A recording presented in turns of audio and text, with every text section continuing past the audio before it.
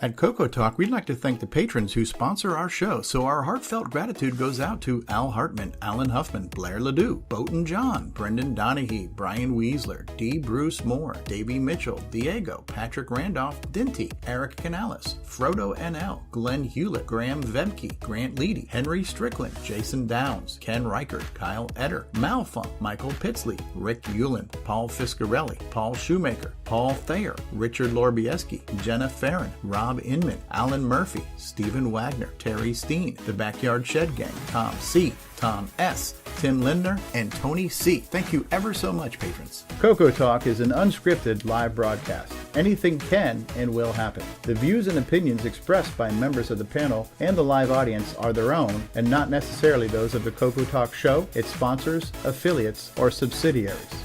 Open minds encouraged, sense of humor recommended. If any off-color comments were made, we're sorry. Hi, this is Dale Lear, designer of TRS-80 Color Baseball, and you're listening to CoCoTALK.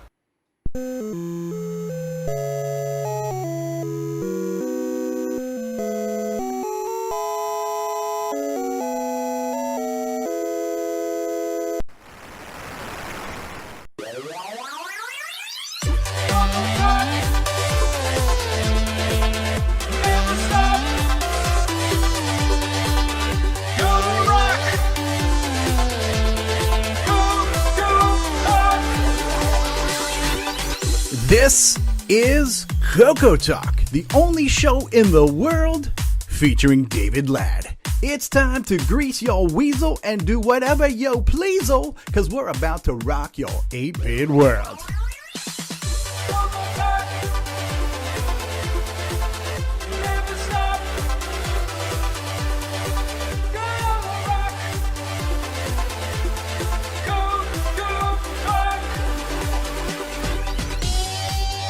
Good morning and good afternoon, everyone. Do you like wires? Do you like to drive? If you put those two things together, we've got a surprise for you today. We are excited as David Ladd in a floppy museum today.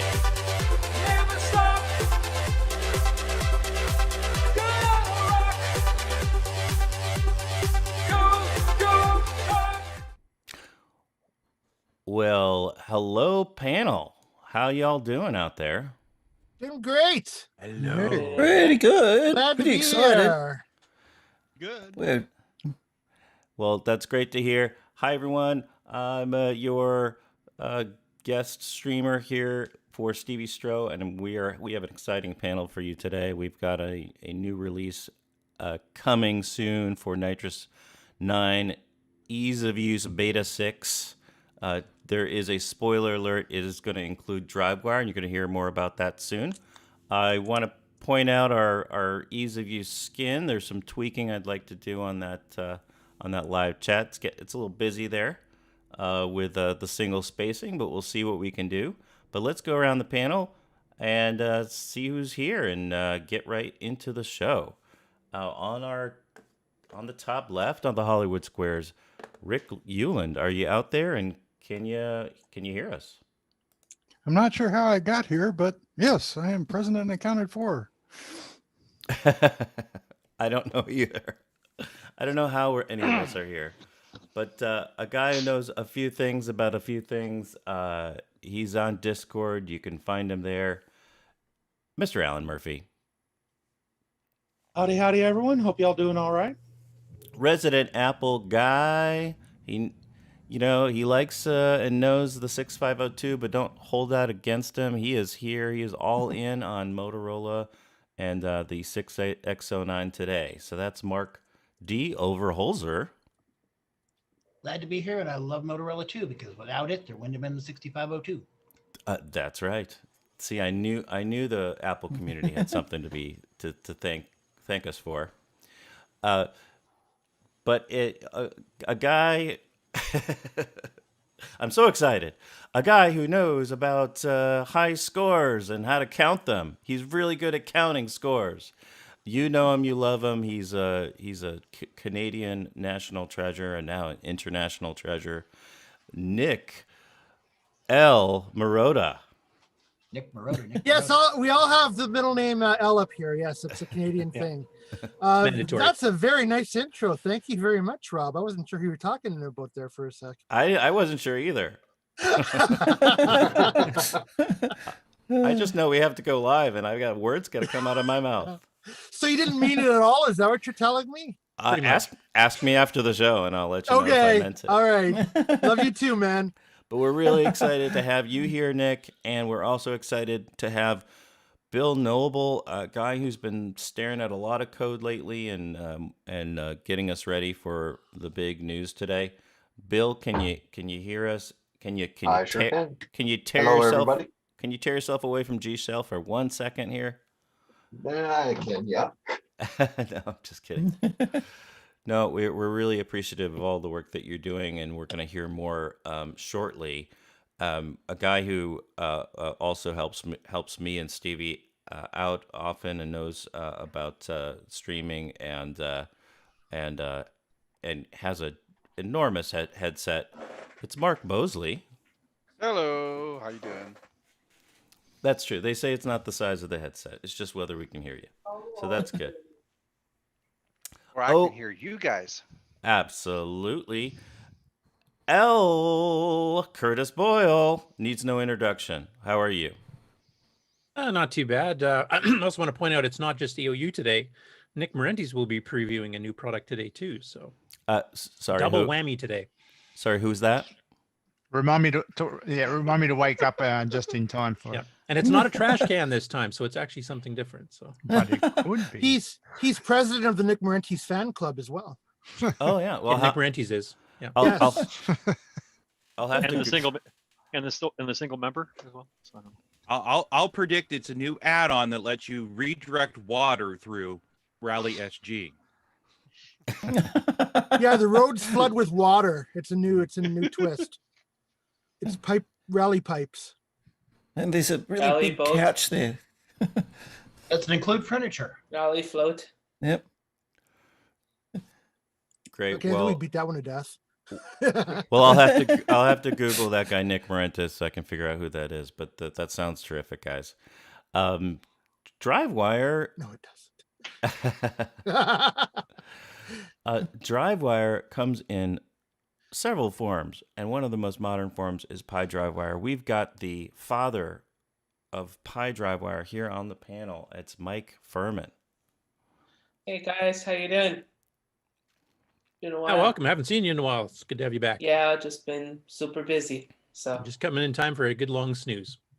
that's right. Not ready for nap time. Okay. I gotta turn it on. There you go. Yeah. See now. The future's so bright, you got to wear shades. Little Timbuk 3, nice. That's right. Is that Canadian? I don't know. I don't know. Trying to bond with our friends up north. But back here in Arizona, there's a garage. It's a big garage, and it's got lots of stuff in it. And there's a guy who is there, and he loves OS9 and ease of use. His name's Ron Delvaux. Hello. Yep, we love pictures too. Pictures and CoCo Central right here. That's right. And there's going to be some fun stuff we're going to be able to talk about, Ron, that I think you'll probably enjoy, like MV Canvas. You bet. But, we'll be talking about that later. Something that we'll be perhaps getting to that we have on ease of use is all-time use and lots of MIDI stuff. And we know our friend in Australia, Danny O'Connor, has a lot of equipment that will go with those programs. How are you doing, Danny? I'm doing really good. I'm excited to be here. I can't wait to hear David Ladd's excitement on the show today, because I believe he's going to be very excited about floppies and drive wires and ease of use. We shall see. Well, let's switch over to CoCo Man, who knows a few things about switches. And how many segue. How many Whoa, talk, that was awesome. Sorry. I'm just in awe of that. And Go ahead. hopefully there's a toggle switch to end this show if if it goes south. But Jason, how are you doing today? I'm doing great. I've got my Diet Dr. Pepper. I'm ready to go. I got drive wire cables. We're ready to go. All you need is the David Ladd voice. Oh, That's coming shortly. Yeah.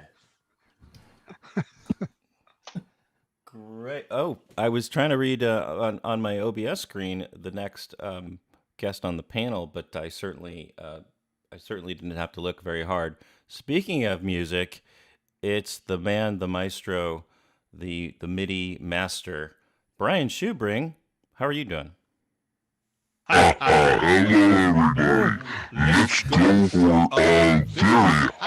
It's way today. So pretty much the usual. I have no idea what he said. So the usual gibberish. Exactly. Was that Jabba the Hutt? I used to be able to hear. It was Pizza the Hut. What You know, is they- it? No.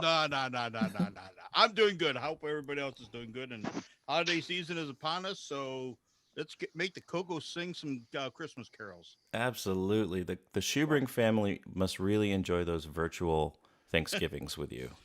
Yeah, my wife starts screaming, "Turn down that volume!" Turn down yours first. That's how we make it up. We make it up in volume. Absolutely. Yeah, okay. I turned it down. Well, great. Well, we are a worldwide community, and somebody who is somewhere else in the world. I want to say France, but I really can't remember. So, Alan, tell us where you are, and welcome to the show. Alan, Mr. AC 8-bit, are you out there? Hey, I'm here.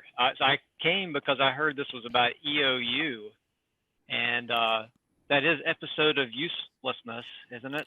If you ask certain people, yes. Yes. Okay, well then I'm in the right place. Nice. You're actually in the States, Alan, aren't you? I am. I'm in Virginia. Okay. I long way think from France. I'm getting my newer guest. You're getting your There's 8 bits another mixed up. It's person. 8 bits in the basement, I think. That's Yes. from France. France. Oh, yeah. Was Yeah, from from Ireland. France. Now he's in I France. think he's in Ireland. Is that right? He's Irish, but I think he lives in France. I think he if lives in remember France. Ireland Okay. and France go into that equation somewhere. I don't know which side.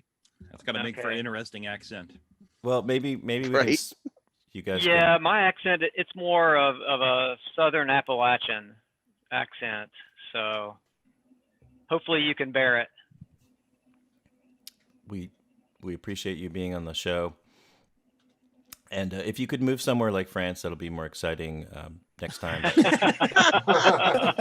That'd be good. Yeah, move somewhere more exciting for next time. Work on that. Yeah, really. Exactly. Develop a German accent or something interesting like that. Because these days it really matters where you live. When we're all just on Zoom. Yeah, because you can't leave nowadays, so you might as well live somewhere interesting, right? Yeah, it's just all about where you say you live. That's true. Yes, 8 bits in the basement verifies Irish guy in France IB. Ah, But does he really have a basement? Ooh. yes, Yes. If Yeah. you've watched his videos, he definitely does. yes. We're sure it's a real basement and not a basement set or a green screen or something. It could be a very elaborate ruse, but it's convincing. Yeah. Anyway, on to the next contestant. On to the next contestant. I Oh, think do we I win s- something? I think we might have a major announcement because I saw in the background of Chet Simpson's screen Digger 4 OS9. I believe you were about to announce that game, Chet. No? Yeah, that's coming in 2023. Yeah, Curtis is going to be helping me on it. He's already committed to it. We talked about it last night, so it's everything's going to go. I greenlit it this morning. We've already got funding, and it's going to be produced by D's Nuts. Really good guy. Worked on some projects with him, a couple of years ago, and he came Yes. through for me. I think I voted for D's Nuts once upon a time. Yeah, my contribution is that I will type in the DOS command, so it's all Yeah. Yeah, he taught me how to do that. I mean, it was so great. I've never, ever done that before. It was the most incredible experience ever. I mean, typing DOS and just sitting there waiting for things to load. I mean, can you imagine? Well, we'll definitely have some trolling today, And Chet, in all seriousness, if there are some things that you want to jump in and cover today, because we are moving fast, please ping me in the Zoom chat or let us know on the panel. And no, this is all this is Curtis's stuff. I mean, they've Curtis and Bill and the other people they've been working for what I mean, guys, 30 years on and off. Yeah, I mean, that's, yeah, because I mean, I remember when you guys started this. So this is a huge thing that the advancement of OS9 over the years has been incredible, and I think a lot of people are going to be seeing a lot of that today. Well, way to oversell it, Chet. Now I feel nervous. Yeah, well, I just wanted to, give you a good introduction and make sure that everything was covered, so that How much is he paying you? I'm getting a free copy of the ease of use that actually works, not the one that you got. Well,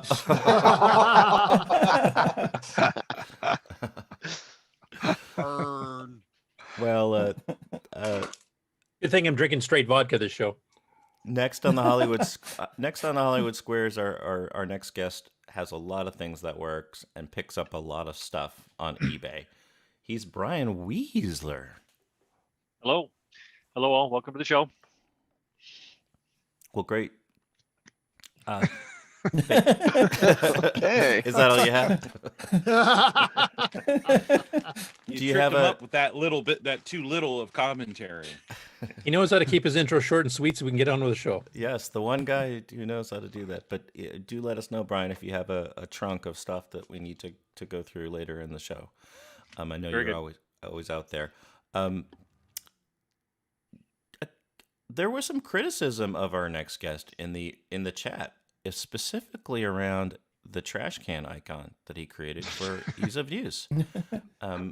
I believe somebody said that it looks too tall. And I wanted to know. I corrected Tim Lindner on that because he said it looks too tall, and I said, there's so much crap in so much trashy crap in NitrOS9. You need a tall trash can to hold it all. So we're good. Well, we're excited to have you. In all seriousness, Nick Marentes, we're really thrilled to have everyone. you on the panel. I was bribed to come here, so here I am. Well, plus he's got his own announcement, so stay tuned for that. You actually got your bribe? I'll double it if you leave. Everybody's checks were lost in the Throwing mail. it down there, Nick. I'll go for the highest bidder. Here comes Ferrari number 5. Well, I can tell you, I'm a proud owner of one of our next guests program, which was the I knew I was gonna screw that up. The lumberjack program. What was the name, Paul? Timberman, but yes. whatever. I rarely play it, as you can tell. That makes it sound really good. Yeah. He's also helped make some card games and stuff with his brother too. You shouldn't forget those. No, we're really He's also excited. made a major contribution to Digger 3 as well. Absolutely, Timberman, which I do play, and the icons that you see in Digger 3, those are Paul's creations, as well as many other projects. Downland 2, Buff Commando. The list goes on and on. How are you doing, Paul? It sure does. I'm doing well. Thanks for having me on, guys. I just have one word for you, Paul. Popsicle stick. He knows that's a trigger word for me, right? Yes. Yes, and I think you were making some interesting icons last night on Discord, and they were kind of a Rorschach test. So whatever you saw is it said a lot about the viewer, I guess. What's the Horseshack test? A Rorschach test. It's like I said Horseshack. Oh. Ooh, I know. Ooh, Mr. That's it. There you go. Oh, a quick mention from Frodo, and I actually watched his stream this morning. He was streaming CoCo games this morning on his Mister on Twitch, and he played the Timberman Christmas Edition as part of the stream this morning. So Cool. Very cool. We have The Simpsons on our show. Excellent. Well, we're excited. I mean, what can we say about our next panel? I overdid the last time I hosted. I overdid the intro, so I'm going to just allow the man to speak for himself. David Ladd, are you out there and are you excited? Why, hello, Rob, and how are you all doing today? Are we ready for the ease of use introduction today of Beta 6? Are we ready for DriveWire? Are we ready for all the hard drive goodness? Are we ready? We can't even imagine the fun stuff. Oh, yes. Are you ready, Nick? Oh, Nick. Oh, please say you're ready, because I am. Let's all go. Yes, let's go. Okay, I'm done. I'm not ready anymore. DriveWire. Wow. DriveWire. I TTL. think Second I leader died on that Dr. one, Pepper so. was a double that last time. Am I still on? What? You hoping you're not? No, I stopped the stream. The show was over after that comment. That's a mercy killing. Absolutely. Well, great to have you here. And Terry Steen is an author of color computer programs for the Tandy Color Computer. How are you doing, Terry? And welcome to the program. Hey, doing pretty good. You guys are officially now my COVID-19 isolation therapy group. So I hope you don't mind me forcing you into that role. Well, Glad we could be of some value to somebody. For you, 2020. That was a terrible choice. He chose poorly. Well, I will warn you, Terry, there is no known cure for CoCoTALK, and no vaccine is coming. Well, yeah, and you know, if the issues happen for more than 4 hours, I remember what to do. So Yes, exactly. Yeah. Take a And diet by Dr. issues, Pepper. mean and if the don't show call us. lasts more than 4 hours. So Take a diet Dr. Pepper and don't call us in the morning. Is it Please. time for a break? Do we need a pee break already? Should have gone before we left. Yeah, should have. Yeah. Told you not to get that big gulp. I crossed my legs. Is that good enough? I don't know. Tying a knot, son. I don't know. And moving along. Oh, moving along. Moving along. My co-producer, Nick Marotta, remind me what we're doing? We're going to game... Did we introduce And Ron that's the Delvaux? end. What? Did we introduce Ron Delvaux? Yes. Yes. Oh, Where were you? Ron's crotch. Were you earlier. sleeping? You could do it again. Oh, Hi. I missed. I didn't Hi, wanna- everybody. Back didn't here in wanna miss Arizona, it. there's a I big missed how garage. much Nick pays attention to Hey, the show, I was, guys. I was thinking of Ron. He should be touched. Hey, if Sure some of my smoke ain't floating on over there? All right. if you Am I need a not big Coco- enough on the screen? And now here's Ron Delvaux's twin brother, Ron. That's right. Done. Don Anyways. Melvo. Wait a minute. Don Melvo. Hang on, everyone. Ladies and gentlemen, because Nick Marentes didn't notice our introduction, we're going to do Ron's Garage. I missed it. I'm sorry. Just don't introduce him thrice. That's Nick's job. That's Nick's job. Right. Well, we can take like a mini break with one of our older EOU commercials to kind of get our palate wet, and then maybe we come back and what's our first order of business, Nick Marotta? I believe will be GIME-X may have been at the. Oh, That's right. That's a potty break time then, isn't it? GIME-X Hey, was you can go thinking straight into again. that video right now, and then Ron can go to the bathroom while Yeah, we're eating. sounds like a I great might thing. do the same. Yes, yes. We have sad news for everybody that there is a new video from Samuel Gimes. So All right. Oh, darn. Let's go. Oh, darn. No. So let's. I might have to go to the bathroom at that time too, but for stomach reasons. Oh. I'm gonna have to reload the bong for that first. All right. Well, if we're prepared, you know what? Let's just quickly say hi to the live chat, and then we're going to go right into Samuel Gimes. So I just want to say hello to Alan Murphy, Mark B, the rest of the panels out there. Kevin Holloway, how are you doing? We've got Mark O kind of monitoring everything.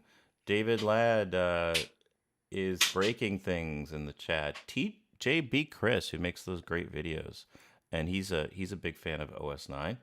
8-Bits in the Basement. We were talking about him. Curtis Boyle, James Jones, I think it is. J.E. Jones, great to see. Jim Rye is out there.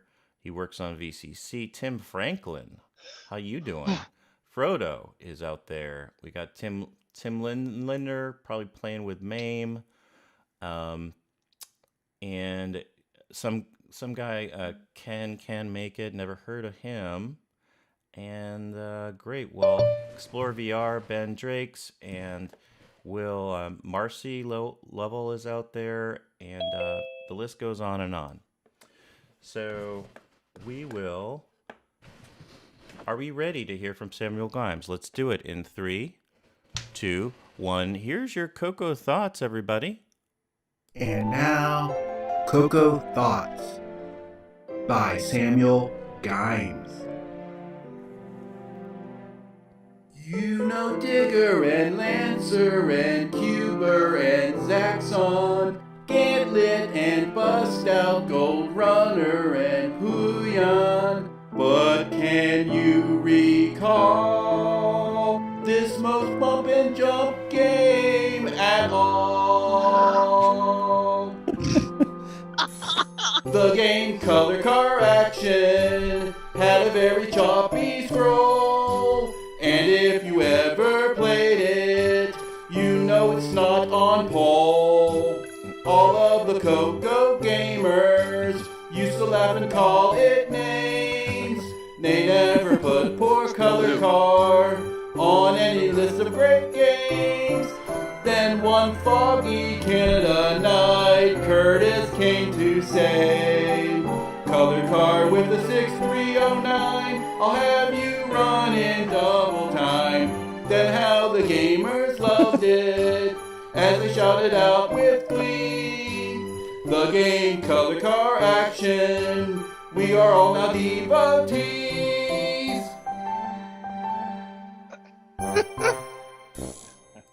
I don't remember giving authorization of using my name in a Samuel Gimes segment. But... Wow. What did I miss? Checks in the mail, Curtis. I have to say, even I'm sure the 6009 version is great. Even the 6809 version that Curtis modified, I love Color Car Action, but it was pretty much unplayable at the original speed, very slow. So the versions that Curtis had made for both the 6809 and 6309 made it a much better game. So thank you for doing that, Curtis. Yeah, if you kick in a CoCo 3 double speed poke on top of it, it goes really fast. And thank you, Samuel. That was a great contribution. Now, don't forget to send me that check. Well, it was really good. I love the CoCo thoughts. It's a great addition to the segment. Yeah, it makes me want to call Curtis Santa Curtis. He brings presents like 6309 updates of. Yeah, they're actually all due in the summer, but it takes me so darn long to make these things, and I'm so behind schedule. You don't get to see them till Christmas. This game is the reason why I wish I had my CoCo 2 with the socketed CPU still working, because I'd pop a 6309 in there and play Color Car Action. But unfortunately, that's the CoCo 2 that died on me. So, oh well. Great. Well, so should we start the official Game On segment then? We're gonna go into the or do you want to break scores first, Nick?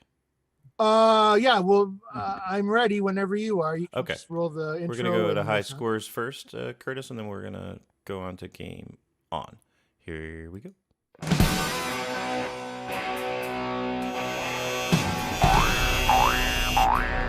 High Score Challenge with Nick Marotta. All right, and welcome to another week of results. This week we played Color Car Action with 24 scores submitted. Charlie, 1,160. AC's 8-Bit Zone, 3,308. Mr. Dave, 3,360. Adam Candy Dragon Guy, 3,394. Frodo NL, 3,639. Nathan, 3,881. Mark B, 3,978. David Ladd, 4,515. Marcy, 4,614. Ken Record, 4,982. Boat of Car, 5,235. R.L. Murphy, 6,369. Just Mike, 6,649. Sloopy Malibu, 7,516. Cat Lord, 7,625. Joshua Craker, 10,016. Tom C, 11,144. Jim Wright, 12,190. Tasman, 23,194. Alfred Boyle, 57,463. Me, 58,214. Canadian Retro Things, 59,453. Flutterball, 64,344. And the number one score this week belongs to David Craker, 116,071. Way to go. Thank you for another great week of submissions and fantastic gaming. Connection terminated. People are saying that there was echo on my voice in the video in YouTube. Okay, that is probably I know it's my fault. so do I want to fix that? And maybe replay it? I don't know if I can do that during the stream though. It's probably all right. They can see the scores. Yeah, they're saying the echo was on Coco Thoughts too, so we can fix really? it now at the very least. Okay. Terry Steen says start over. Yeah. Okay. Good day, everybody. Thanks for coming to rehearsal, everybody. Yeah, I had to switch from our rock solid Mark Bosley platform. So Yeah, I think I can fix that though. I just have to turn off the desktop audio. Just consider yourselves blessed to have heard that twice because it's so good. Yeah. So we're about ready to start the show? Is it time to push the button? All right, I'm going to share my screen. Are we going to go forward, right, Rob? Yeah. As long as he shuts the echo off now, we don't want it through the whole show. So yeah, so I'm wondering if we just show, guys. I'll echo. Oh, Rob, let me know. Do you want to replay anything, or are we going to go forward? Yeah, I would like to replay it and figure out if one of you can monitor the YouTube. Let's try to fix that on I think it's when there's desktop audio. Give the people what they paid for. Let's try it one more time with Coco Thoughts, see if I can figure out what it is. And now, Coco Thoughts by Samuel Gimes. You know Digger and Lancer and Cuber and Zaxxon, Gantlet and Bust Out, Gold Runner and Puyon. But can you recall this most bump and jump game at all? The game Color Car Action had a very choppy scroll, and if you ever played it, you know it's not on poll. All of the CoCo gamers used to laugh and call it names. They never put poor Color Car on any list of great games. Then one foggy Canada night, Curtis came to say, Color Car with a 6309, I'll have you run in double time. Then how the gamers loved it as they shouted out with glee. The game Color Car Action, we are all now devotees.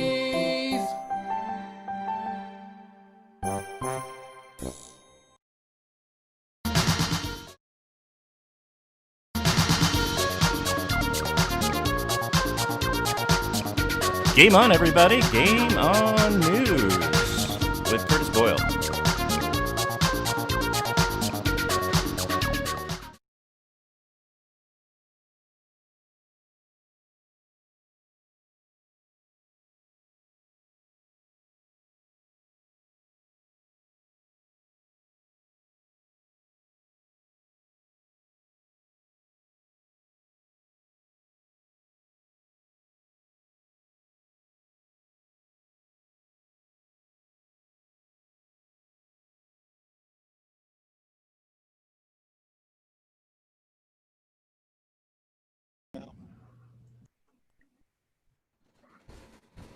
Can you hear us now, folks?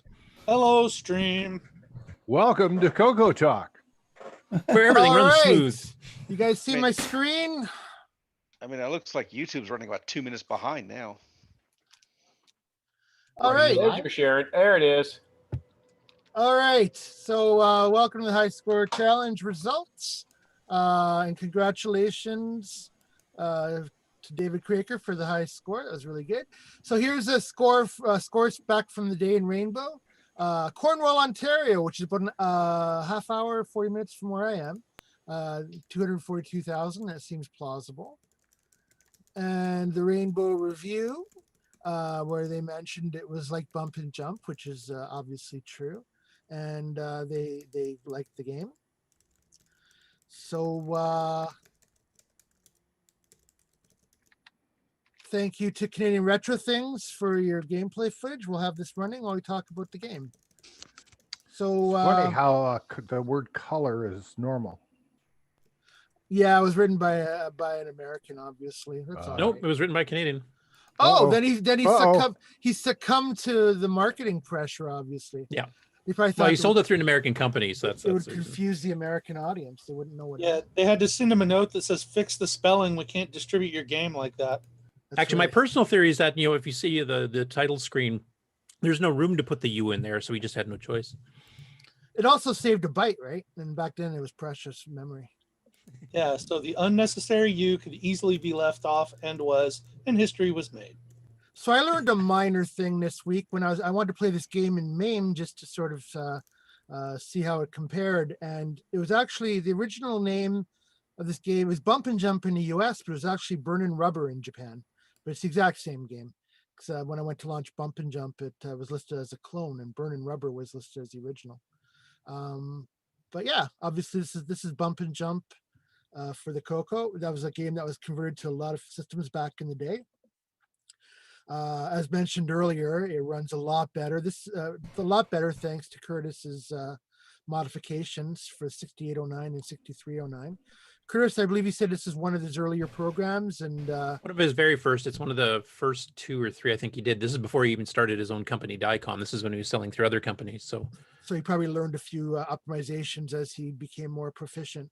Yeah, I mean, I've optimized several of David's games, and then as you get further on, it's harder to optimize because he started to better optimize himself. Like, so by the time you get to like Gauntlet 2 and stuff, there's not much I can do with it. So like, I don't know if it's too long to talk about now, but like, what kind of optimizations opportunities did you see for? Excuse me.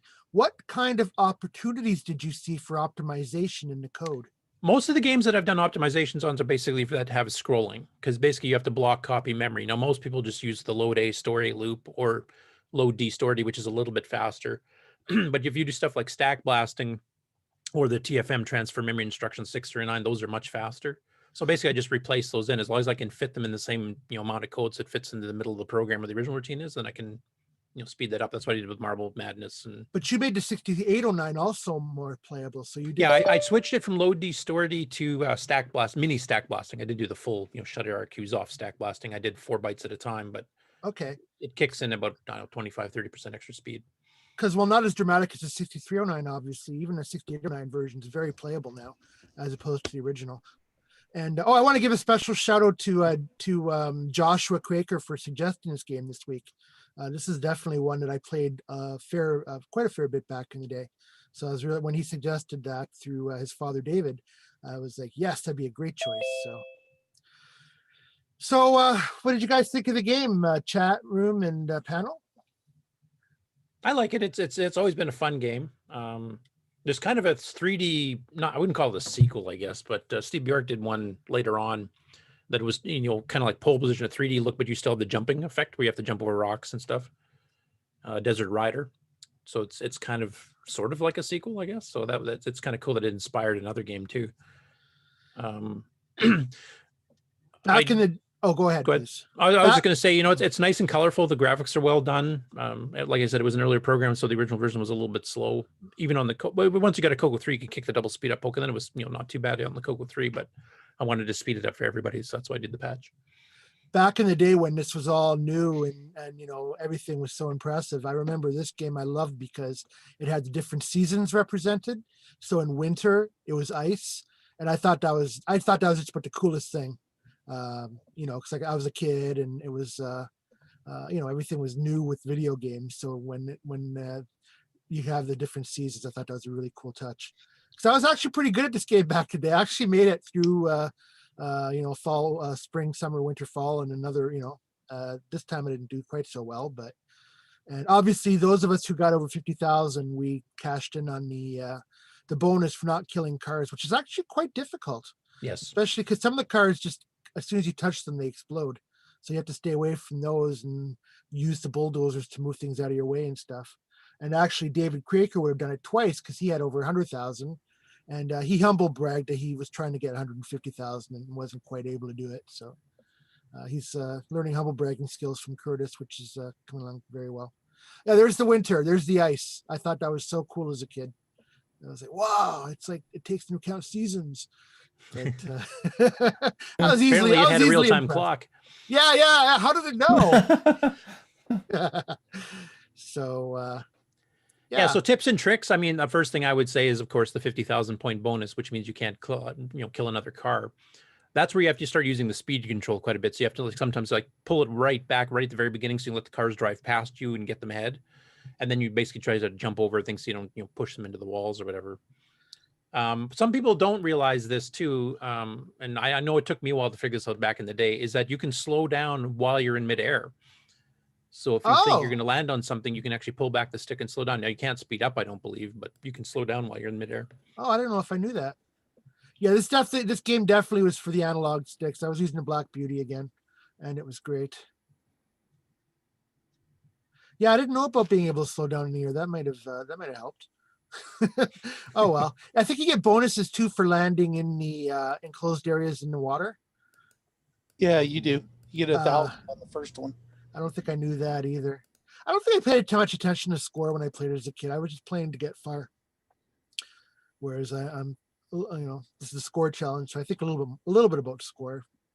Marcy in the chat has a pretty nice comment too. It was challenging and fun. I would never be able to get the 50,000 points. I can't keep from killing all the cars. Somebody has road rage issues. But apparently we're good therapy, so hang out with us and we'll at least she's taking it out in the game and not on the real road. That's good. Yeah. So I guess it looks like there's only 3 enemy cars on the screen at any one time. I'm noticing that. And rocks. Yeah, and rocks, yeah. I got a rock. So Joshua, who's David Creaker's 8-year-old son, told his dad about slowing down in the air, so he figured it out. So apparently, gaming tips, contact Joshua. So yeah, this is a great game. I thought it was one of the better conversions. Even I didn't mind the speed as much as a kid, but now that I saw the improvements with the 6309 and 6809, I'm like, yeah, this is much better, much more playable. Yeah, the 609 combined with the double speed poke on the CoCo 3, I think is almost a little bit too fast. I know the arcade game is fairly quick, but I guess I'm just too used to the original version. But yeah, I tried with the double speed poke, and apparently I'm just as bad at whatever speed. So that was nice to find out. You can die faster. Yeah. I was telling Curtis before the show, this is the game I would put a 6309 in my CoCo 2, had the one that I have a socketed CPU in didn't die. Because then I could play it at an even faster speed. But and then somebody commented they really like this high score entry screen, which I agree. And I like that it has lowercase. Not many games let you put lowercase letters in, so that was kind of a nice little bonus. But like other games, it doesn't save your high score anyway. But anyway, please go ahead. I really like their selection idea with the character set running around the screen. Yes. Yes. Yeah, because everybody else at that time was basically doing it like the arcade games where you just move a pointer or a square box around the letters and you just rotate through them. But this was actually kind of a different, fresh way of doing it. Much faster, much easier. You know how far you need to skip. Exactly. I like it. And no couches. So in the no couches. Tasman actually told me about a little exploit that if you're purely going for score, this would sort of be against the spirit of the competition. And I do apologize, Tasman. I got the video from you, but for some reason it's upside down. But I was able to do it as well. So if what you do at the very beginning is stay still, this doesn't work 100% of the time, but if you stay still and then let the other cars pass you and hope they get to a point where they can't exit the screen, no other cars will come on the screen. And see, look at my score right now. It's 310,770. So I got to the point where the cars were just doing that, and I let it run all night. And I wanted to see how high I get my score to go. And so I want to give credit to Tasman. He's the one that told me about this. Yeah, And that's a new one on me. I didn't know that one. Tasman actually ran it in oh, my mind is blanking. What's the CoCo emulator? VCC, thank you. He ran it in VCC where you can unthrottle the speed, and he saw that the score did actually wrap at 9999999. So thank you, Tasman, for showing that. So that's sort of an unscrupulous way to get a high score. So it's still running behind me, as a matter of fact. The cars just go back and forth, and yeah.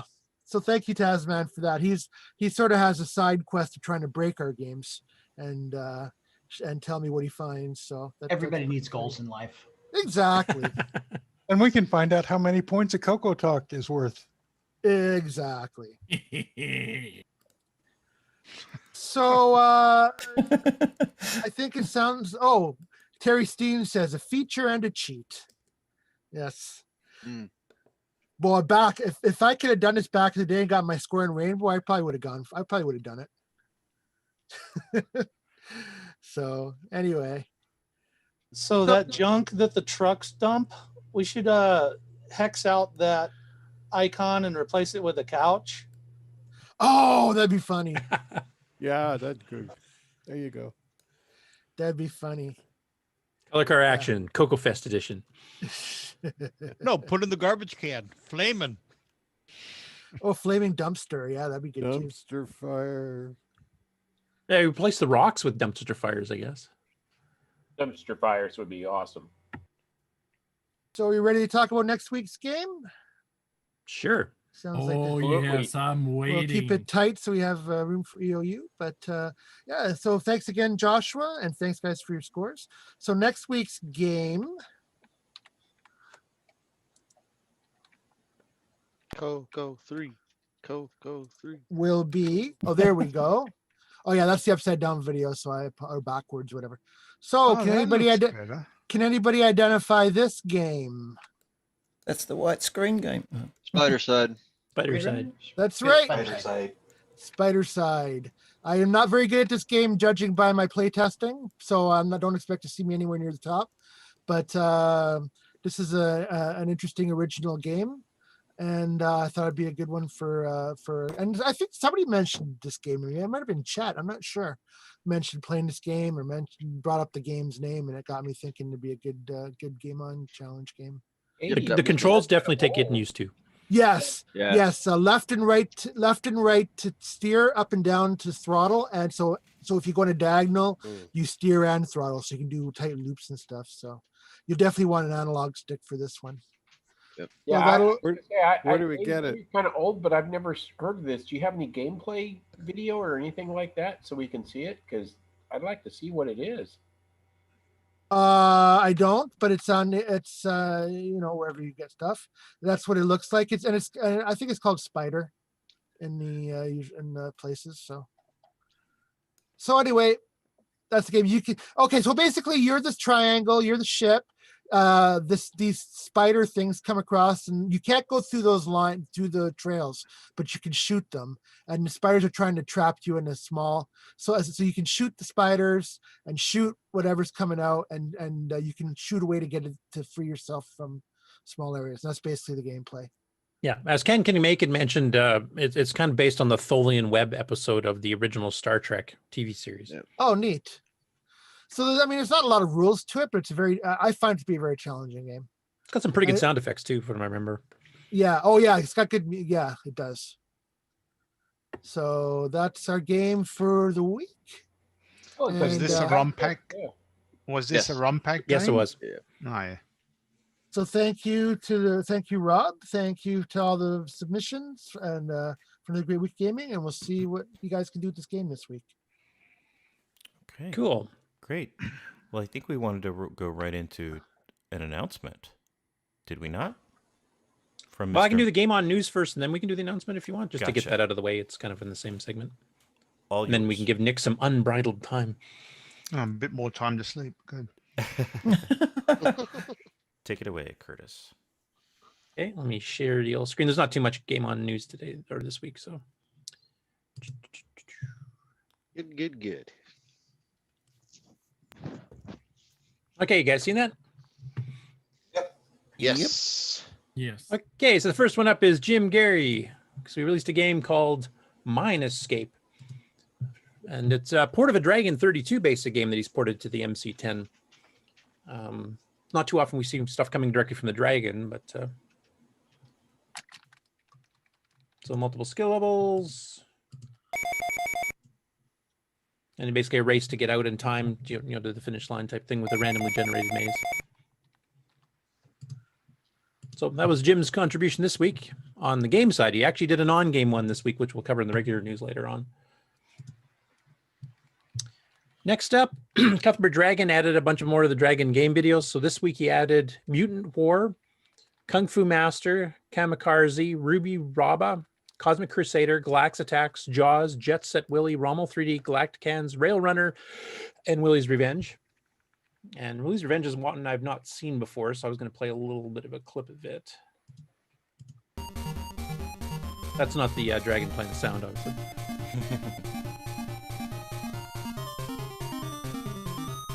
I was watching this intro screen, it looks like a shoot 'em up, but it's actually like a chase and tail type game.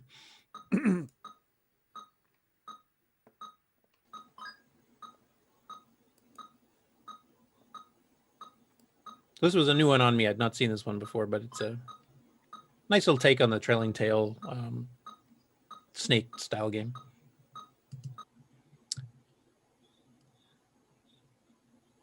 And I didn't know if there's any of these. Oh, he's even got a new one I don't even have on here, Bumpers. I don't know, is there any of the other ones you guys wanted to see, or should I just quickly go on? Oh. What's Bumpers? That's a Mark Data Products game. All right. Another maze solving game type thing. Oh, Jaws was an interesting one. That's one I was going to show too. You're trying to rescue these. I think they're supposed to be humans floating in the water before the sharks get them. And why the water's yellow? I don't know. Maybe the guy saw pipes. I'm not sure. But this is one I hadn't seen before either. And the shark comes up and grabs your human and drags him down. So. Help. Now it's just making me hungry.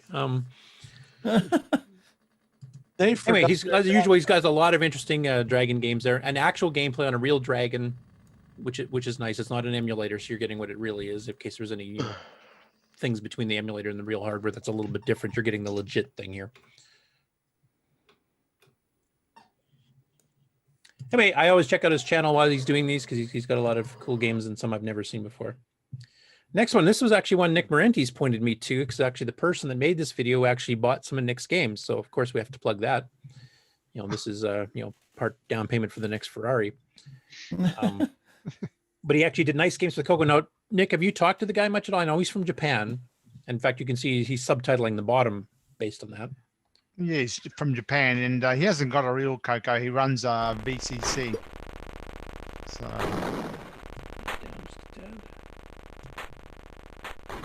they play Popstar. Actually, you can see the bug in VCC with the jittering on the screen. Yeah, the horizontal scroll problem. And then he played Pyramix. Go ahead, Chet. No, I was just going to say, at least they're not in a rush to fix that that bug for you, Nick. No. Of course, he played Digger 3. In fact, he made a comment in the comments there that this game's free for download. So thank you, Chet, for doing that. Then he kicked back for some CoCo 1 and 2 games, which I'm sure you'll recognize. How he got Cave Walker to play with this music soundtrack, I have no idea. Yeah, I'd like to know his sound chip. And then he played one of the CoCo. This is actually one of the ones on the next EOU here. It's kind of a sneak preview. Oops, I went too far. This is one of the Sierra engine-based games that was actually a homemade homebrew one. And that music doesn't appear in that game either, but...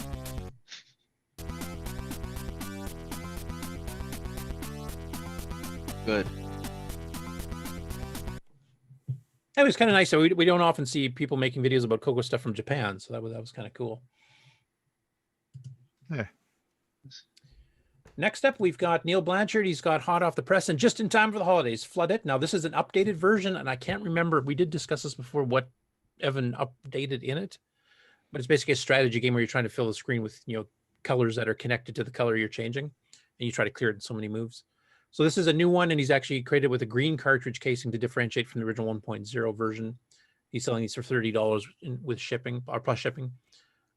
So if you want to get the version 1.1, and like I said, I can't remember exactly the differences, and hopefully they can send us an email or something to let me know, because I should know. And the last one here for today, this is from Erico, and he put up a video showing some of his progress in that semi-graphic shooter that we showed last week that's based on an Atari 8-bit machine using Atari ASCII characters to do it, and he's using semi-graphics. So I'll just play it. It's just a little quick clip.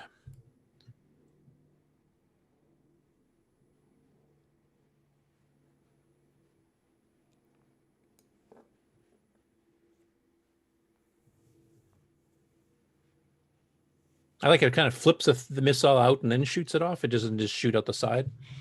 It's kind of a neat effect. So that's a work in progress he's doing, and we'll keep our eyes on that. And that's it for from Basic. Yeah. That's all I have for Game On News. I did mention earlier that Frodo did do a live stream, so if you guys are on Twitch and you look up Frodo NL as the channel, he's got his CoCo stream. He's done a couple, one or two in the past too, with his Mister. And in this case here, he did a stream for, what was it, Frodo? About 2 hours or something this morning? Going through a multitude of CoCo 1, 2, and 3 games. And he was trying to pick ones that were from the Game On Challenge, Nick. So I thought I'd mention that to you too. So most of them we've actually played on there, and he was kind of playing catch up. And that was a short nap. The real news hasn't started yet. That's just the good Game On news. Oh, so. Man. Okay, well, I think we should go right into. Be true, Mikey. Yeah, Mr. Marentes, I believe. News was over. Oh, am I next? Hang on. Yes, you are, Nick. Okay, I just got to wake up. Let me help you. Drivewire, RS-232, TTL. Well, I cheated. I made a little video, so I'll start that, then I can go back to sleep. So, so a bit of a video to introduce what I've been spending my my COVID year in between doing games. So this is a little side project I've been working on, and it's just a show. It's not a product ready to be released, but I just thought I'll just show it. Christmas is coming, and just show up what I've been doing. So wait till I play with the technology to get it all running here. I'll try share my screen. Yep. And if is that coming up? It's, are you seeing a black screen? We see a black screen. Yeah. All right. Awesome game, dude. Yeah, it's great. It took me ages to do this graphics. But, I know what you mean. It's just the amount of effort that goes into something like that. I wasn't going to release it until it was perfect. I wanted no stray pixels. Hey, I already did that one. Yeah. So I'll play the video. I'll introduce it and I'll show you. Anyway, you'll see. And you can ask me questions later. So here it goes. If it works. The CoCo is a great computer. It was low cost, had a powerful extended basic and advanced 6809 processor. When Tandy released the CoCo 3 in 1986, some of the original design's limitations were addressed, such as better graphics with more resolution and color, faster speed and bigger memory. Unfortunately, one area remained a weak point for the system to this very day: sound.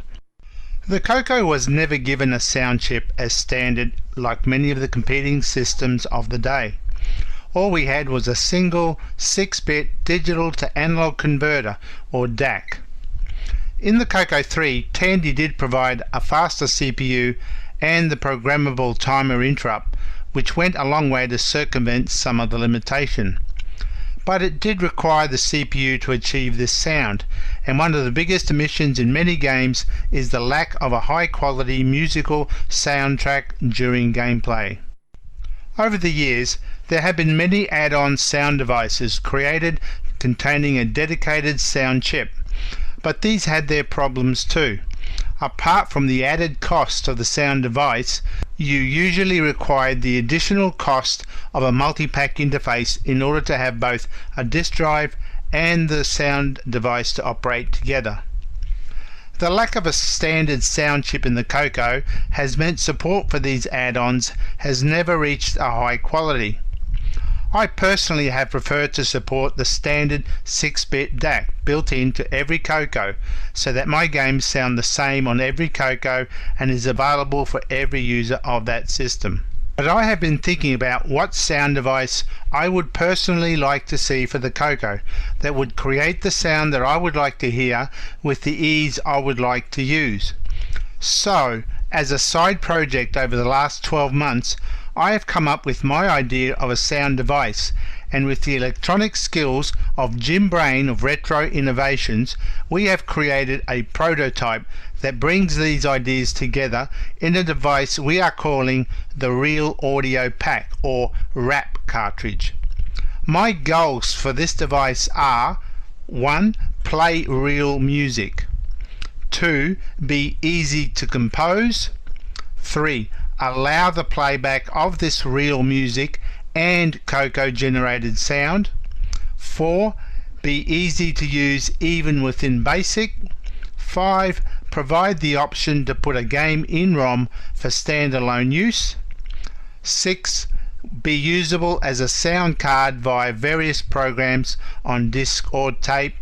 And 7. Lastly, low cost and affordable. I will cover these goals in more detail after this video. Let me now demonstrate what this card sounds like when applied to my recent game Gunstar.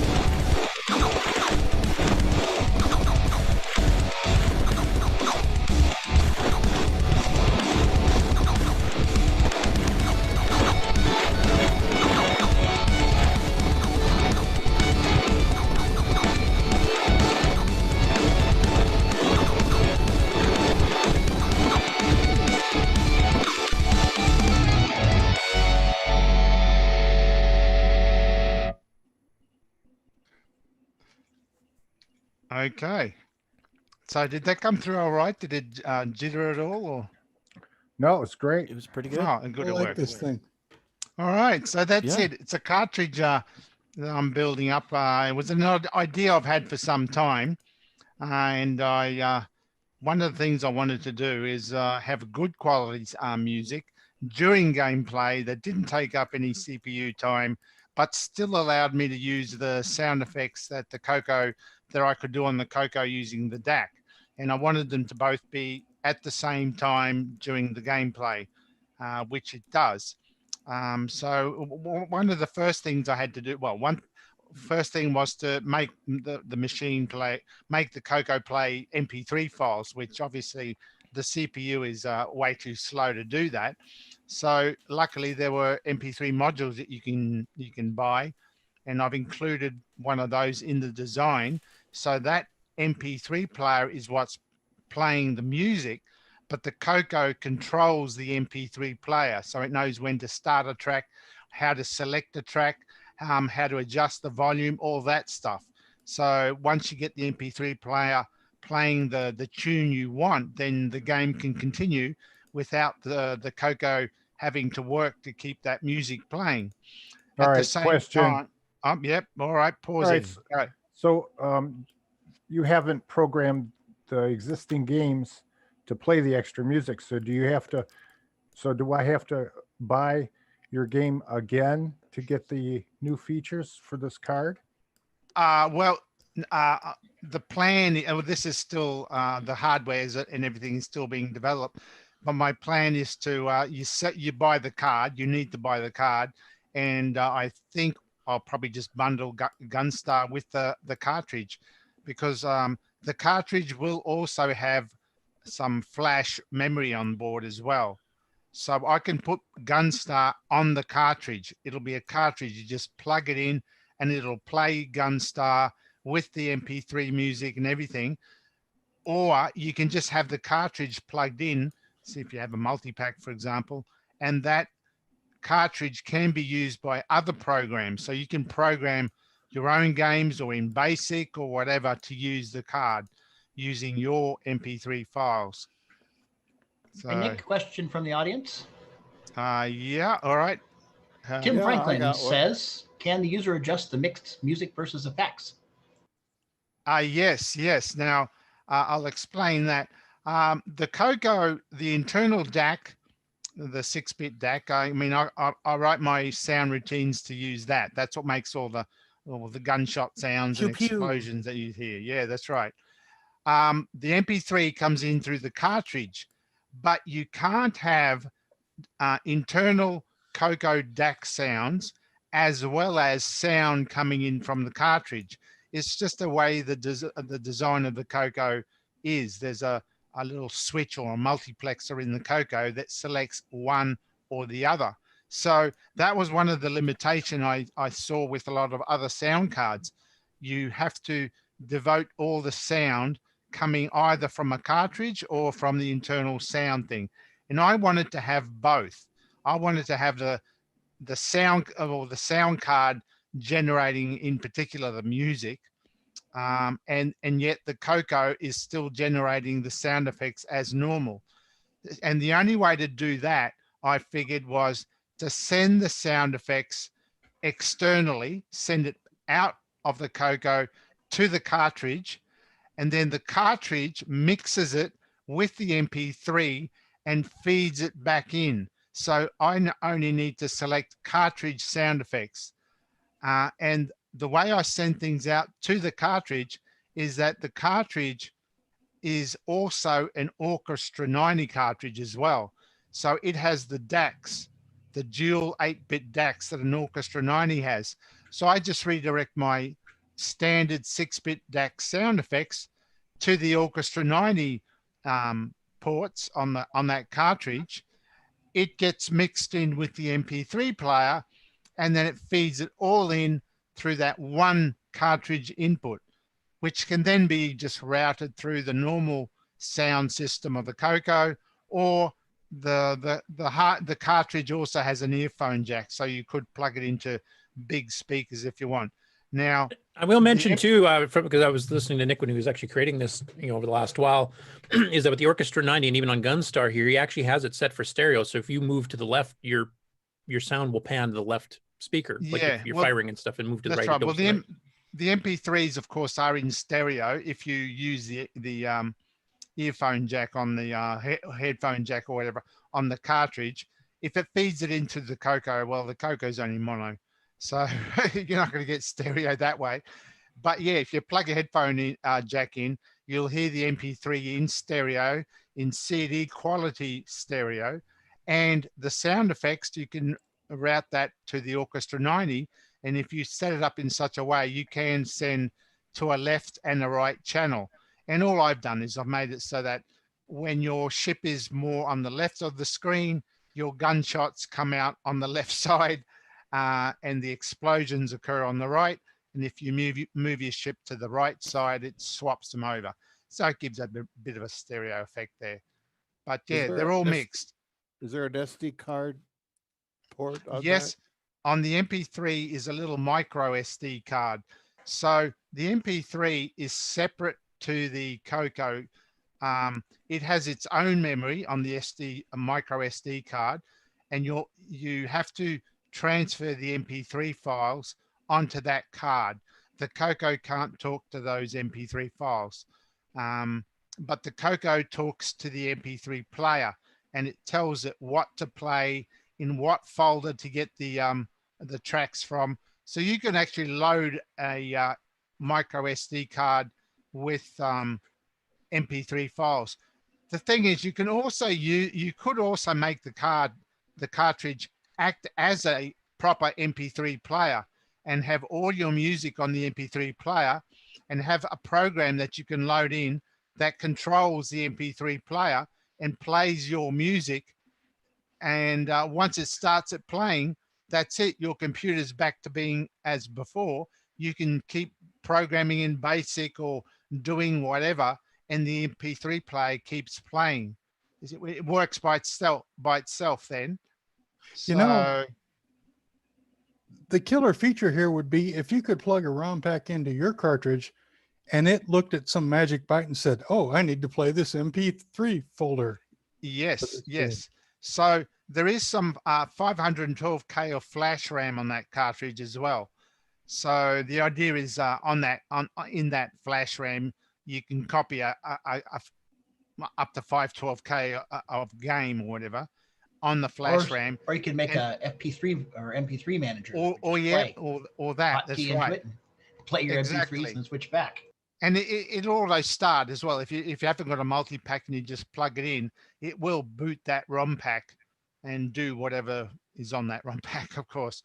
But yeah, if you have a multi-pack, you can plug it into one of the slots, and then it just acts as a sound card. So you can write your own software. And it doesn't have to be machine language. You can do it in BASIC. So you just send poke, you send the information to the MP3 player using pokes to tell it, to control it basically.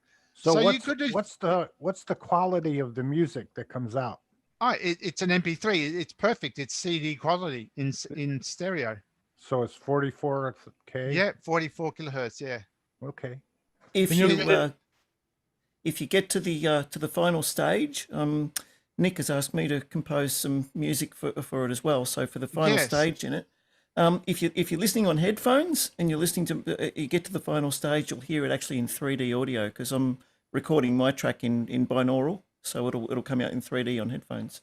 And that's another thing I haven't mentioned yet. One of the things that I'm also trying to do with this is to we've got quite a few people in the CoCo community that are musical. And that was one of the things I wanted to do with this cartridge, because I can't compose music. I can do, if I design any super sound card, that's great, but I can't compose music. So it'll sound like shit either way. But I figured, well, if I can make it play MP3s, then anyone who has the musical capability can compose their own songs using real instruments, say, or, on their PC or a Mac or whatever, create that music with a MIDI or whatever, create the MP3 file, copy it to the SDC, then the CoCo can play it. So there's no composing to be done on the CoCo using some CoCo program. You just compose in whatever you are familiar with. So we got people like Danny here, who obviously has a bit of a musical equipment there in the background, as you can see. Just a little. Just a little. Needs knobs. And now, so he's going to be putting together something for me. Dan Ottery, who created that Blue Monday MIDI track on the CoCo a couple of months ago. He's also creating a special edition version. Actually, part of one of his songs was in that demo video I played. So he's creating something.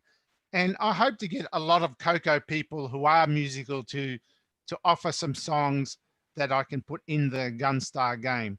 All right, So- now I got more questions now. So, sorry. How am I supposed to have time to do what I'm already doing, and then now start playing music and stuff? And is there some kind of a financial institution where I can actually make payments on this thing? Well, he said it'd be affordable at the end. He said it'd be that's right. affordable. Now, it's still a work in progress. I mean, I've been doing it on the side. I mean, obviously I've been writing other games as well in between and just doing this as an idea.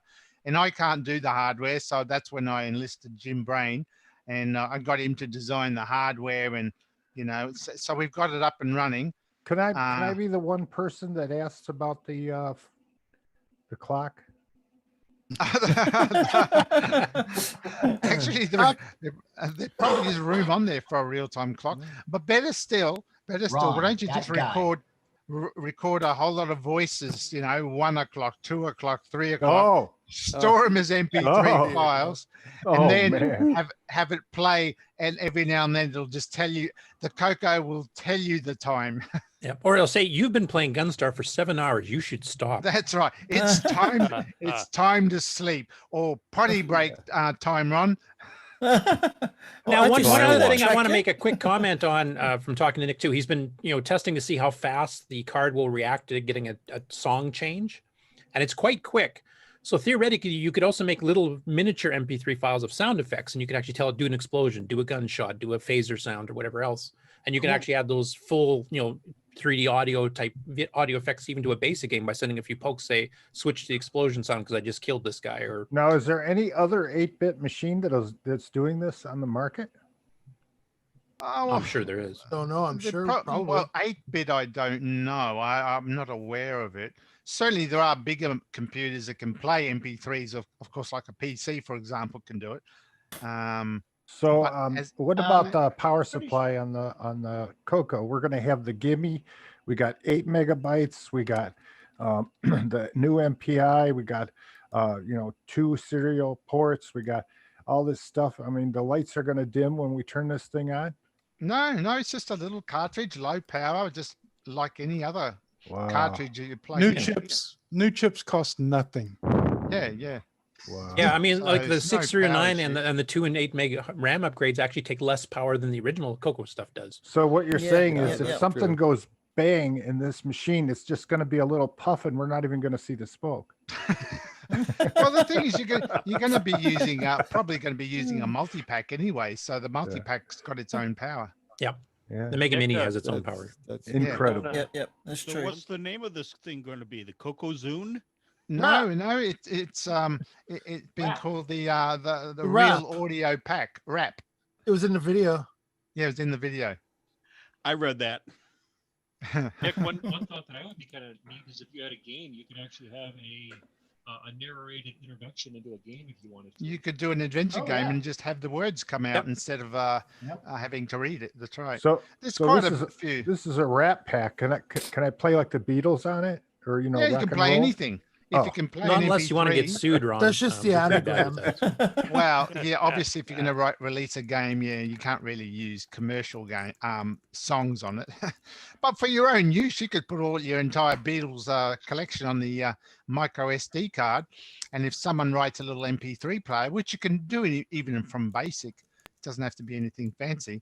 How big of an SD card will it take? Do you know? Oh, I don't know. How big do micro SDs come? I think 256 gig now. I think they have. No, well, there you go. Oh yeah, because it's your MP3 player that's reading the SD. Yeah, card. yeah. So Yeah, modern it's not. play- It's right. It's not on the CoCo. It's the MP3 player. It's got a little slot where you plug your micro SD into. So it if you manages all swapped that. out, so you could swap out the original tracks, Yeah. and put in your own tracks and have Gunstar play those instead. Yeah, if you could. wanted. You could. That's right. Yeah. You could Yeah, do they're just that. basically numbered files in numbered folders is how the Yeah. system That's all works, they so. are. Yeah. So it's just opening up a folder, playing track one. So So whatever you know, it'd put be as cool track is they one. have this thing in a way built in, so there's a slot above the multi-packs, you know, where you plug your multi-pack in, so then you could just put your SD card in there. It does. It does. On the end of the cartridge, when you plug your cartridge into the multi-pack, there's a little slot at the very top of the cartridge where you just slot your little SD card. Yeah, it's kind of set up that way, like the SDC, the CoCo SDC, is Yeah, just yeah, it's it's using like a the micro SDC, SD instead of a regular SD. But my So you yeah, can, and you could use it as a regular Orchestra 90cc too, couldn't you? I guess. yeah, it is an Orchestra 90 as well. Yeah. Oh, that's neat. Yeah. Does it have? Will it have audio plugs on the outside or no? It has a headphone jack. Yes. Okay. I still like the idea of if you could pass a ROM pack through it, like plug a ROM pack into it, then CoCo could look for some magic byte on the ROM pack and say, okay, I need to got load flash. this set of MPI. Well, if you have a multi-pack, you could have Well, two I'm just ROM saying, packs. then you wouldn't need a multi-pack. You could just plug a ROM pack into your thing. Into like a pass-through. Will the And you would have headphones? all of the music for any game that someone had written music for on the SD card. And then the CoCo could say, okay, this ROM pack is attached. I need folder Gunstar. Well, yeah, I probably could do that, but then what do you do with your disc controller? Yeah. So Just what's the CoCo music SDC. chips number? Is it just like the orchestra? Yeah, exactly the same. Same. Yep. So anything that runs on an Orchestra 90 works on this cartridge. If you plug headphones into it, do you hear the DAC sound too? Then do you hear it post? Yeah, everything. That's the whole point, is to everything get gets them both mixed. playing simultaneously, because that's something Well, the other sound cards have not done. With the headphones, though, I know going back Yeah. into CoCo, but I didn't know if the Yeah. headphones were pre-mix or post-mix. No, it mixes everything and then sends it to either the CoCo or the Okay. headphone jack. Cool. And you made this work with EOU. You went hand in hand with them. on it? Well, I haven't, but it can very It can. easily be done. Yeah, we've talked about it. Very Let's put it that easy, way. very easy to do. Because I wouldn't mind making a little graphical G shell, MP3 player, like the old Windows players used to be. Yeah, Yeah, that'd be cool. That's a good idea. So yeah, hopefully, I mean, when I do finish this, Do you have? Sorry, do you have go on. any? Do you have any idea on cost at all yet? Yeah, will Or I what you're still be alive targeting? when it comes out? No, You haven't- under I was asking a $40 question. max. $40 max. US. Wow, what I'm That's- aiming at. That's good.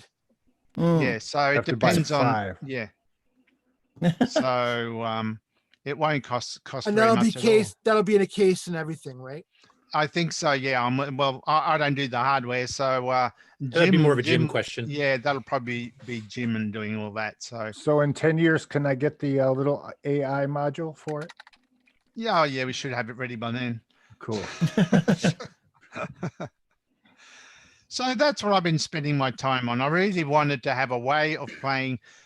I've got an Amiga, and I've always been a fan of the Amiga, the way they had games which played, really incredible music in the background during the games. And I'm trying to get that environment onto the CoCo, so whereby you can play a game, have all the sound effects, and still have a really good quality rockin' background playing. And that was my whole incentive for this thing. And one other thing I'll say about the rocking background, actually, your son's rock band contributed one of the tracks too. Well, yeah, I think the last track you heard there was my son's band. So Keeping it all in the family. keeping it in the You're family. going to have to that's share that right. Ferrari, at least get him to chaperone you around in it. One of the Yeah, two. well, that's right. Well, what kept you from using a Australian name for it? That's all been taken by CoCo Man. So I've given him the patents on the Aussie names thing. Yeah, there's none left either. There's none left. He's pretty well decimated every Australian animal in existence. Except the wombat. He hasn't done a wombat yet, has he? No, he's probably patented it though. Call it the didgeridoo. So it's a marsupial, huh? Yeah, I just picked rap because, well, it's real audio. Then it's a program pack. Oh, hang on, rap music. Okay, Yeah. there's a musical connection to it. Even though I'm not into rap music, but No, me either. So See, kids Matt? are going to go out there and buy a $300 or $400 color computer to be able to stick that $40 cartridge in it, huh? yeah, if you want to do that, I think Come on, it works the other way. your rap name would be like DJ Vegemite. Yeah, actually, he hasn't grabbed the Vegemite name, has he? Maybe I should rename it to the Vegemite cartridge. Yeah. You know, the next logical question is, will the emulators be able to emulate it? Well, not at the moment. That's a Tim Linder question. I mean, he does want to expand some of the hardware capabilities of MAME, for example, to help cover developers that are working with brand new cards, which he's done. And on it the Game wouldn't Master be card. hard to do. It wouldn't be hard to do because on a PC or a Mac, they can already play MP3s. Right. All they have to do is link it into the emulator. Yeah. So all he really has to do is emulate the interface of how you control the song and the volume, and that's it. That's all. That's all. So it's actually quite doable. But first of all, let's get the cartridge out and let's make it a semi-standard, say, before we modify emulators. You know, I got a stack load of CD Okay. music, you know. Did the CoCo ever play CDs? Well, I don't know. It was capable of it. There was a CD-ROM file manager that Chris Hawks made. Yeah, probably with the SCSI one. Yeah. On the I'm trying to remember, did he TCP make a or music something player like for that too? I think people hooked CDs to it. Yeah, well, I know people use CD-ROMs on it because they actually formatted CoCo discs for that specifically. Oh, but I can't remember if they got audio? an audio player though. Did they? Back in the day, a lot of the CD-ROMs actually had a headphone jack Not on that I it, so remember. Theoretically, you That's could just true. Control it. The plug in your CoCo headphones. can load programs from CD. Don't forget, Canadian Retro Things loaded a program off CD. Yeah. Well, we had it natively running, like they used to hook up CD player directly to the CoCo and actually run OS9 off of it at the shows, and that was Chris Hawk's CDF file manager. Cool. Yeah, but playing an MP3 directly on the CoCo, the CoCo's too slow. You need a faster machine, and that's what this cartridge does. It offloads the hard work onto this MP3 player, and it does the playing. The CoCo just has to control it. So what's the speed of megahertz of the machine in there? Oh, it's just a CoCo on which machine? No, on this little cartridge, it's got a processor in there, right? Does that Well, matter? it's all on the MP3 cartridge. I don't know what speed it is. It doesn't matter. Hey, Ron, I It posted a runs link. at asparagus. Yeah. Yeah, that sounds Hey, really Ron. cool, Nick. That sounds awesome. Yeah. Hey, Ron, I posted a link to a generic serial MP3 player on Amazon. It's like $8, and basically it has the same type of module on there with the SD card, and you just control it through a serial interface. Yeah, It can be used with any as sort of Ken said, fast enough to do what it needs. Exactly. Yeah. So that sounds really awesome, Nick. Fast Looking forward enough to and that. cheap Figuratively enough and too, literally. Yeah. And that's about all I have to say. I can go back to sleep. All right, that was After that, excellent. EOU is going to be such a disappointment. We're not going to bother. See you guys. Oh, well, hang around. You gonna do a commercial break first, Rob? Yeah. Let's do an older. Yeah, then we'll just after the commercial break, we'll do the regular news because there's not too many of those just to get it out of the way. Then we'll hit the EOU presentation. Okay, we'll go right into the news. Quick news. We'll be right back after these messages. We'll return after these announcements.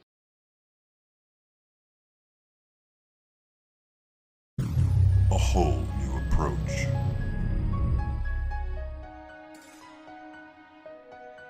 Faster than ever.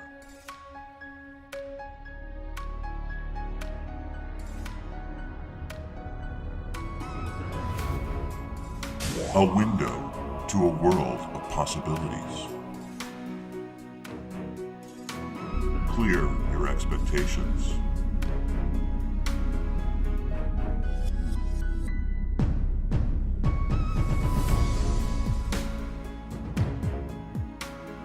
Clear your hesitation.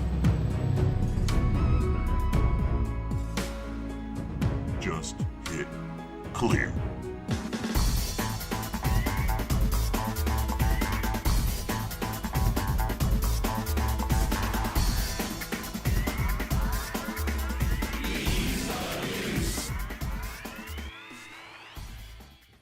Download EOU today at lcurtisboyle.com.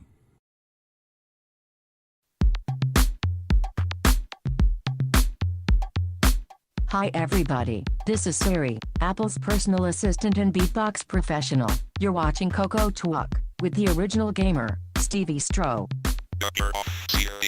I was here first. What's going on, everybody? Stevie Stroh, and I want to say thank you for continuing to watch and listen to CoCoTALK.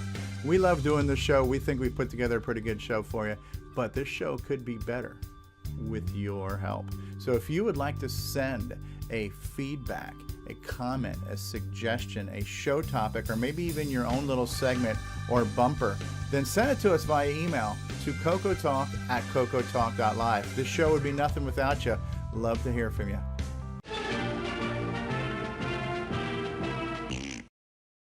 This is Ken Reichert, author of Nightmare Highway. Nightmare Highway.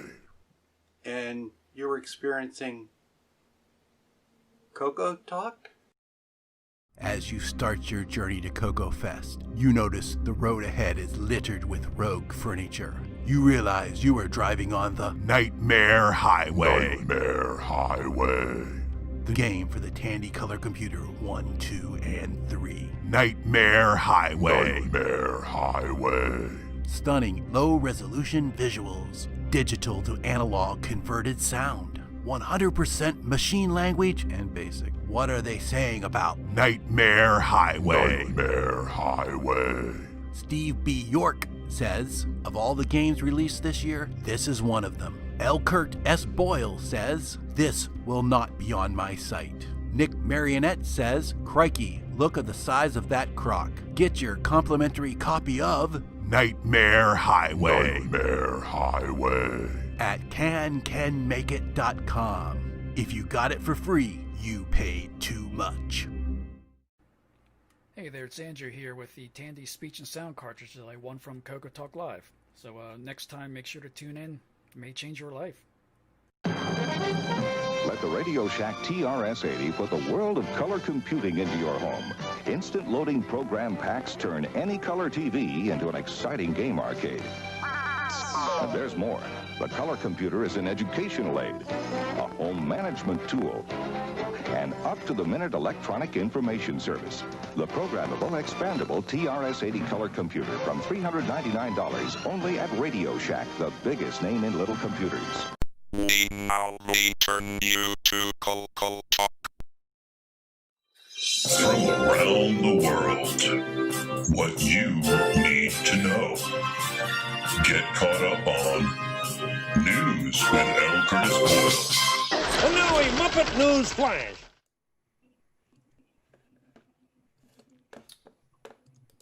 Nope, can't share. Alrighty, go ahead. There we go.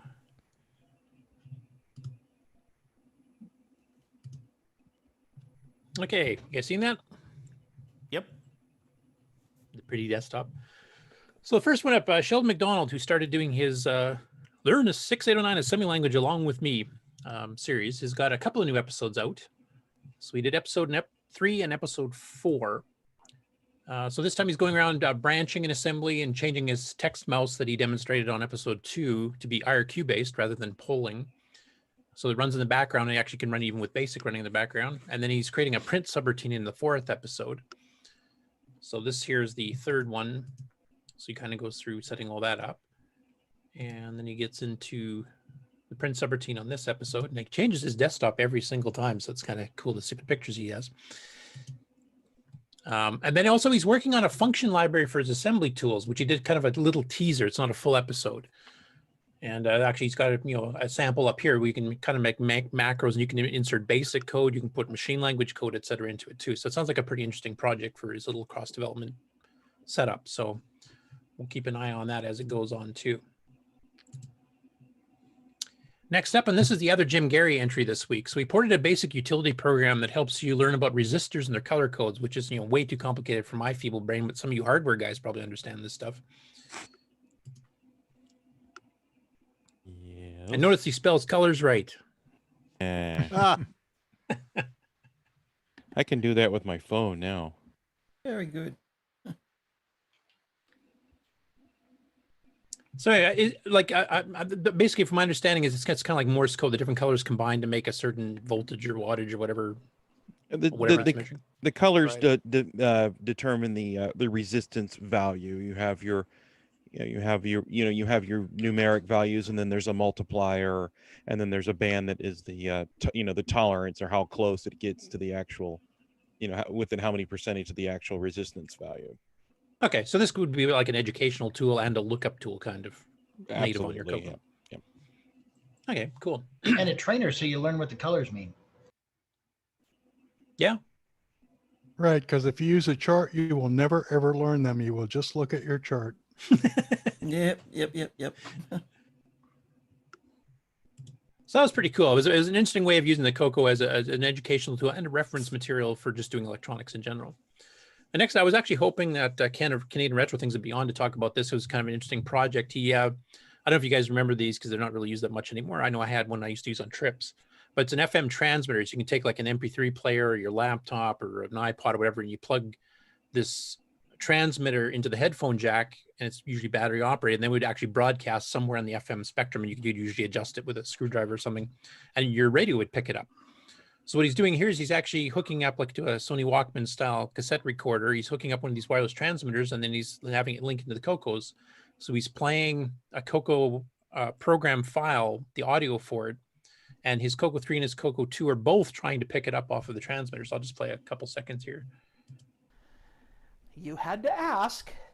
To make it even more convoluted, I decided I am going to attempt to load all of this using an 80s portable cassette player. Okay, so this is the FM transmitter. I've got it plugged into the headphone jack on this 80s cassette player. So we turn it on, then we have to choose a frequency and then tune both radios into that. So I'm just going to quickly do that, and then we can give this little experiment a try. So I won't spoil it exactly what happened during this experiment. You'll have to watch the episode for that. But it's an interesting take on it. It's kind of like the old Network 2 controller where you'd have this central thing was all cabled though, where you'd play, load a cassette from one central one and then everything else would get it. Also like Boise's project from last week, where he's using the cartridges to, load cartridges across on a network. This is just doing it wirelessly using existing technology that's already there. And kind of an interesting way of doing it. So is he using the ancient analog TV as both the FM receiver and the display? Yes. It's an all-in-one package. That's a cool idea. Yeah, but he has to switch from the TV display over to the radio mode to actually do the load. Yep. So he ends up doing the loads blind. And then Yeah, you right. got to find out whether or not you hear a click and when to see if it loaded successfully or not. It's very cool. It's a very cool video. Really do give it a watch. Okay, got to do that. Next up, this is somebody I'd not seen on YouTube before. Jose Antonio Vacabello put up on YouTube showing an unboxing of a CoCo 2 receive with 4 joysticks. We gets 2 of the original aluminum handled Black Beauties plus 2 of the plastic ones. He also gets a CGP 115 color ink, little pen printer. And he also gets 1 single cartridge for Arkanoid, and it's in Spanish. And I know we've got some Spanish viewers, and they don't often get stuff in their native language, so it's nice to get this one here. So it's a bit of a yellowed CoCo 2, but and he doesn't actually fire it up to see if it's working quite yet at this point. But you can see there on the top, he's put the silver handled original Black Beauties on the back, further away from the camera, and the 2 newer ones there. And then he opens up the printer, and he's actually got the manuals and everything for it too. And then he gets a game cartridge there and just shows how that plugs in. He hasn't actually done any play on it. I don't know if he's planning on doing that. I don't speak Spanish, so if he mentioned that, I'm sorry, I didn't know if he did or not. But I just wanted to put a plug there because I know we've got some viewers in Central and South America that Spanish is their native language. and of course people in Spain too. So it's nice to have something that they don't have to translate. Next up, we have Carlos, who actually has a couple of things we're going to be mentioning today. The first one here is he's got this 40th anniversary. Like, this was planned for the fest originally, which of course didn't happen. We had to go virtual because of COVID. So he's got this design. We can get a black shirt or white shirt, and it's got the 40th anniversary of the TRS-80 color computer on the front. And the little blurb says, 10 print 1980 to 2020, which is kind of cool, go to 10. But on the back, he's actually got a bit of a, kind of a schematic diagram of the system block of how everything plugs into each other, how the different chips work. So that's the ultimate geek t-shirt. I don't know if I'd be wearing that to a party or anything, but it'd be pretty cool to wear to a fest. And he's actually taking orders, and I know some people, I think Alan Huffman's ordered one already, and I think some others have too. So once you guys get them on, or actually modeled them on the show, I'd like to see what it actually looks like in real life. Yeah, the ordering is very easy. When I saw that, I actually placed the order, and he sent me a message that I was actually the first person to order one. So I'll be kind of curious to see what they come in looking like. So have you got an expected arrival date on that yet, or Brian? Nope, it just shows the paid, and so we're hoping that in the next day or so that it'll start shipping. So okay, cool. Should be very cool. Yeah, I'm looking forward to that. So if you're also the first one to receive it as well as order it, then model it on the next show. Very good.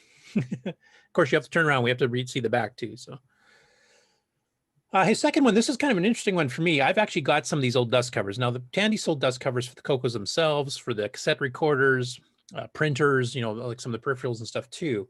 And they definitely get kind of hard and brittle and don't fold over well, and they kind of get yellowed and gross and stuff like that, just from time. But he's apparently found a way to kind of rekindle them, and he goes through the steps here doing it. I don't know if you guys have ever done this yourselves, so I'm just going by what he's saying here. But he cleans it with warm bleach and mildew remover, leaves it in the sun a few days. That's kind of like the retrobiting style thing. Place the cover of the CoCo 2 once it's at room temperature. Use rubber bands or tape to stretch it over the CoCo case. Leave it for a few days. And this is kind of stretching it back out and getting it less brittle and also make it fit better again. Then he uses a hot air blow dryer or hair dryer to gently heat the cover, not staying in one spot. Keep it moving. Don't melt or shrink the plastic with the high heat. Leave that for a few days after you do that. Now you have a cover that is soft, clear, and fits over your machine properly. So I've actually, like I said, I've got a few here. I might actually try this because they won't go over the CoCo right now. They won't stay on anyway because they're pretty well half hardened at this point. So has anybody else ever tried this experiment or even heard of this method of fixing a dust cover? I'm gonna, because I have some that are still original folded and they won't unfold. So I've done Seems reasonable. When I was retrowriting a couple computers this summer, I did throw a cover in, and I did whiten the cover, but I didn't try the other steps there to kind of soften it. I was just trying to get the yellow out. So it'd be interesting to try the other ones. Okay. Well, if anybody gets that before I do, I'd definitely like to hear what your result of the experiment is too.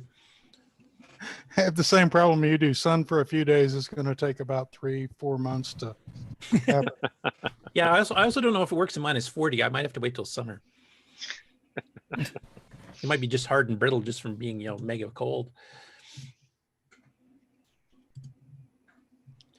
Next up, we have Alan Huffman has done another one of his blog posts, and this is benchmarking the CoCo keyboard, and it's part 1, so obviously he's planning on going a bit further on it.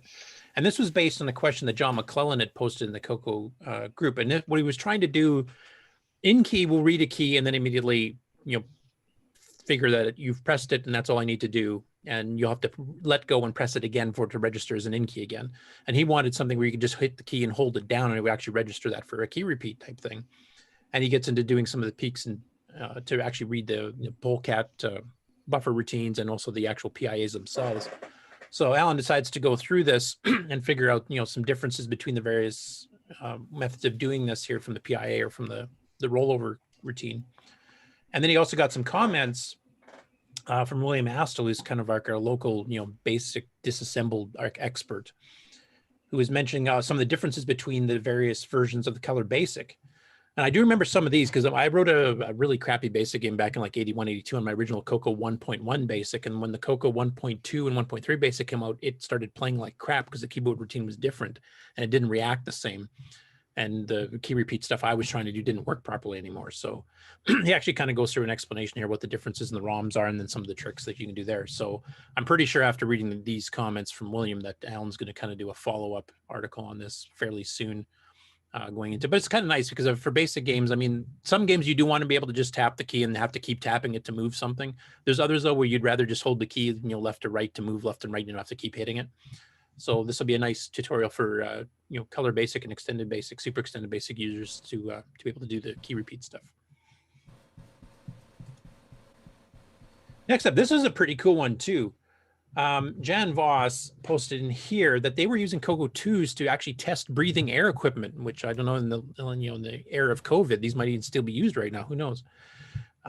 We actually had some pictures here of some of the pieces where they were using it. It was basically used as a tester for it to make sure that it's operating correctly. And one of these systems is actually on eBay, and they actually, you know, changed the label here for their own custom label for doing the actual thing and the custom cable that, you know, plugged in. It's obviously been a well-used machine. So it's called Pause It Check by Biosystems Inc. So that's I know we've seen that one CoCo2, a series of CoCo2s that was on eBay for years and years because it was charging way too much for some newspaper, I think had it in New York or something. So this is another one of those New York specialty Times CoCo2. Yeah. Yeah, that's the one I was thinking of. Thanks. So this one here is actually another CoCo2 specialty project where they're using the CoCo2 as part of another piece of hardware that's, you know, way beyond a CoCo type thing. And, you know, custom labeling it, custom cabling it, custom software, probably custom ROM, and using it in an industrial setting. So I thought that was kind of cool.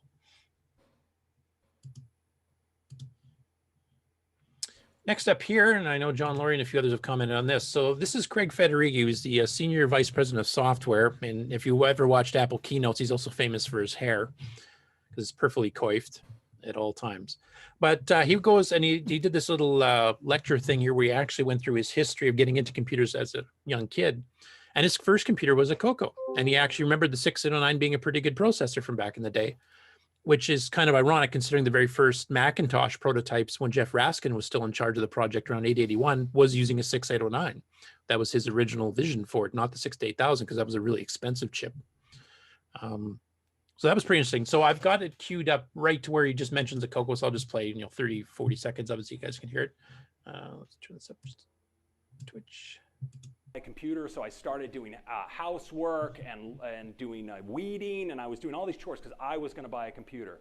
And eventually I did. I bought a TRS-80 color computer, look it up, 6809 processor, decent thing. I couldn't afford an Apple at the time. But I worked, I got jobs, little odd jobs doing programming. Of course, he's not going to concentrate because he's an Apple guy. Works for Apple, one of their higher ups, actually. So, but the fact that he started on that was on the CoCo was actually a pretty interesting tidbit I did not know.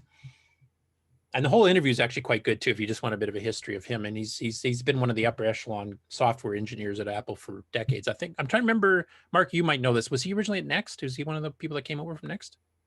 I don't know. I didn't follow all the people that went to Next. I know some of them, but not. I don't recognize his name, but he might be. Yeah, I can't remember if he's or not. Anyway, it's a really good interview. Chris Burke here, he mentioned, now we've talked about Chris a lot because of course he did tons of stuff. He did RSB, he did the Burke & Burke hard drive controllers, he did the Logitech ScanMan driver, Dagger Patch, you know, to run Dungeons & Dagger saving games to disk, and you know, just tons of other things that he's done. But he's mentioned in the past, since he kind of came back in the CoCo community in the last year, that he's lost pretty well all the source code. He doesn't have it anymore. Well, he found a snippet of one. So he found his old CyberVoice text-to-speech code. Now, I don't think he's published it quite yet, but it was basically a program to control the CyberVoice cartridge, which is a speech cartridge, I think based on the same chip as the Sound Speech Pack, if I remember. I might be wrong on that. But just the fact that he actually managed to find some of his source, because the only source I think Bill and I have seen, we reverse disassembled his BBF-H disk driver for the Burke & Burke. So we do have source commented by us, not by Chris, his original comments. So there's bits of source there too, but a lot of his other stuff has been kind of lost over the years. So hopefully more stuff keeps turning up because it'd be nice to get some of that stuff back. I know Chris wouldn't mind it either. So this was a cool one in the furnace. Yeah, exactly. Yeah, Rick Adams is familiar with that. This was a cool project in the Dragon Facebook group. So on, I don't think you can quite see it here on the picture here, but the top is an actual floppy drive, a regular 5 1/4, and the bottom one's a GoTech, which is a floppy, you know, simulator type thing. Now what he's done here is he's 3D printed the case to hold all this stuff here. And the design is on Thingiverse, so if anybody wants to make it, and I mean, it doesn't have to be a GoTech in a 5 1/4 inch. You can put 2 5 1/4s, or put a 3 1/2 with a 5 1/4 inch mount and a 5 1/4 in there. But it's actually a fairly well done case, I thought. And the fact he made everything all black and it kind of matches, and it's like the Darth Vader CoCo or Dragon plug-in case there. It's pretty cool.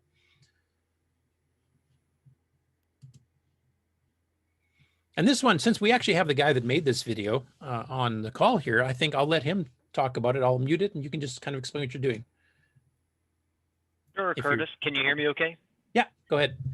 Okay, so this is my original cassette recorder from, I would think, about 1984, 85.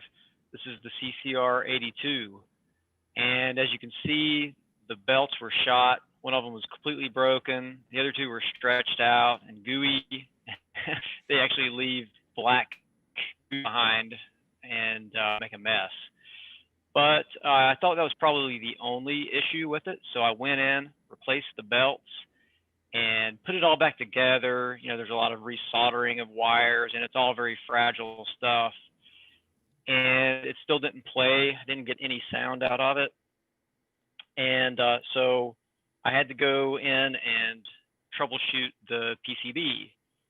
And I was looking at the amplifiers and the playhead, and finally it turned out I needed to replace the main IC on the board. And I had put in an order for some ICs that I found, I think they were on eBay. And while I was waiting, I got a delivery, and fortunately, Rick came in and saved the day. How do you say your last name, Rick?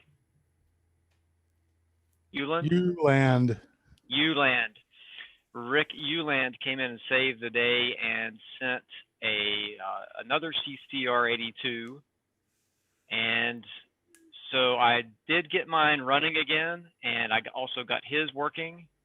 And his model has a broken rewind mechanism. So, you know, a lot of these were fragile. There's Rick's. The one I'm shaking in my hand there. That's Rick's unit. And inside. Go ahead. Just saying, parts be rattling while you shake that, right? Oh yeah, there were screws loose, and fortunately, the loose screws get picked up by the speaker magnets, so you don't lose many screws because of that little self-retaining feature of the magnet. And so anyway, Rick's is working, but the rewind is broken, so I have to flip it over and fast forward when I want to rewind his.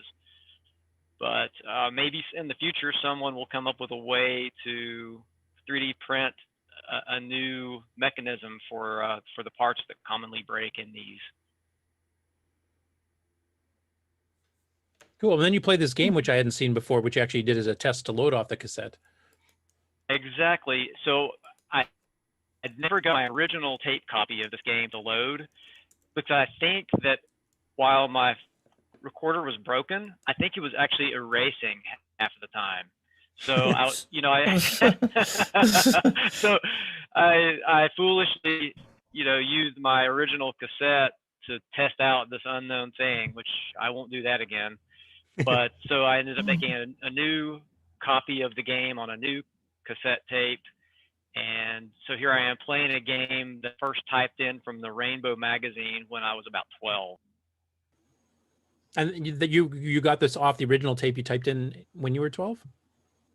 No, I couldn't. Unfortunately, I couldn't retrieve it from the original tape, so I pulled it off of Rainbow on tape. Oh, okay. Well done. Fun little game for a typed-in game, though. Yeah, it's actually got that little auto mapping thing, or not auto mapping, but the kind of graphical representation of you're walking through and. Right, and I know a lot of other people have broken cassette recorders, and if we could come up with a way to 3D print a piece or bend a little piece of metal for a bracket, we could probably fix a whole pile of these. I know David Ladd was mentioning that one of his is broken. Yeah, I have to try mine. I do have a CCR82. I might even have the old CTR51 left over somewhere too, but I haven't tried it in years. I don't know if it's broken or not. I like the 82s because they are so specifically a computer cassette recorder with the monitor switches and pause switch and things. Yeah, and plus they're nice, small, and compact too, like the old CTR51s and those older ones. They were huge. And the original CCR. Go ahead. One last thing that I'll mention before you skip on is I'm alluding to next week's video, which is a ROM hack where I improve the C save routine in Extended Color Basic. Oh, cool. We'll have to have you on next week to explain that one too. Well, I hope I can make it. I hope I actually come through with the hack. But yeah, actually, I've proven the hack out. I just need to record the video footage of that. Okay, we look forward to that then. Keep us posted. If it's not ready by next week, we can do it on a future show. Sounds good. Thanks, Curtis. Okay, thanks, Alan. And my last one, this just got put on today. So this is from Henry Reitfeld, and he actually, you can see his CoCo system here, and he's using vTerm, which is a VT100 terminal emulator for Disk Basic for the CoCo 3, and he's actually logged into Google News. So he actually goes and does a bit of a zoom up here, but this is what Google News looks like when you're running it on a CoCo. I just thought it was pretty cool that he's actually logged into the web and actually, doing something semi-useful instead of listening to us people, hype on about a 40-year-old computer, and actually learning things and doing it all in the CoCo. So that's kind of neat. That could be interesting. So I have no idea what's doing these side pictures there. Maybe that's his roommate or something. I don't know. And that is the end of the regular news for today. Okay. Well, why don't we? I don't know about Ron, but I think I need a potty break. So why don't we take a commercial and hear a little bit about David Ladd, and we will be right back. Oh, yes. You are watching CoCoTALK, the world's leading weekly video podcast, featuring a Tandy color computer. We spread the love to the past, present, and future for all models, including the original color computer, the CoCo 3, and the world-renowned exclusive French Canadian CoCo 2, the Radio Shack.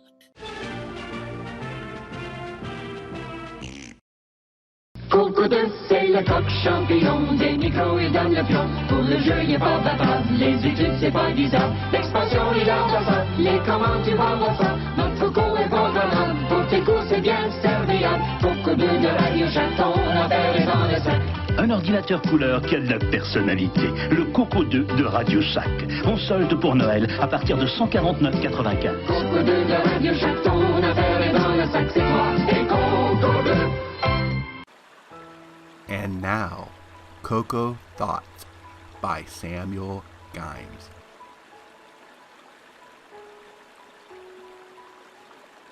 If you're using your color computer in Quebec and it stops working, is it now a CoCo won't do?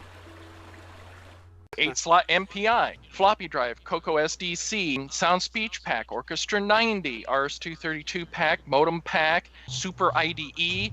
You start adding all those together if you want them all usable at the same time. Well, guess what? You just went over the 4-slot MPI.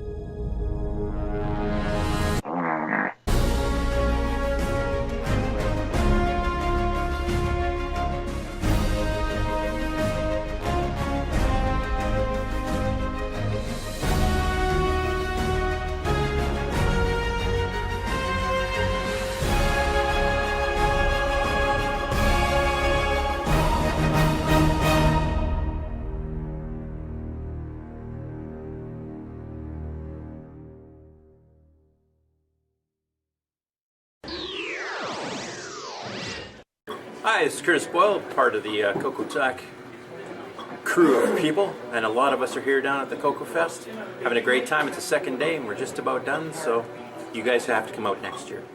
All situations depicted in this trailer actually happened. This true story has been anonymized to protect the guilty.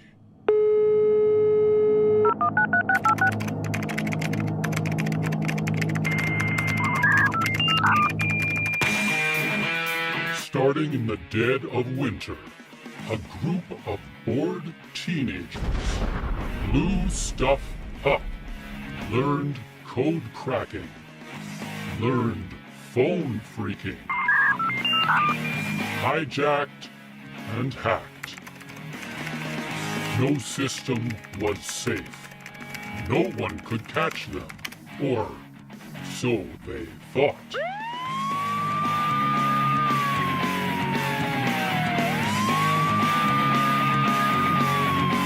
A true story at the dawn of the internet.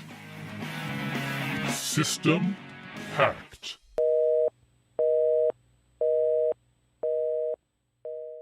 We now return you to CoCoTALK. Well, welcome back, everybody. And Curtis and Bill, are we ready? I don't know if David Ladd is ready, but I think that I am ready. I am ready for OS9 to boot. Oh. I'm ready for the presentation. I'm not sure if I'm ready for David Ladd. Okay. Well, to get us in the mood, I whipped up a little something last night when I probably should have been doing more prep on the actual show. But I have a little video, and I think it'll give you an idea of what you can expect in ease of use beta 6. So let's take a look. Drivewire, drivewire, drivewire. GIME-X ready.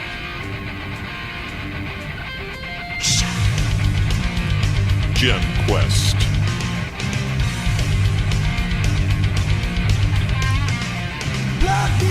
MV Canvas.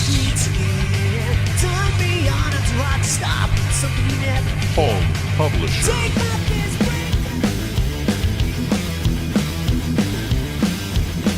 RSB 1.3. Phantom Graph.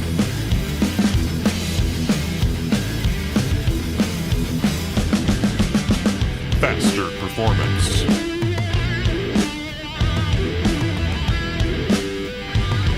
Sierra Homebrew Games.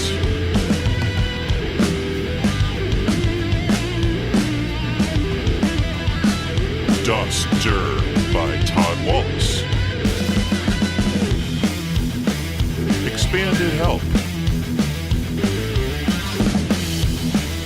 And much more.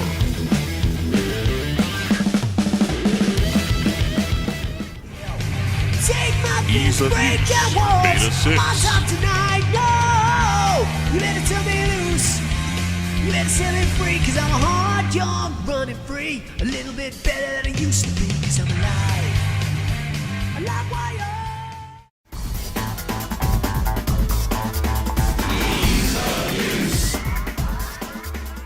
Download EOU today at lcurtisboyle.com.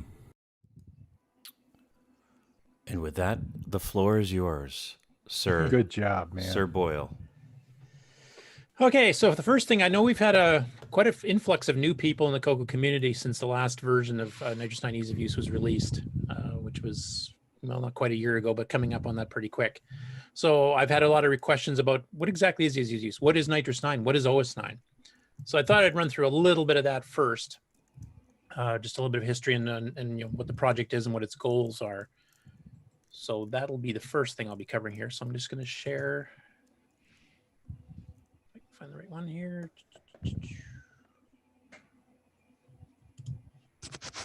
Chet might know some of this history too. Okay, so first of all, OS9 is a multi-user, multitasking, preemptive multitasking operating system for 8-bit computers based on the 6809 and then later on for the 68000 and ARM and Intel and PowerPC and DEC Alpha and a bunch of things. It originally started with Ken Kaplan. I think he was still in college at the time, the founder of Microware. And what he did is he made one for the 6800 processor back in 1976 called RT68. And this is a 1980 or 1979 ad from 68 Microjournal kind of talking about it. And it was a multitasking. It didn't have multi-user and some of the other things here, but it did have, basic priority levels and some few other things. So it was a pretty sophisticated operating system for the time, especially for 76 for a microcomputer. So what they did afterwards is they, when the 6809 came out, Motorola and Microware actually worked together on what became Basic 09, which is the structured basic / Pascal style language that is included with NitrOS9. And they did that first as a showpiece for the chip, and they kind of worked together on it to show off the power of the 6809. And then they decided, we kind of need an operating system around this thing too. So then they created OS9, which they then started advertising a little bit later. So here's the OS9 getting released. This is in July 1980. So this is actually the 68 Microjournal magazine ad for OS9 level 1, though there wasn't a level 2 back at that point, at the exact same time that the CoCo 1 was first being announced by Tandy. Now, Tandy did not start selling OS9 for another 3.25 years after that. But this is when it became full multi-user and multitasking and much more Unix-like than the original RT68. This predates even DOS. Yep. Yes, it does. Did they ever anticipate going to a CoCo back when it first came out? I'm sure there was. I mean, the original, from what I understand of the history of it, from talking to Frank Hogg and some others, is that there was talk that Radio Shack, when they were bringing out the 64K color computer in 1983, they were planning on having a more advanced operating system for it. Now, Flex was in the running for this too, for a little bit, and then they decided on OS9, and then there was going to be several different ports of it. Microware was going to do their own, and the Frank Hogg had been enlisted for possibly doing a port of it too. And it ended up that they went with Microware's own version.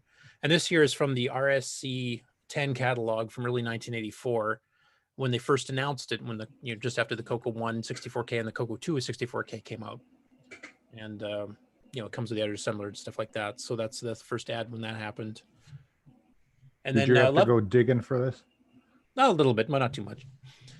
And then, it was pretty decent. It required 64K on the color computer's case. It actually supported graphics, which a lot of the other versions of OS9 Level 1 and other machines didn't, because they were meant for terminal-based systems like GIME-X's and smoke signal chieftains and all this kind of stuff. So it was a bit of a different market.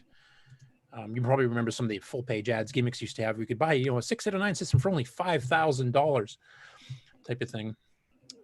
Basic was $99.95 right here. So there you go. Yeah, exactly.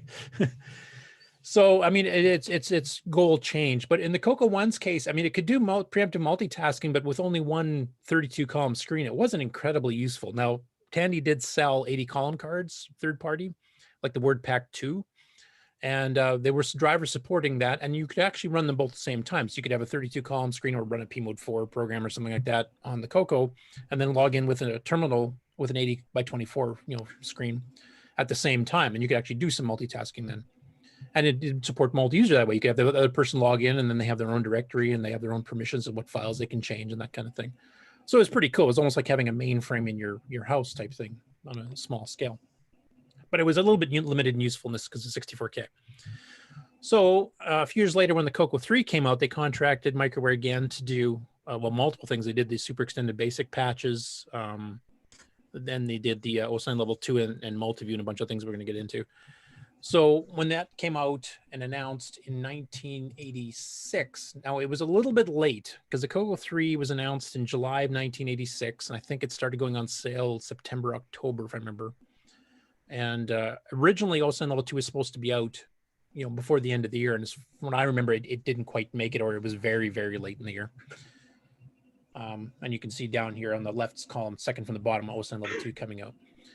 Now, the basic difference between Level 1 and Level 2 is Level 1 was meant for just a stock 6809 with 64K of RAM and then whatever peripherals you're supporting. OS9 Level 2 is meant for machines that have an MMU, a memory management unit. And this will allow an 8-bit CPU to use more than 64K. And in the CoCo 3's case, it would work with 128K or 512K. And of course, that's changed a bit over the years too, as third parties have come up with more RAM, which was good enough in itself because that gave it a lot of room to actually do some real multitasking with. And of course, the CoCo 3 runs at twice the speed as the CoCo 1. That helped too. The big thing though is because they actually started supporting the new advanced graphics and hardware text modes on the CoCo 3s that you have native 80 column or 40 column. And because of the way it's memory mapped, you can actually have multiple screens and you just poke one byte and basically it switches your screens instantly. That's the whole hit clear to go to the next screen type thing. And that made it very useful because now we had virtual desktops, which very few machines had. A lot of machines at this time by the 87, 86 timeframe had windowing systems, but you had to overlap them. And that got kind of crowded, especially on the earlier machines that didn't have as high that resolution.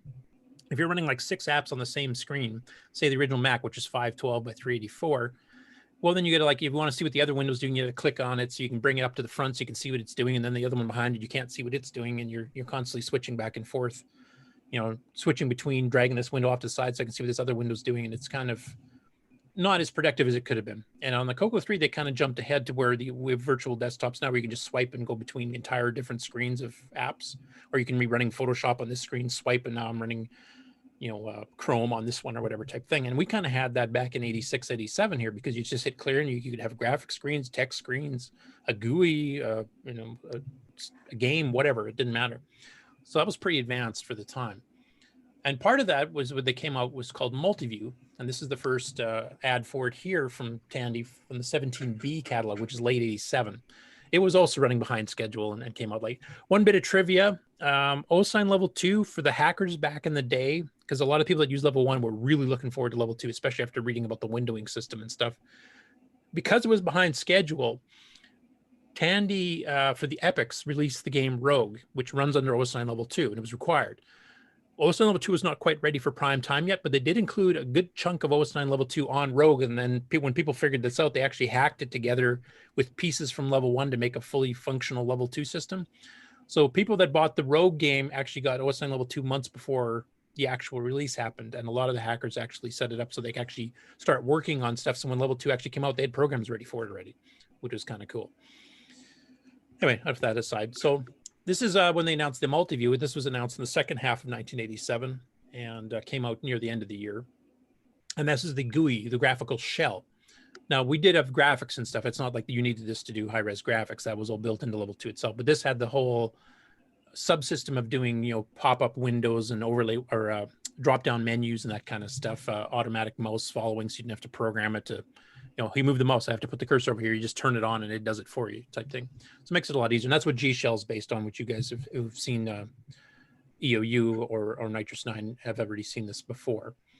And of course, they've been bringing other things too. There's other languages. There's stuff like Pascal and, a bunch of other things too. The macro assembler, C compiler, etc. Curtis. Yep. Did anybody else ever contribute to multi-view to expand it a little bit? Was that the idea, to actually make it the code available so that you could actually? Well, Tandy never made code available for any of this stuff, or Microware for that matter. Yes, people have expanded. Kent Myers did the original G Shell up to 1.24, and then he gave it on to me just a few years before he passed away. And then I've been kind of, adding to it myself since then. So yes, it's still actively being added to. In fact, there's a couple changes on the new version, EOU Beta 6 too. Although multi-view gave you WinDent instead of GraphDent, which was... Yeah, that was a high-level menu handling, basically. It's the one that handles all of the fancy borders on Windows, and it handles the drop-down menus and stuff, so you don't have to program all that by hand. So like what was it? There was a Shellmate or something like that used WinDent to do its menuing. And I thought that was really slick, but I never quite got a handle on it at the time. Yeah, it's a little bit complicated setup, and there's some enhancements to Basic 09's library, Graphics 2 library, that actually makes it a bit easier. It's still not super easy. I do plan on doing either a live stream or a video to kind of explain how that works. There's some docs on the ease of use you can actually take a look at to read that. It's part of the new help system, and there's also the full docs originally from Kevin Darling and the rest of how to set that up. So definitely something we want to cover for the general public later. Now, just to give you an idea, sorry, go ahead. How does M Shell fit into this? M Shell, that's Bill Pierce's, yeah. Bill Pierce's. That's a file manager. It's not graphical launcher like G Shell. Like G Shell has limited file management capabilities, very limited, like very primitive stuff. And it's basically meant as a program launcher and directory navigation is what it's more meant for. Yeah, I would compare it to Directory Opus from the Amiga, if people know that. Because Bill's system is meant to manipulate files. Like I want to move files between directories or drives or that type of thing. And it's much better at that than G Shell is. G Shell just does some very primitive stuff like that. Now I'm planning eventually on an expanding G Shell to cover some of that, but I'm not going to go into the extent that Bill's done with M Shell. M Shell is actually installed on ease of use too. Though I think, is it Ultimuse or M Shell that has a problem saving the config file on your system? So Ultimuse is fully functional. You cannot save your config file. M Shell has more serious problems, but you can start it up to at least take a look at it. But M Shell is missing its Windows. Okay, so that's something we're gonna have to work with Bill Pearson actually trying to get that stuff kind of resolved here. So once this is out, I mean, Bill and I have already been planning on doing a 6.1 update because we're sure to find bugs now that it's going out of the wide beta within the next couple of weeks, and the whole public will be able to hit on it. And that's usually when we find the most bugs because users are so innovative at finding those things. They'll do something I never thought in a million years. So it just says kind of a, sorry? Especially David. Yeah. So Tim Linder did a video years ago, I think 6 years ago now, of installing Multiview. And this was installing Multiview on a CoCo 3 with a Disto Supercontroller 2, which is a no-halt disk controller. And I just wanted to show this to kind of show you what G Shell was like back in the day. This is the stock G Shell from Tandy running on a floppy. Now, with the no-halt controller, it actually runs pretty good as far as the speed reaction of the mouse cursor and stuff like that. So it goes to an hourglass, which you'll see shortly. When Ken Myers took it over, he decided to shut off updating the mouse cursor if it's busy loading a directory and all the icons it needs for directory. Now, that definitely sped up reading a directory because I didn't have to sit there, read a chunk from the disk and then, manipulate some graphics to move the hourglass because somebody moved their mouse and then go back to the disk and keep swapping back and forth and slow the whole thing down. So he shut it completely off in G Shell 1.24. But that made a lot of people think, I think it's frozen. The machine's not doing anything. I can move the mouse, nothing happens. So we put it back in. You can move the mouse, but we cut down the sampling rate. So instead of checking the mouse updating every 30th of a second or something like that, we're only doing it 5 times per second. So that way, it's not crashed and it's running slower because it's busy hitting the hard drive or the floppy drive or whatever. So you'll see that here. But here's what Multiview looked like back in the day.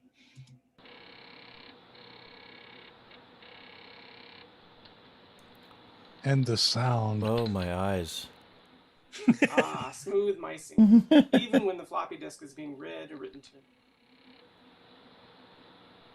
We've changed the way you highlight too, because it used to do a paint at a paint point, but sometimes people drew icons and it would paint nothing, so you didn't even know you have anything selected. So we've switched it to the outside 3D box indented look instead. Curtis, what screensaver are you running? Screensaver? Yeah, the screensavers are really important at this point, aren't they? Like Melt and Crumble and all those.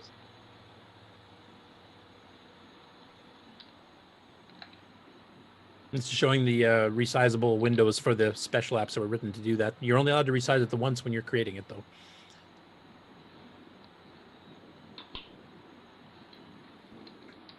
Yeah, there's no Nick Morente's trash can on this one. Yeah, I was saying. There's not even a trash can at all, you'll notice. There's something missing there. There's no printer, there's no trash can. That was all added on later. Now it's a burning dumpster.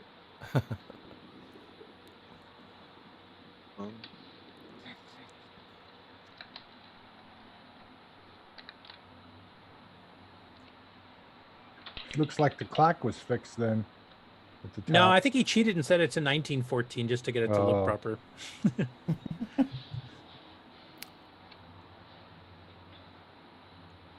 All right, that's a little demo of what Multiview used to look like back in the day. So we've updated that a fair bit. We've come a long way. Yeah. Long way. Fast for back then, no. For the people that are wondering about ease of use, because that basically explains the NitrOS9 and Multiview. So what is ease of use? How is that different than the regular NitrOS9 or OS9? I guess first I should go a bit of history of NitrOS9 first itself. So that's OS9 level 2. In 1992, and we've talked about this before, it was revealed that the 639 Hitachi chip, which several people had been putting in CoCos already at that point, because it was a drop-in replacement, and it was running much cooler. It only took 1/10 the power. And it was available for up to 3 megahertz. So if you're one of those guys that were tweaking your clocks and stuff to overclock it, it actually did pretty good. Came out in 1992 across the listservs and off the internet. Some stuff came in from Japan from an old magazine called OFM 88, which was for the Fujitsu FM series computers, which ran 6809s as well. That the 609 actually had a whole bunch of extra hidden features. It had extra registers. It had a native mode that ran faster, block memory instructions, hardware, multiply and divide, all kinds of things, bit commands, etc. And Kevin Darling did a quick experiment. I believe it was in April. Chet, you might correct me if I'm wrong, because I think you were around for that time too when that happened. But basically, he tested and said, "Yeah, this does seem to work. These new commands do work. Gee, somebody should do something with OS9 about that."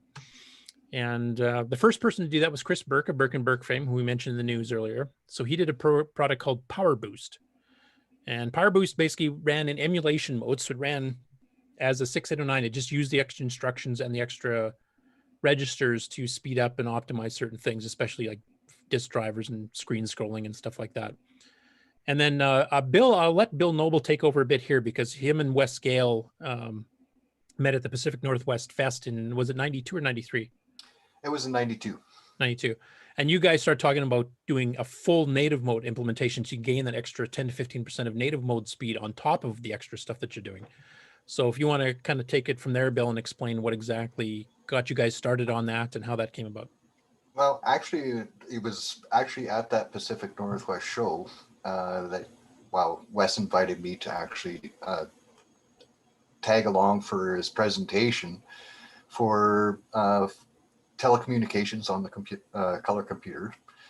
And at the time, I was actually working on a project with Wes and Chuck West or Charles West and Ron Byler for the actual RIBS system. And we were actually doing a lot of code updates for the RIBS system to make FidoNet a little bit more useful. But at that show, we actually got to see the Power Boost software from Chris Burke. And that's where we were actually started talking with each other that, hey, how about if we actually were to take the actual OS9 kernel and OS9 boot file and completely change it so that it ran in full 6309 native mode. And after the show, we got back to Wes's house and we started really discussing this about what it would take to actually do it. And that's where it actually started with the actual disassembly of, at the time it was OS9 P1, P2, REL, and the actual main file managers, which is RBF and SEF and IOMan. And that completely started the actual whole project of actually getting it all going. So once I actually got back to Saskatoon, where I was living at the time, I took this information and I took it to Curtis and I said, well, here, this is what we want to try to do. You think it's possible? And I said no. Curtis, of course, he said no. And I said, okay, let me prove it to you. So I actually started with the disassembly of REL and OS9 P1. And I found in the whole operating system itself where it actually did all the actual stack registers and everything like that for the interrupts. And I found the locations of what needed to be changed for when registers get dumped onto the stack. It switches to the next process, restores those registers for that process, and goes on. And I can't remember exactly how long it took me to do that, but I believe it was around 3 or 4 months that I actually finally got it working one night. And I ended up phoning Curtis and I said, I got it going. Yeah. It's running in native mode. So I forego sleep and I quickly got dressed. I was like 2 or 3 in the morning because we were working night shifts. Yeah. And I drove down to work where he was doing it, and I ended up staying. And then then I had to do some actual work later on in the morning. But Yeah, I was quite surprised because it was a huge project to be able to disassemble an operating system from scratch without ever having done that before, figuring out how it all worked, and then patching it to work with the new CPU. And I just figured that's too much for one person to bite off. I had heard a bit about the upgrade that Kevin Darling and the rest, but that was a team of like over a dozen people doing it. And I figured there's no way, one or two people can just do this. And Bill proved me wrong. Yeah. So the last thing go ahead, Bill. Oh, I was just going to say, and that's what started the NitrOS9 at that time. Yep, and then we first went on sale later in 1992 because as soon as you showed me that, that's when I joined in because I was going, holy cow, you guys actually did it. And so there was the three of us, and then a couple years later, Alan DeCock joined in too, and then years afterwards, I mean, all of us started slowly getting burnt out because we were doing it, constantly for years. And I think I was the last one standing at the end of 2001 when 2.01 was released, and I couldn't do it anymore either. So then we decided, well, what are we going to do with this? Because originally it was a commercial product that sold for like $35. In fact, if I can find it, I have the manual here. So this is the original, when it was called an expeditor back then. This is the 1.15 manual from 1993 from Gale Force Enterprises, which is Wes Gale's company in BC. And at the the last few years, we just did free updates for everybody. We weren't charging for it anymore because everybody who was going to buy it already basically bought it. And then after we just decided we were getting too burned out on this, what are we going to do with it now? I mean, we could have been hoarders and just kept all the code and just kept it, but we decided, no, you know what, the community's helped share in this, and they've paid us a fair bit of money over the years to develop it. Let's just give it back to the community. So we arranged with Boise Pete, sent him all the source code for stuff we had, and there was a couple of hard drive crashes, so we didn't have quite everything that we had originally, but most of it was there. And we sent it back to Boise, and that's how the NitrOS9 project you guys see on the web started, because then he took it over, and Robert Galt and a bunch of others joined in, Gene Heskett, and I can't remember all the names that are in there, but basically they took it over. And then I got back into it around 2017, and I think Bill about a year later. Kind of, the itch was happening again, so we rejoined again. And ease of use was built from that, and that ease of use was kind of speared by Nick Marentes, because he always complained. I mean, we were talking back and forth between Disk Basic and OS9, the whole war thing that was going on in the 90s and the 2000s. Which is better, which is more useful, etc. So he was always saying, no, it's a pain in the ass. If you boot it up, you try to install something, it crashes, it breaks, and then that's it. I'm done. And he had I think it was what was it, Nick, a 30-second rule that if you couldn't get something running in 30 seconds in NitrOS9, that was it. You were done, and you went back to something else. That's it. Shut down, move on. Which happened a lot. So the whole point of ease of use, and this is a new approach that neither Bill nor I had taken back in the old days. We were the hardcore geeks back then. We wanted to, make it more powerful and put in all these fancy system calls and speed things up and whatever else. But we did not have much consideration for a user that was not familiar with OS9, not familiar with Unix. And the difference here is I came back into it after 15 years, and enough of it had changed that I was having problems figuring out what some of the new commands were and how the syntax changes and stuff. So I went, I kind of understand why the users like Nick were complaining 15 years ago, because I don't understand this anymore, and I helped write the damn thing. So then we decided to take a stab at trying to make it user-friendly in some ways. Both the install process, which basically is, here's a hard drive image, drop in your STC, type DOS, that's all you need to know. It'll fire up, and also concentrating much more on the GUI side of things, because that's just generally easier, because every modern computer works that way. So that if you know how to click a mouse and select a file, I mean, you're basically halfway there already. So that was the other big thing. And then we also wanted to get back to the geeky stuff of adding in new stuff and, expanding the capabilities, speeding it up still even more. And things had changed over the years too, because Boise, when they took it over, instead of concentrating just on the 609, which is what we did, NitrOS9's commercial product was only 609. That's all it ever was. They actually backported it back to the 609. So some of the new features we'd been adding in actually got added back in on the 609 side of things. So one thing I've concentrated on the last few years here is trying to get the 609 more optimized speed-wise, especially in the graphics engine, to get it closer to the 609 so that if anybody wants to write a game using standard calls or basic 9 or whatever, that they'll have a much better experience and much faster graphics response now than they would have been originally. And that way you have a base that's a lot higher that you can shoot from. So basically, the whole purpose of ease of use, and it's kind of fivefold. There's 5 parts to it. One is make it much easier to use for the casual user, and that's both for installing it, as we mentioned, and for running it itself. There's a lot of technical geek stuff you can still do, a lot of command line stuff you can still do. You don't have to though to use it, which in the old days you pretty well did have to. Number two, we want to fix many programs that have been broken over the years because a lot of the commands have changed, etc. Some of the older software that we no longer have source code for doesn't work. You run it, you get weird errors, and it just doesn't react properly. So I'm gradually going through and trying to decompile or disassemble some of these things or patch them in place if I can to fix them up to use some of the new stuff. And we're gradually adding programs as we go. Every release of Ease of Use, we have thrown in some more. Some of the ones on this one, as has been mentioned by Rob, aren't quite there yet, but they are running, which they weren't properly running before. And there was still some tweaks, obviously, we have to do, so that'll just keep happening. That's an ongoing project. Optimize and enhance NitrOS9 itself. There's some of that in this new release. There's new features that we'll be going through. Have all kinds of driver special fonts and base graphics programs and stuff pre-installed. So everything is at one's fingertips without them having to figure out how to get it all to work together. This was a rather fatal flaw on the original one because, well, one, because it was on floppy drives mostly, so you didn't have a lot of room for this kind of stuff. But, people would, hard code a game for a certain font they wanted, but they replaced the system font with this new font. So if you ran their program first, then tried to run something else, it didn't show up correctly because all of a sudden they'd redefine some alt characters to be like, card deck suits or something like that. And you're expecting it to be something totally different. And it caused a problem because everybody was overwriting each other's stuff.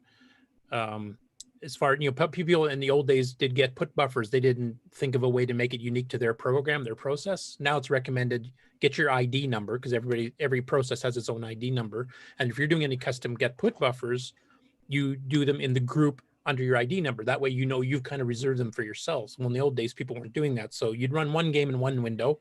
It'd load up group number one with a bunch of graphics. And then you'd run a game in a second window, which also is using group one. So it promptly redid all the graphics the first program thought it had. And then you go back to the first program, it's just gobbledygook because it's not even the same size, get put buffers, different colors. It just turned into a schmozzy mess.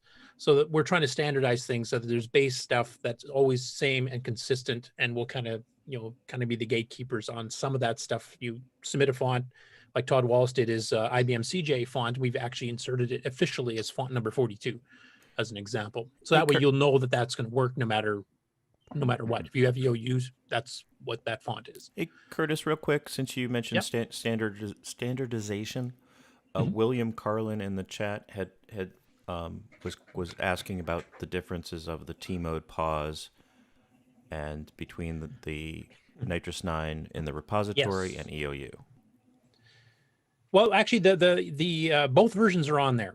Now, the reason we switched it briefly back, and I promised to get this fixed for the last one, and I didn't quite get that done. So basically, the original OS9 Level 2 had T mode and X mode using a certain syntax. And then in the 90s, third-party replacement for it came out that was a bit more powerful, but it did a different standardization of how those commands work, which was totally different than the original.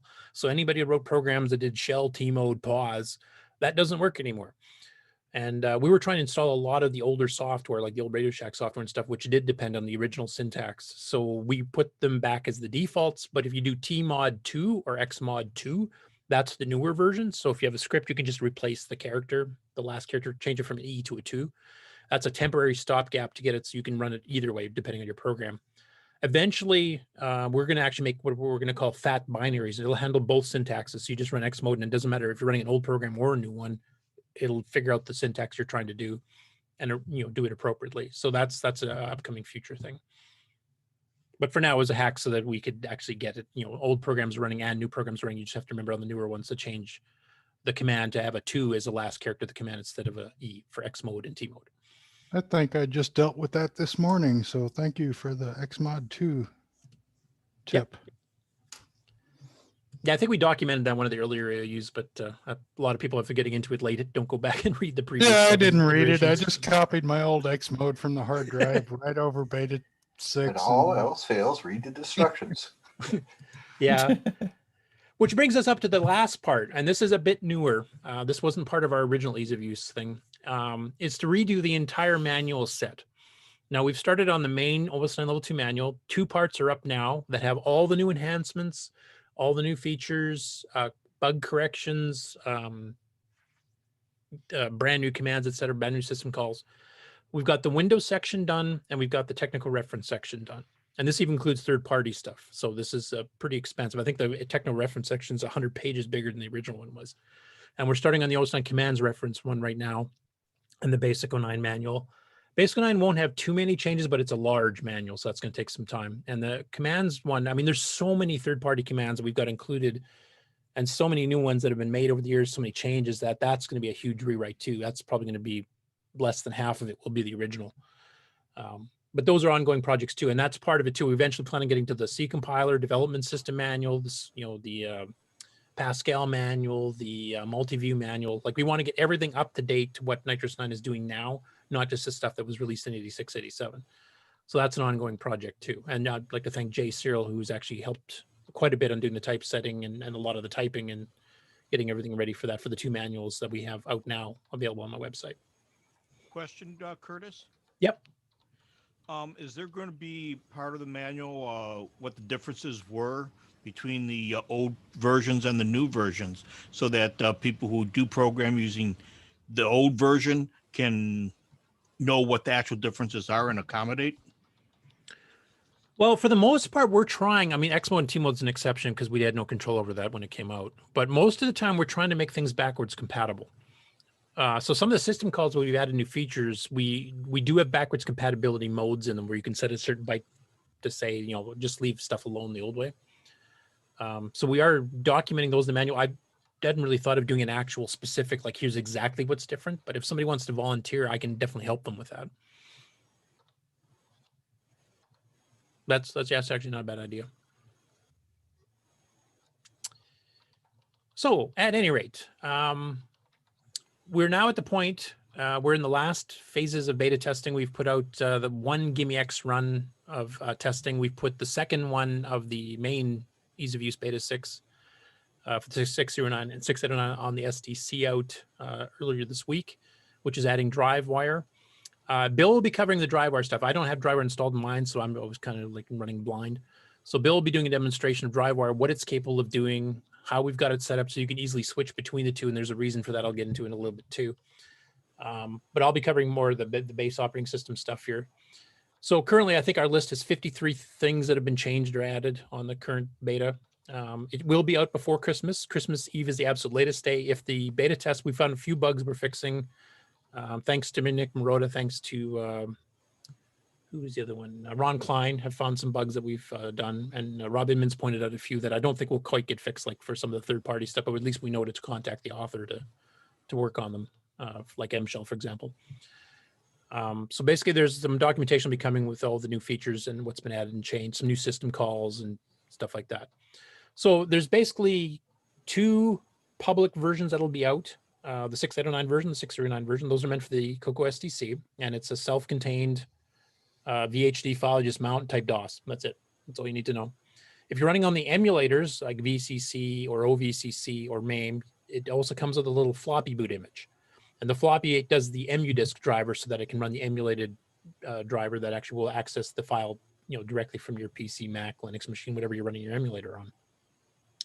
And the reason we did that is that it's a lot of maintenance to make these VHD files because they're 128 meg. So this way we can share the same hard drive between emulators and the real CoCo. In fact, I do that all the time when I'm doing development here because I'll do changes on the hard drive. And if I want to test in the emulator, I just boot the emulator up and it runs the exact same hard drive image. The only thing different is the boot itself, what drivers it needs to run under the emulator. So that's a big time saver for us. And we basically just have a 639 and a 6809 version of each. Now, we're also working on the GIME-X version, and this version here is the first one that officially has GIME-X support. Now, obviously, that board's still in beta itself, so we've been sending out to the beta testers. And the thing we're supporting on this first release is the DDR memory version of it, which is basically if you have one of the newer RAM upgrades that uses static RAM or STRAM, static RAM, you will get to run at 2.86 megahertz, which is a noticeable speed increase, and that works on the 689 or the 609. They both get sped up, and I'll be demonstrating a little bit of that here too today. So that's the first part. We're starting at in the extra palettes and the extra graphics, some of the extra graphics modes that fit natively into the way the graphics drivers work fairly easy in the next version. But that's our first one. So once the GIME-X is released, you get the speed increase, which is you can never have a CoCo that runs too fast. So anyway, for the first part of the demo here, I'm going to show it the 6809 version. So this is just straight 68 stock, no GIME-X speed up enable at this point. And the first thing you'll notice here, once I hit enter on the DOS here, is the initial load screen, which we're going to be fixing for Robert Galt that he mentioned on composite. It's unreadable, and that was a mistake on my part. I got spoiled. The GIME-X on the composite output actually outputs RGB colors. So if you set a gray on RGB, it comes out gray on the composite from the GIME-X port. That's not what happens on a regular composite. It comes out pink. So the colors we picked look really nice in RGB, and they look absolutely unreadable on composite because I totally forgot the GIME-X is changing all the colors. So we'll be patching that before the official release. So thanks to Robert Galt on Facebook for pointing that out when he tried it on beta 5. So we'll get that all fixed up too. So at any rate, the first thing you'll notice here, that part actually identifies this is a 6809 boot. And this is the new splash screen, which actually gives you information on ease of use itself. And also it scans your hardware and gives you kind of like a mini BIOS report, like how much RAM you have. Do you have an SDC installed? Do you have a GIME-X installed? Is your CPU a 6809 or a 6009? Is it running in native mode or is it running in emulation mode? Hey, Curtis and Rob, I lost YouTube.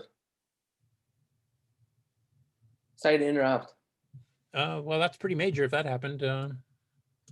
I think I still have it. I still have it. I still got it. You can Yeah, put that it looks stuff, like everybody else is still watching. So All right. you can put that stuff in the Zoom chat. Anyone on the panel sees anything technical, so that we don't stop the show. So I don't see any problems with YouTube. So please continue and let me know if there's anything else in. Okay, now I'm not sure how well this is going to show up audio-wise, but I'm going to type in the date here. Now there is an update on date stuff. That's part of the Bill's part of the game here, but we're still typing it in because I don't have a real-time clock in this machine. But one of the features we added is the option for key click. But basically every time you hit a key, it makes a little clicking sound, which is nice and audible, like if you want to use an adventure game or a word processor or something like that. And you can turn it on or off by the window. So you can have some windows with it and some without. And if you create new windows from another window, whatever your state of key click was gets inherited by the child one. So if I create a window from one, it inherits the key click. If I had key click shut off, then the next window that comes up from that window is still silent. So you get to inherit them as much as you want. So I don't know if this will show up or not, but I'll just type in, what is today's date? December 12th. So let me know if you can hear this over top of my mechanical keyboard here. So actually, I'll try if I can hold it closer to the speaker. Do you have to put the / in? Guess not. You can use space or slash or colon. Oh. Didn't know That's that. handy to know. No, me either. Actually, on the stock CoCo, the key click works best for key repeat indication. Otherwise, the keyboard's loud enough. Well, especially on mine, because I've got Ed's mechanical keyboard, so it's got the nice, old IBM style loud Nice little clicky clicky. stuff. Yeah. I just bang mine hard to make sure it registers. Nice getting, Curtis. And here's another thing that's new. Like it loaded all the standard fonts, graphic pointer stuff, and then it says loading extended patterns for MV Canvas. Now, MV Canvas is a graphical editing program, kind of like a CoCoMax for OS9, written by Mike Holland. Is that how it's pronounced, Chet? Yep. Okay. Was actually worked with Chet on Hypertech, I believe, if I remember correctly. You guys kind of ran that together. You did most of the disk basic stuff, and he did some of the OS9 stuff. Yeah, he and Eric did did all of the OS9 stuff and OSK stuff. Okay. So basically, question. MVCam. Go ahead. A quick question, Curtis. When you're launching EOU, you can launch it directly from the STC Explorer, can't you? You don't have to. Yeah, you can. Yeah. I'm not doing that for this demo here because I'm going to be switching back and forth between the different betas for the different CPUs and stuff. So, can you show the whole screen? Pardon me? The whole screen is cut off at the You're bottom. cutting, it's cut off a little bit at the bottom. There you go. I'm kind of jury rigging this, so pull back a little. Well, Spielberg over here. We'll get. This is the director's cut. Yeah. Ron Spielberg. Yeah. Can you move the table back a bit? Yeah, I might have to here. I know we kind of did this, Nick, before here, but we had more time to prepare it than I did this That time. bookcase is too close on the left. Can you move the whole desk to the right? We How need about you just move the house? Just shift the house a bit. Leave the camera where I'll it is. just and move shift the the house. earth from you here. And where's the cover to your CoCo? Well, I've got the cover off right now because when I go on to the other show to show them a bit of ease of use, I'm also going to be showing off the GIME-X because they haven't really heard of that. So I've got the cover off so I can actually show them what the GIME-X and stuff looks like. So, oh, cool. Do you have your screws still? Somewhere. I have no idea where they've been for years. No, he's got a few screws loose. All right. Remember where the long ones and the short ones go. Yep. Yeah. So we know the So, screeching brakes work. Okay, keep Yeah, the going, long ones Curtis. go. The long ones go through the plastic case. So as Rick was mentioning, if you have key repeat on and key click on, you can actually hear each one. So I'll just quickly demo that. Oh yeah. Oh yeah. Did I click or you farted? That's the sound effects of my new game. Could be both. It's the sound when you put something in the trash can. Could be both. And you'll notice, like, if I go to these other windows here and I hold down the key, I don't have key click turned on in that particular case. No. So you can turn that on. You can just type in key. I'm not a lefty typer. This is going to suck.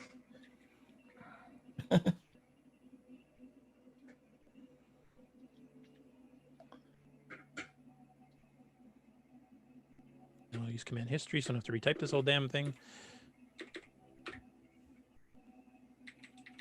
And now it's not doing the sound effect anymore. Oh. So that's one new know. feature. We don't know because you didn't put your mic there. Oh, sorry. Oh, don't worry. Yeah. It's just a click. We heard it okay. See, silence sounds the and same whether the mic's there or not. We didn't hear it okay too. Bet you might. I like it because I'm bad on leaning on key repeat and getting myself in trouble. So thanks. This gives you an audio cue to let you know, hey, wait, you fell asleep in the keyboard again, Nick. Oh, no, I just saw the trash can there, so I woke up. Dragon Bites has a question, Curtis. Okay, yeah, you have to read these out here because I can't see the chat screen right now. Is that blue background the original NitrOS9 blue? It looks darker, like palette value number 1. Yeah, we did change it because the contrast is better on the darker blue. Now we have to translate that for composite. That's the one problem because it comes out as a hideous green on composite. And like I said, I got kind of fooled by the GIME-X because it remaps that to look like RGB colors on the composite. So I'm not sure if that's going to have to change. I think there is a dark blue. It's just a different palette. And Bill and I are working on some patches to Cisco to kind of fix up the palettes after figuring out what monitor type you have in the configuration file. That's a sweet trash can you got there. Well, I'll make it tall and thin now. It's a little tall. Yeah. No, just kidding. And friends don't let friends use NTSC composite with CoCo 3, so please purchase a switcheroo from cocoman.biz.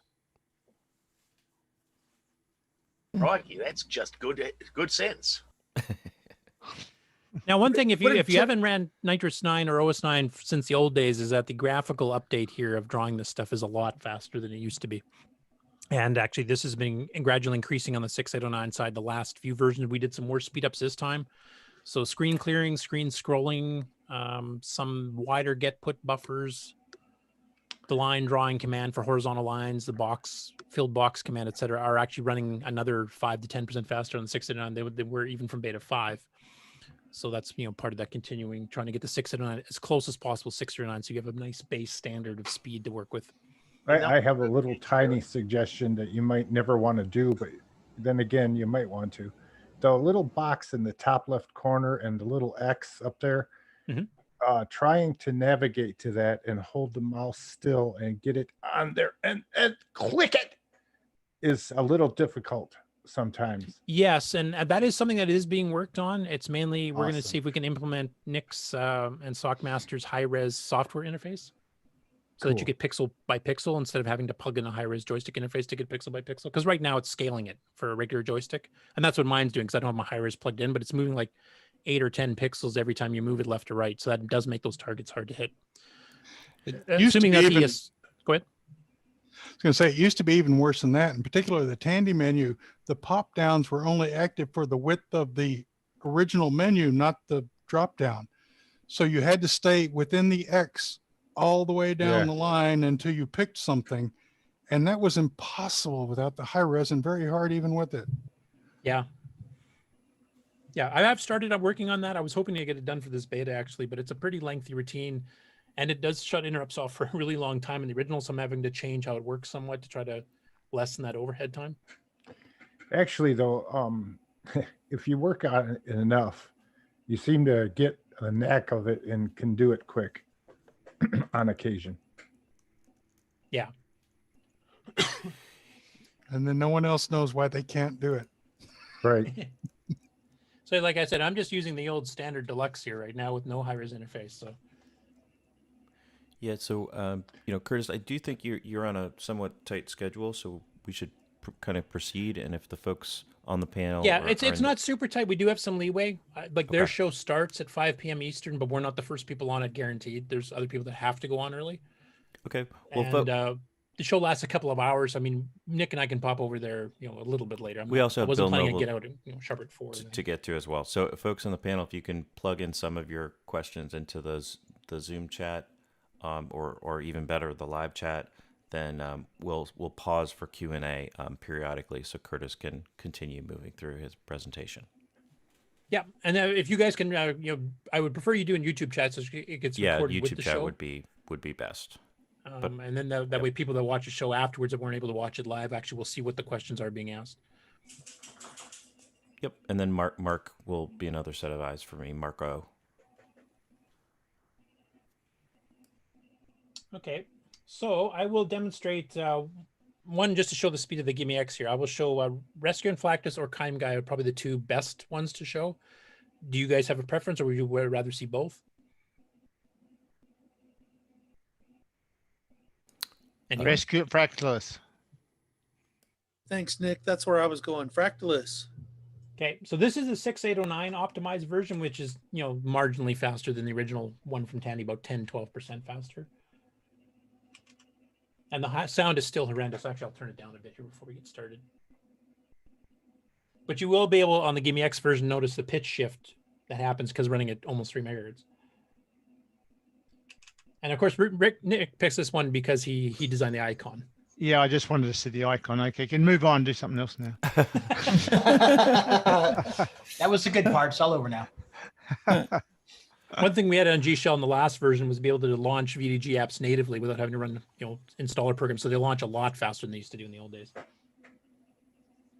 Now this one I have to switch because I've got my right joystick is my mouse equivalent and my left joystick is what Fractalus wants. So I'll grab my left hand. I believe there's a product from CoCoMan.biz. There's that horrendous sound.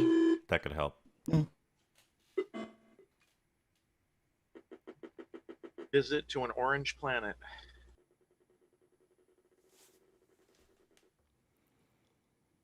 And I did parallax scrolling on there just because Nick did it in Gunstar, so I had to duplicate that. So those of you who have played the original Tandy one, this is a bit faster. Like if you put them side by side, you'll notice the difference. Probably not so much right now. This is good. So that's in GIME-X mode now. Nope, this is in straight 6809. All right, this is a standard 6309. Yeah. Now, we do have a 6309 optimized version that is about 30 to 40% faster. That's a noticeable speed increase by itself. But when I reboot here, I'll boot right into the 6309 GIME-X to give you the full range of speed difference. Whoa, slow down that action. It's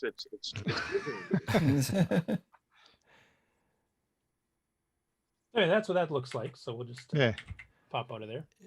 So you guys want to see what it looks like on a 639 at 3 megahertz? Oh yeah. Yeah, get rid of the 6809 stuff. Bring it on.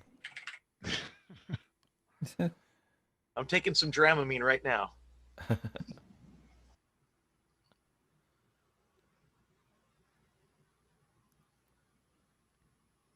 One thing I didn't know about SDC DOS, it doesn't need the extension. If there's only one file of that name, either DSK or VHD, it automatically fills it in for you. So that saves me a bit of typing. Cool.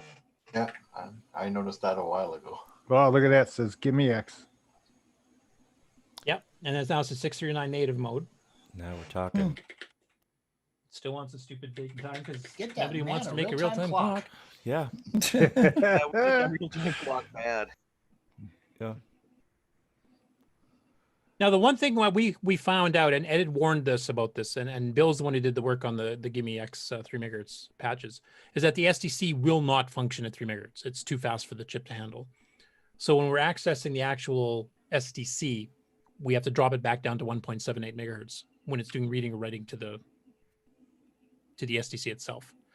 But all the transfers of buffers between system and the user, that stuff actually does keep running at 3 megahertz. So running disk-intensive programs won't speed up as much as something that doesn't have to hit the disk all the time. So in 5 years, when they make a new SDCs, you think they'll be faster?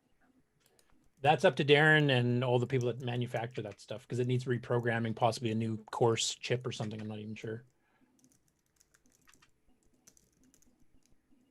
But you can see right now, like the graphics are fast peppier. already. Yeah. Right. Yeah. Everything filled in. That's blazing. This almost fast. feels like a modern machine now. Oh man. Yeah, wow. Far out. Except when you're hitting disk. How do I get on the beta? What's that red glow in the background? That's the flux A modern capacitor machine melting. Yeah. A modern machine doesn't access a floppy nearly as fast as this one does. Okay, so you guys remember how fast Fractalus ran on the 6809? Optimized 6809, I might add, at 2 megahertz. This is 6309 optimized on the GIME-X at 3 megahertz. And there's a bit of a pitch shift because of the 3 megahertz. Oh, far out. The slight speed increase, Curtis. Oh, just a bit. Now it actually looks like a wow. Far out. Wow. Also That's much harder to awesome. control. If you're used to the old one. You've Even made get it that. fast. If you had a game on challenge, you would have to block the 6809 guys for cheating. I don't know. You might need a seriously. We're gonna eventually need a medium speed or a turtle mode for some of these games. Turtle mode.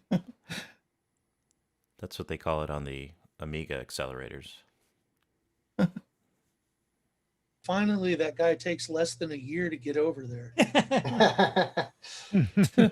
So anyway, that's the kind of speed increases you can look forward to, if especially for 639 optimized. Now, if I show you GIME-Guy, I mean, I could reboot the 6809 version to show you what it used to look like, but I'm sure you guys have seen that when we've played it before on some of the shows. But I can show you what it looks like on the 6 or on the GIME-X version of it.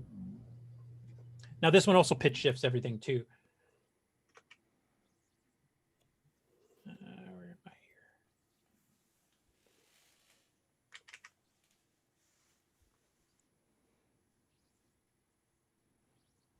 I really wish the SDC would run to 3 megahertz.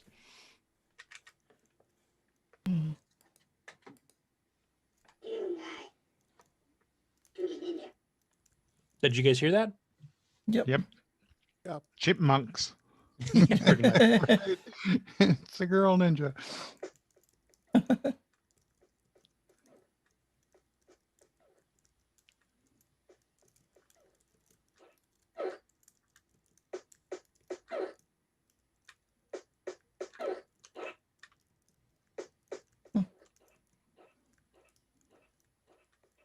Oops. It's almost invisible. That's ninja skill. But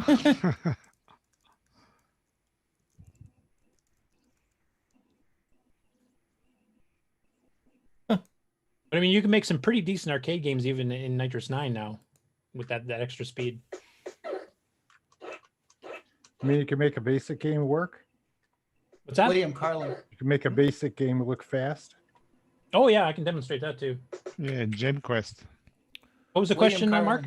William Carlin asked if there's a way to make G-Shell launch in 80 by 25 mode. Yes. Yes. We default to 40 column on the boot screen, and we default to 40 column in G-Shell for people with composite and TV monitors who are new to the CoCo, like they just picked one off of eBay and don't have, a SCART cable and all that stuff. So that way they can actually read the screen properly to follow directions. Like there's instructions screen like how to launch G-Shell. On an 80 column on a TV or an old composite monitor, it's almost unreadable in some cases. So we did that just as a default, but yeah, you can change that. So how Like, about there's a lot of Nightmare stuff you can Highway? change. Sorry? Nightmare Highway on a 6309. That'd be a nightmare. So GemQuest is a game by Flood Resler, who's actually working on an update to the game now, since I decompiled the source code. Many thanks to Wayne Campbell for his Basic 09 decompiler. I actually had to slow the game down even on the 6809 version because his original version was written for like OS9 level 2 before we optimized all the graphics. and it was programmed with that speed in mind. And the new one, it was running too fast, so I actually inserted sound routines, I inserted sleep calls in a few spots to try to slow it back down. And I was trying to get a nice balance, so I didn't have to make different versions for every CPU. But this is going to be running the 6 through 9 native mode, 3 megahertz, which is quite fast. It's almost impossible to control. So I'm probably going to suck at this, but.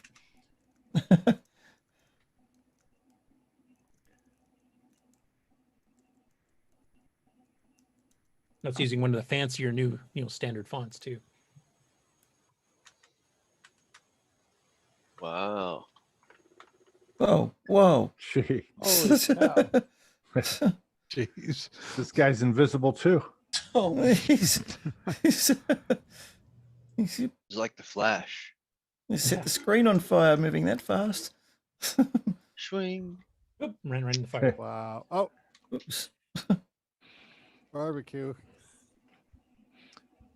You should also run a program that was really slow back in the day under OS9, Home Publisher. And it's still really slow even now. Yeah, but it's a bit better maybe under the GIME-X. Oops. Yeah, I guess I can run it. Do you guys know what Home Publisher normally ran like? Yeah. Oh, yeah. Yeah. Oh, yeah. Sadly, it sucked. It's better for sure. Yeah. Could get any worse. Do you remember when did I put in apps or graphic apps, Rob? Do you remember? It's in apps, I think. Oh, okay, I guess strong. Oh no. No, yeah, I think it's. No, it isn't here. Here it is. Oh, it is. Okay.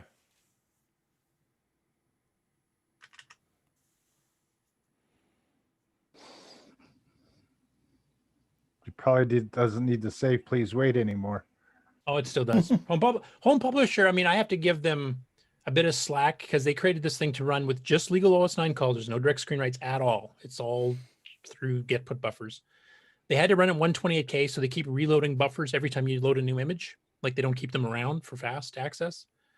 And because it's running on a 2-color screen, there is a fast put if you're on an even byte boundary, which the CoCo 3's H put does as well. It'll go like way faster because it doesn't have to bit shift everything. Well, because you're on a 2-color screen, you have a 1 in 8 chance of lining it up correctly to get the fast version. So every once in a while, you will see it draw graphics fast, but 7 out of 10 times it's doing a dog slow because it's reshifting the image in memory every time. And of course, it's the other joystick, so just a second. Or does it try to do, oh, it might be trying to do the high res. I'll just switch the keyboard mouse.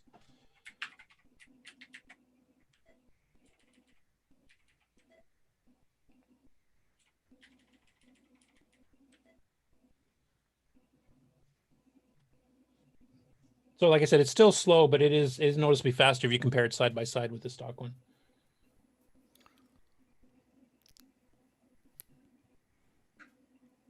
Yeah, well, this is how fast I was hoping it would be back in the day. But yeah, when I saw that and booted it up for the first time, I shut it down and never ran it again. Well, I thought that was a demo. I thought it was like printing that slow intentionally, but that's really how fast it goes. I actually used it for school projects, and I suffered through it, and I actually printed stuff out. I mean, it does work. I will give it that. So does now, a square tire. Nowadays, that 128K is not an insistence, and you definitely can do direct screen writes. You can just map the get put buffers in and manipulate them directly.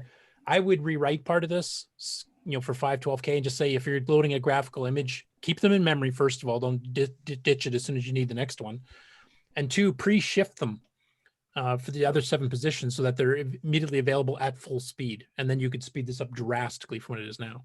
Yeah. But they were trying to live within the limitations of the original spec.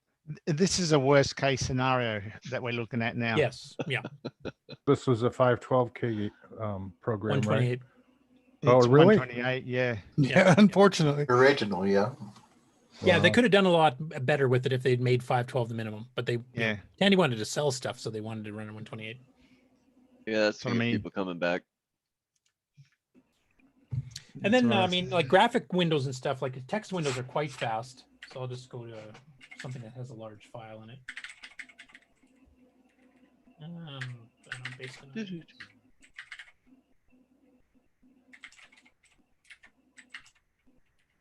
Look at him go. You can see the pauses of the SDC here. Wow. So what's a nice big one here? I don't have too many. You know, I don't know how spoiled you are, but floppy drives were real slow. SDC was real fast, and now it's slow again. Yeah. So this is an 80 by 25 hardware text window. So this is the drawing speed and scroll speed. Whoa. Whoa. Yes, please. Everybody wants to say it. Take my money. Take my money. Right. Do you sell canisters to go over the top of the CoCo to catch the smoke from coming out from it going so fast? Is shift at pause? I have to say you get spoiled pretty quick. The shift at what pauses it when it's going by so quick? Control W on stands for wait. Okay. So this year I'm now running a 640 by 200 2-color graphics window. So this is a 16K screen. I've switched it over to Todd Wallace's IBM CJA font, so you can see the bolder characters, and it actually looks like the IBM CJA font did. And I'll do that same listing. Now, for those of you who remember running listing of graphics text text on the original OS9 Level 2, it was dog slow.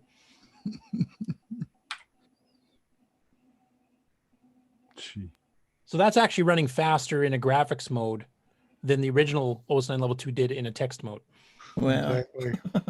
Wow. And you can That's switch colors and impressive. fonts and everything else. That's seriously impressive. Mm-hmm. And then just for completeness sake, now I'm running in the 4-color 640 by 200 mode. So this is a 32K screen and has to scroll.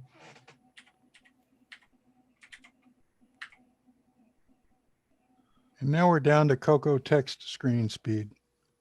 Yeah. The original. Actually, I think it's a little faster than the original, if I remember correctly. Maybe. But I mean, it's lightning faster. I mean, even on the 6809 and 639 versions, if you boot it up stock level 2 and then you switch to the current versions of ease of use, it's way faster on all those modes on any CPU. So if you've come back to the CoCo after years of being away and you're used to what OS9 Level 2 ran like originally, if you bought it from Tandy, it's hugely faster across the board. That's amazing. Back in the days when we just had our CoCo 1, you know, it's nothing Dragon like Bites it. wants to know if this is 16-color mode. I was running 4-color mode on the text screen. This is 4-color mode here right now. We don't have a 640 16-color mode, unfortunately. Wow, I guess maybe the GIME-X. Well, the GIME-X does. GIME-X will, but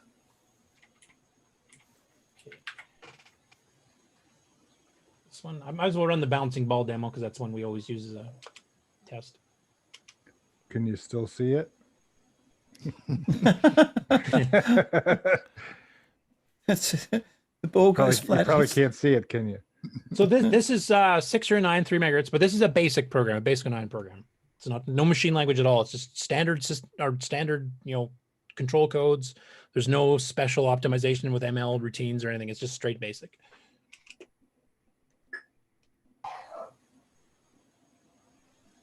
It's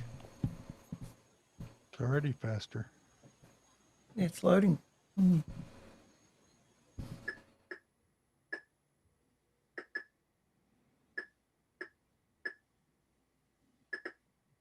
Well, I guess it's faster. Yeah, if you put them side by side, this is a little bit less noticeable because if you run full 60 frame per second, because I'm flipping between 2 different windows. Well, most of the graphics are blurred. Well, that's yeah. I also don't know how it's showing up in the stream. But basically, I'm page flipping between 2 different 32K screens here so that you don't get the Mona Lisa, getting drawn over top of the ball when it goes underneath. And I'm actually sleeping because it's going fast enough now. It actually catches it mid-frame and looks like a garbled mess. So I'm actually sleeping every second frame for 1/60th of a second, not doing anything. So it's actually purposely slowed down so that it doesn't get all jittery. And have you still got Home Publisher running in the background? Just hit clear. There you go. Your basic ball runs faster than my basic ball. Right. And just for, on a 2 meg machine here, I've still got 1,536K free. And the system app, which is the critical thing, we'll get into that in the DriveWire demonstration here too. Yeah. I've got You're 7K down to free right now 7. running all this. You down to 7? Yeah. And then PMAP, this is your process map. So this is dots means that 8K bank's not being used for that process. So you can see that, run B, which is running, is giving me like 3 blocks of 8K are being used for the run B itself, and then 1 block for the program. Publisher is taking 3 blocks for itself and using 2 blocks for its own data memory and stuff. So, and the system right now, everything's full, though not completely full. Bye, David.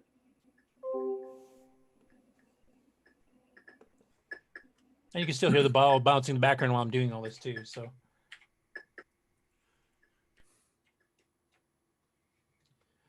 anyway, I mean, you guys know most of the rest of the NitrOS9 stuff, so I'm not going to demonstrate every little thing here. I'll be doing a bit of a more game-oriented, user interface-oriented demo on the ICC group later today, which we'll probably post the links to it next week's show in case you guys want to watch that, because it'll be a little bit different than this presentation. What's that graphics program look like? MV Campus? Yeah. Yep. You want to show that, Curtis? I can. Do you have enough memory? Sure. How dare you? Where's MV Canvas? Is it on the screen, or did you want to just see it in general? I'd like to see. Yep. You can run Home Publisher and MV Canvas side by side. Right. Actually, it's not the original icon. I don't have the original icon, unfortunately.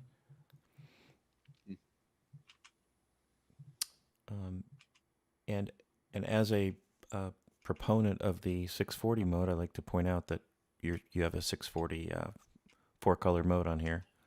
Yeah, you can actually switch between all 4 different modes that NitrOS9 basically supports. 320, 200. That's what I'm in right now.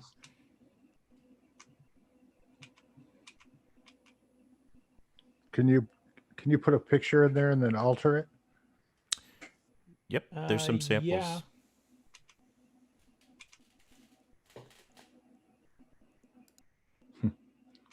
Yeah, probably shouldn't pick Jessica.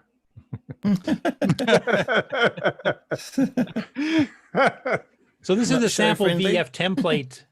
If you want to create custom tile sets for Shanghai under OS9, you actually draw in your graphics into these different things and it groups them by the different types of tiles. And you can actually import that into Shanghai with the command line option -T, I think, for tile set equals and the name of the file you made it in. We've got the 3 in there right now, the traffic one, the card playing one, the standard one, but you can create your own. You just go in MV Canvas, put in your graphics here, save the VF, and then you run it through a little utility that is documented with the Shanghai port, and it'll actually make a tile set file for you, and then you can play with your own color. I really found painting patterns to be useful with this program as well. So you want to draw a brick wall, paint the brick pattern. Yeah, I mean, the MV Canvas extended shapes we were talking about earlier. Let's see here. So this column here is the standard ones that OS9 comes with. And this column here is the ones that MV Canvas added. So those are the new custom ones. But you can use those in your own programs too. That's not just MV Canvas. They're standard get put pattern buffers. So if you want to make a game and you want to draw shapes that have those, those tile bricks or braids or whatever, you can do that too.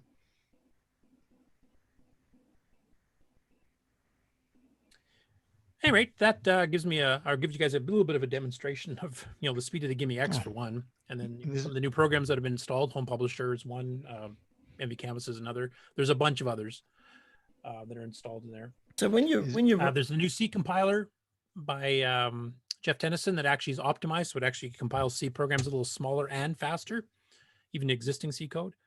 There's a new help system. I might as well quickly demonstrate that. So when you're running it, it's running natively at 3 megahertz. Is that right with the GIME-X? Yes. So when you access the STC, it automatically switches back to the 1.78. Is that correct? Yes. Yes. Ah, cool. Yeah. I wish it wasn't needed, but yes. There's one thing you haven't shown us yet: a system crash. I'm sure I can do that. Does that show up as a blue screen? It depends how it crashes. It can be all random. David Ladd used to call them my screensavers because something new and weird, wacky would happen every time. My point this being, version of, sorry. My point being is that you've been running all this, and it hasn't crashed, which is a good sign. Yes. Yeah, we're trying to make it a bit more stable. That only happens to Bill Gates. Yeah, I was actually, I joked with Aaron, and when I go into their show, I'm going to get a blue screen USB, def, like Bill did during his USB printer demo.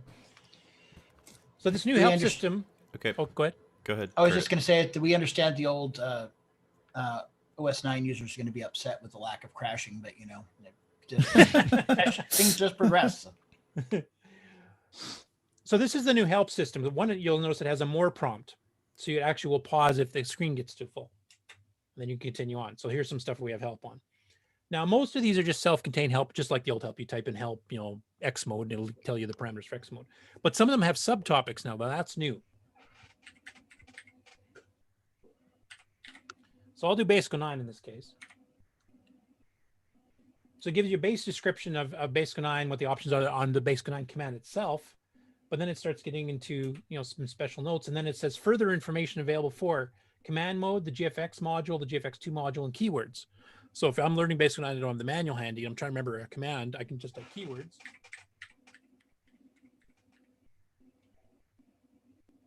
And here's a list of all the keywords, and actually will say basic 09 keyword subtopic, and now you can get information on just one command in particular. And it can go multiple levels deep. Like if you get into GFX2 modules, there's stuff on how to set up high level menu handles, like G Shell does with pull down menus. And that gets into like 4 subtopics deep. Then when you go back to program, there's no memory left.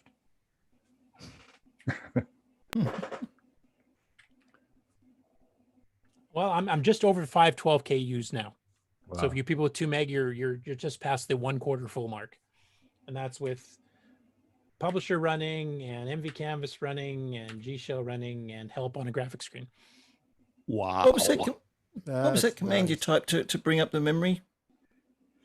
Well, there's, depending what type of memory you're trying to look at, there's mfree will just give you the very brief description. mmap will give you a detailed map, and that actually has parts that tell you what type of memory as well. There's some reserve module stuff in there. smap is your system map. Now that's the one that we keep running out of these days, and that's something Bill and I will be working on. And then there's pmap, which is the process memory, which tells you what each process is actually using. So right now I've got 9 programs, including the system running with various levels. Like MV Canvas is taking quite a bit. It's a big program, almost 40K. And to kill that, you just type kill 7 or something like that, do you? Yeah, I tend not to do that unless I have to, because sometimes they've tried to allocate system resources or allocate a RAM, and if you kill it off early, depending how the program is written and how it traps a signal, it may not return it. Most programs are pretty well behaved because that was something that was tied to be taught in the manual right from day one, like, trap a signal and do it properly, like close your stuff down. But not everybody did. And sometimes you just catch it in the wrong spot at the wrong time, and then you start losing memory. You start getting memory leaks like you do in other operating systems. So it's best to quit cleanly if you can. And it's So there. what's the command to put that IBM font in? Display 1B3AC842. Oh, that's easy. Got it. Yeah, I saw that earlier, whipping through them display command and editing the 7th item from the left. And Hey, Curtis, Nimble suggested we put in a crash command for all the OS9 old timers. There you go. Crash at 15. Now, one other thing that we did optimize, this is optimized in the 6809 and 609 regular versions too, new to beta 6, is that the 6-bit font, the 6 pixel wide font, these are 8 we've been showing, it's also been optimized. It's much slower because it still has to do some bit shifting and stuff than these, which actually do whole bytes only, but it is faster by about, I don't know, 6 to 10%. So that's a little bit better, and I'll just show one of those now. I'll pick a bolded Macintosh style 6 pixel wide font, which means I'm going to get 106 characters across the screen. Oh, wow. Yeah, here he goes again. This is all in your memory, in your head? Yes, I am a robot. When you're doing it like You learned it 30 50,000 years times ago. a day, yeah, you get used to it. Yep, 30 years ago. He remembers it all. So notice this Oh, is it's noticeably slower, but I am getting 106 columns by 25 lines. Wow. Read it on a CM8, which is astounding for. Yeah. So that's pretty cool. There's also proportional fonts if you want to fit even more text on the screen, where each character only takes the width, the number of pixels are actively used. But that's quite a bit slower because it has to scan every character to figure out, well, how wide is this? And that's how wide I'll space for the next one. And there's other things like bolding, underline, changing colors and everything else too. So a game for Nick Marotta in the future would be to run this to beta or this alpha 6 and see first one to crash it. Yeah, I mean, like we wrote this. I mean, ease of use requires 512K. That's one big thing because the original Tandy specs, and even when they were doing the level 2 version 3 upgrade, they were told you have to make it run with 28K. That's not a limit for us anymore. Everybody can get a 512K board for $20. No soldering required. It's pretty easy to install. I mean, Nick Marotta, you installed it. I mean, you had some bit of help, but it was something you normally wouldn't have been comfortable with, and you got it installed okay. So that frees up a lot of memory to do things faster, more efficiently. And with the optimizations we've done to the 6809 side, you could write some pretty simple arcade games of pretty decent speed just with a 6809 512K. You don't need a 639. You don't need the GIME-X or anything else. You can actually run pretty decently. You kind of need the GIME-X. Sorry, what was that? You kind of need it now. Right? After watching this stuff, it's like, come on. Well, I don't know about that, Ron. Like I used to be able in the old days, if I had some really large source code listing assembly and I wanted to list it to the screen to look for something, I could actually see it when to pause. That Right. doesn't happen so much anymore.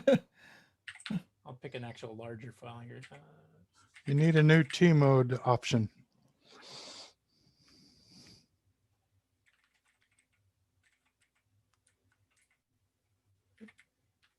Hard to type at a weird angle like this.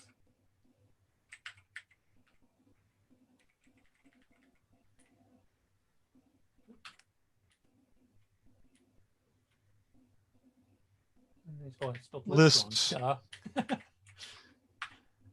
It's a Like composer. I can't read that anymore. And I'm watching on the stream. You're seeing it slower than I'm seeing it here. Yeah. Oh, did I catch the right one? Nope. Gotta keep Nope. going. Oh, jeez. Jeez. Yeah. And that's just Amazing. using legal calls too. There's actually a version of Vue, a utility for viewing text files that does direct screen writes. It's even faster than that. So it's not really this fast. You've actually pre-recorded this and got Well, it no, on you're seeing fast. my hand waving and screaming. when I'm doing Yeah, it, that's so. true. Oh, darn. So yeah, the GIME-X is going to be a nice bit of kit when it's released. I know they're still working on some bugs. Like I noticed Ron Klein's been trying to run the RS-232 pack with it, and it'll run up to 1200 baud, and then it doesn't work on any terminal program past that. So there seems to be a bit of timing issue on the way the GIME-X is handling GIME interrupts from the cartridge port or something. We're still trying to figure what else is going there. We want this to be stable and completely as bug-free as possible before it gets released to the public, which is why it's not been released yet. I mean, we've gotten a lot of bugs fixed over the last little while. Well, no, I shouldn't say we. I mean, Gary Becker and Ed Snyder. But it definitely, as you can see here, has a lot of promise. It's a pretty awesome upgrade. And of course, it's running on VGA. It does artifacting colors on VGA or on RGB because your RGB and stuff still works too. Just for kicks, show us your old gimme chip. I don't even have it here. Bill's got my old gimme chip. Yeah, it's sitting on my bench right now. Hey, Curtis, before we move too far, I just wanted to see Doster since I pointed out Lord Dragon's program in the video. Oh, you had already run it. Sorry. No, that's Oh, there you go. And Todd was asking about it. Doster with the IBM font. I should be running his font. You're right. Just a sec.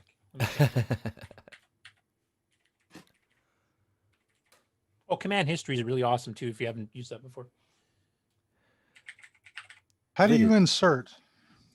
Control right arrow. Shift right arrow, or control right arrow, left arrow for delete. So that's Todd's Doster with Todd's IBM CJ font on a 4-color graphic screen. It runs faster on a 2-color graphic screen if you want to speed that up. Hey, Curtis. Tom Haran was interested in your memory. your CoCo, what's the history? Is 128, and then you go to 512, 2 meg. Yep. That's kind of what I thought. That is precisely the path I took, actually. Did You know, you ever that's have not the quite true. Did you have the no CAN board in there? Yeah, I was just going to say that was my one side trip. I went 128 to 512, the Tandy 512K upgrade. And at work, we went to the 1 meg disto upgrade. And then when Paul Barton in, what was it, 97, 98, Paul? When you brought out the original no CAN 3, I bought one of those. Right. Which was an 8 meg board and also had a 16550 serial port and a printer port. Yeah, some people printer are port. overachievers. But it was also supposed to have the turbo mode to clock double the CPU, kind of like the GIME-X is doing with the 3 megahertz. But Paul, try as he might, my particular GIME combination motherboard never worked. So I never got the 3 megahertz. So that was one disappointing thing for me. Most people it did work. It was just my machine uniquely. Yeah, everyone was different. Yeah, and that's what Frank Hogg hit when they're doing the TC9 because they bought all the GIME chips and they were actually planning on having the TC9 released at 3 megahertz with the clock doubler too, or 4 megahertz. And they had the same problem. They had to give up on it because they had to hand tweak every single board to get it to work. Paul, remember the one of my CoCos was a stinky one. It was always trouble. Remember? Yep. I had one the other way around. I wrote a bus expansion, devised a bus expansion device, but it only ran on my CoCo, and everything else I stuck it on, it crashed and burned horribly. So, yeah, 10.4 on the variations. Yep, I agree. But you sit there and scratch your head and wonder why, because they all look the same. Yep. Built much better than my stuff. So, all right, the plan is we'll have this out before Christmas Eve. If testing goes well and we fix these last couple of bugs that have been reported this last week and a half that the beta testers have been hammering on it, it might even be out before that. I won't promise that, but you know, if things go smoothly, it might be out a week earlier than that, or maybe next weekend if we're lucky. And we get it where? What's that? Where do we get it? It'll be on my website, and then we also put it up on the Color Computer Archive too, so you'll be able to get it either place. Oh, Today cool. I was with my wife. We were driving back from a horse thing we went to, and she goes, "What are you going to do in your show?" And I said, "Well, they're giving a demonstration of the newest stuff on OS9." I said, "Do you know what OS9 is?" And she goes, "Yeah, it's an operating system for the color computer, right?" I go, "Gee, you knew that?" She goes, "Yeah." At least she didn't say it was for the Mac. No. Yeah. It just flipped me out. But she, as a matter of fact, System 7, System 8, OS9. What's wrong with that? They actually went to court over it, but unfortunately, Microware lost. Yeah, that surprised me. So at any rate, there's 53 new programs or new features added. Some of it Bill will be demonstrating here shortly. One of the things we've been promising for a while is to get DriveWire working. Now, there's some stuff in the environment files that have been added in to help support some of this stuff. But basically, I will move my camera back to its normal spot here. But Bill is the one who did the work in DriveWire because he actually has DriveWire. I don't actually have DriveWire here. I don't have the cable or anything else. So I couldn't test any of that stuff. So Bill got everything set up, and there's an alternate boot. Now, when you download Ease of Use Beta 6, it'll default to the SDC mode, because correct me if I'm wrong, you people that use DriveWire, but if you have DriveWire fire up in NitrOS9, but your DriveWire server's not running, it can sometimes hang or crash depending on what you're trying to do. Is that correct? Only when you try to access one of the DriveWire drives. The clock module has its own built-in check. Okay. And it just falls through, but the actual drives themselves accessing have still issues. Okay. Because one of the things we wanted to do is make it so that when you download it, you can boot it up in a base SDC system and not have to worry about it. Now, the thing is with DriveWire, it's a bunch of drivers and descriptors because there's a bunch of things. It's not just virtual drives, like you can mount drives. It also has MIDI support. It has fake printer support to save text files. It will get the time from your host PC that's running DriveWire. There's virtual terminals, which Bill will be demonstrating as well, too. So all that takes more memory out of the system RAM. That 64K SMAP command I was running before. Basically, you have 64K for all the system tracking stuff. And we're down to about 10K on a normal boot. We're down to like 7 or 8K on DriveWire with all the modules added in. So once you fire up DriveWire and it starts running and adding, you're running programs and doing other things too, is the system RAM goes down quite a bit lower than it would on a normal, to the point where you probably cannot run any level 1 graphic stuff like say Biosphere or Zero Gravity or anything like that, Deskmate, the original, because you're out of system RAM. Because the old, to maintain compatibility with level 1, those graphic modes have to be mapped into the same system map as a system, because that's the way level 1 programs ran. So you have to maintain that to make it compatible. So those start out running. If you have something that uses a ton of windows, like the bouncing ray trace demo, which uses, I think, 10 screens of high-res graphics and page flips between them, that might not run either. So there is a caveat. If you do the DriveWire boot, some of your older level 1 programs may no longer run because you don't have a system RAM for it. So what we did is we made 2 sets of boots, not just the OS9 boot file and its appropriate kernel track, which is what most people would do. We also have separate startup files and we have separate environment files, because the drives you want to see in G Shell in the upper left corner that you can click on to select. If you're running just SDC, you'll have like, floppy drives and the SDC drives. On a DriveWire system, you might want some of your DriveWire drives mapped there. Maybe you don't use the floppy drives anymore because you're running on DriveWire. So we have separate copies of each of these.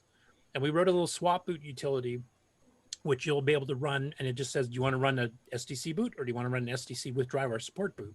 You pick it, it automatically copies those files over, links them all up properly, reboots the CoCo to the green screen DOS prompt, and then you just type DOS and it reboots with the new settings. So now if you switch from regular to DriveWire, DriveWire is now enabled. If you went from DriveWire back to regular, that's now enabled.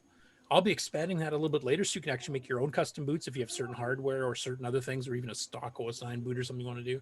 So you actually be able to switch between any of these whenever you want and then just reboot the machine. And eventually we'll get it so it reboots automatically. You don't have to type DOS and it doesn't go right back. I actually have that working now, but the reboot command I'm using to do all of this has a bug when GraphDriv went past 8K. So on the 6.309 versions, it's small enough it still works. You can do a reboot -R and it'll reboot from where the kernel is.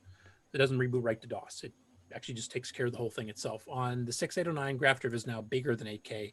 And it crashes outright because it doesn't know how to handle that. So we'll be fixing that in beta 7, maybe 6.1 if I get to it. But I will now cede the floor to Bill. And Bill, if you want to demonstrate all the DriveWire stuff and how that works. Okay. Geez, you guys remember when we used to do RS-DOS all the time? I think I last did that about 86, 87. Pretty well been NitrOS9 since. So. Gee. At any rate, I'm going to buzz it off. I'll let Bill handle it. Bill, like I said, knows all the technical details too, so feel free to ask him any questions, and he'll be demonstrating all the DriveWire stuff. I'm going to go run off and do the other presentation of NitrOS9 on the other show now. So we'll talk to you guys later. And I'll be bailing with you. Thanks for popping by, guys. That was very, very Thanks, cool. Curtis. Thanks, you did great. Take it away, Bill. Thanks. All right. So, where should I start?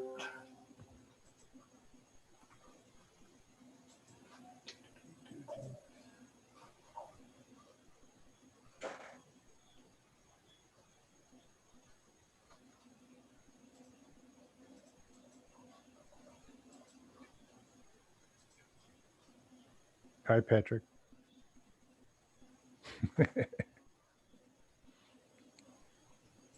Hey, you guys see my screen there? You guys see my screen there? Not yet. There Do now? Yep, that's working. Okay. First off, we'll give it a little rundown of DriveWire. This is the actual module directory that I have up on my camera view right now. There are 5 key drivers for DriveWire itself. That would be this RBDW, DWIO, SEDWP, and SEDWV, which is just above it here. The rest of them are just descriptors, along with your regular other descriptors for Bill? Windows. Yes. We're looking at your DriveWire host on Windows. Oh, maybe I shared too soon here.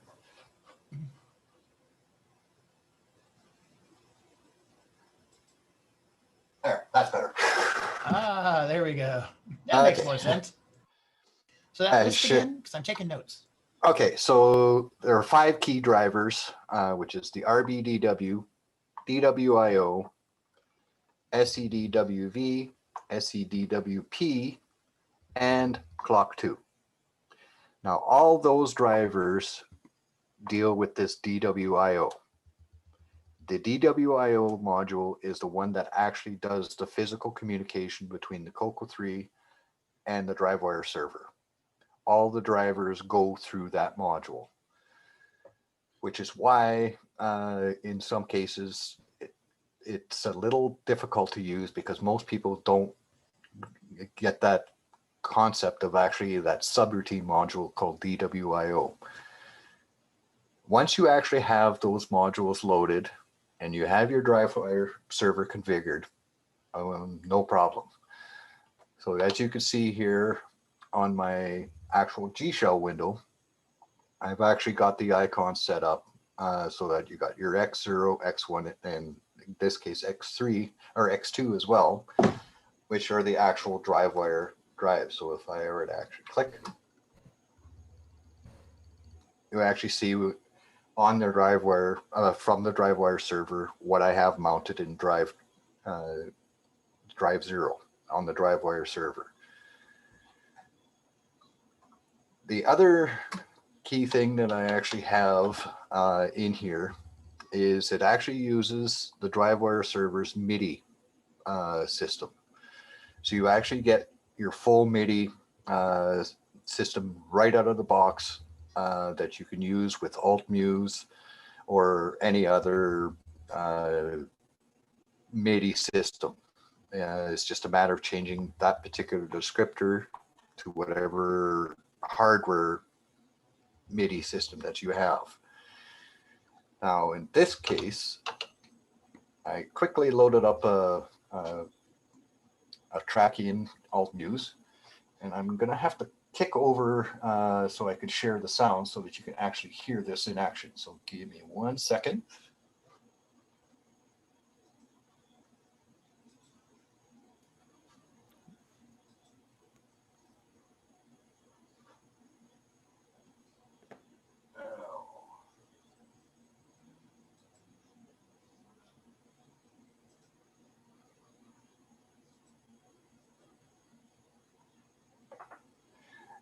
So I will play it now. You guys actually hear sound? So that's actually using DriveWire server MIDI system.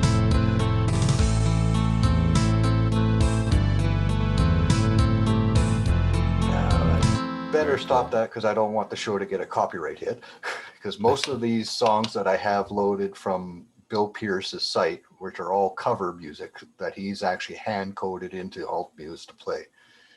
So I don't want to really get too into that, but it actually does fully work, no problems.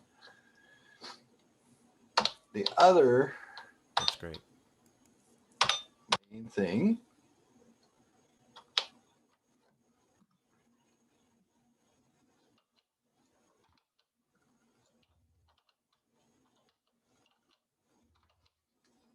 is we actually do have the full virtual terminals going as well.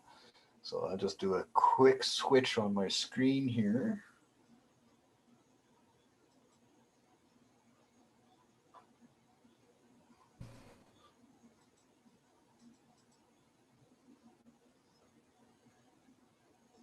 Okay, so now you should see my whole desktop here. You should see my whole desktop there now. Yep, sure do. I have our a module that I actually did back in '92 when with the first initial use of NitrOS9. I recreated the TS-Mon module that actually will take support from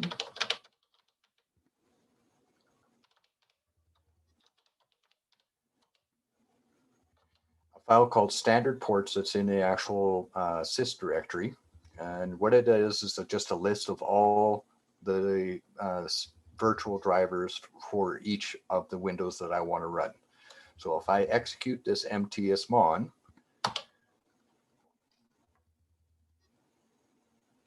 on my screen now, you'll actually see 3 virtual terminals pop open. Oh, I see one problem there. System can't count. You have 4. Yeah.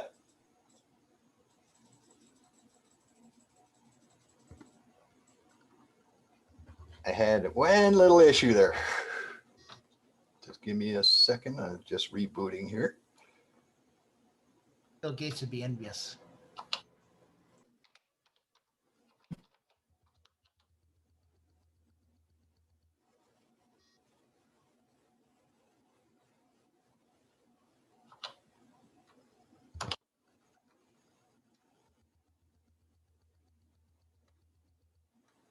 There we go. So now, actually, on the main PC system, you'll have the 3 windows open. And of course, you can log right in to your main CoCo 3 from your PC. So you're actually running NitrOS9 on your PC. Now, I have to. What's that? Did I have to do that with Minicom and a serial port? That's not fair. Yes.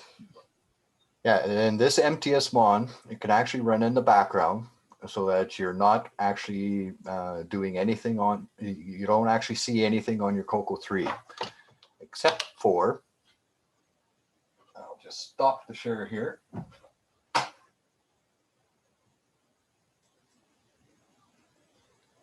So here, if I type proc, you'll actually see the MTS-Mon. And then there are other 2 windows for the virtual terminals. They're still sitting at the login prompt. But on Z3, I'm actually got a full shell running. And each user is individualized on their own.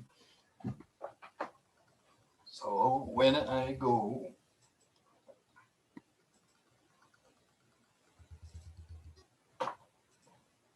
back here and I want to exit out,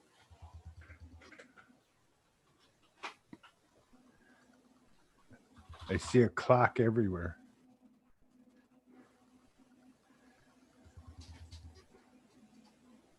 MTS-Mon will actually restart that virtual terminal and go back to the login prompt.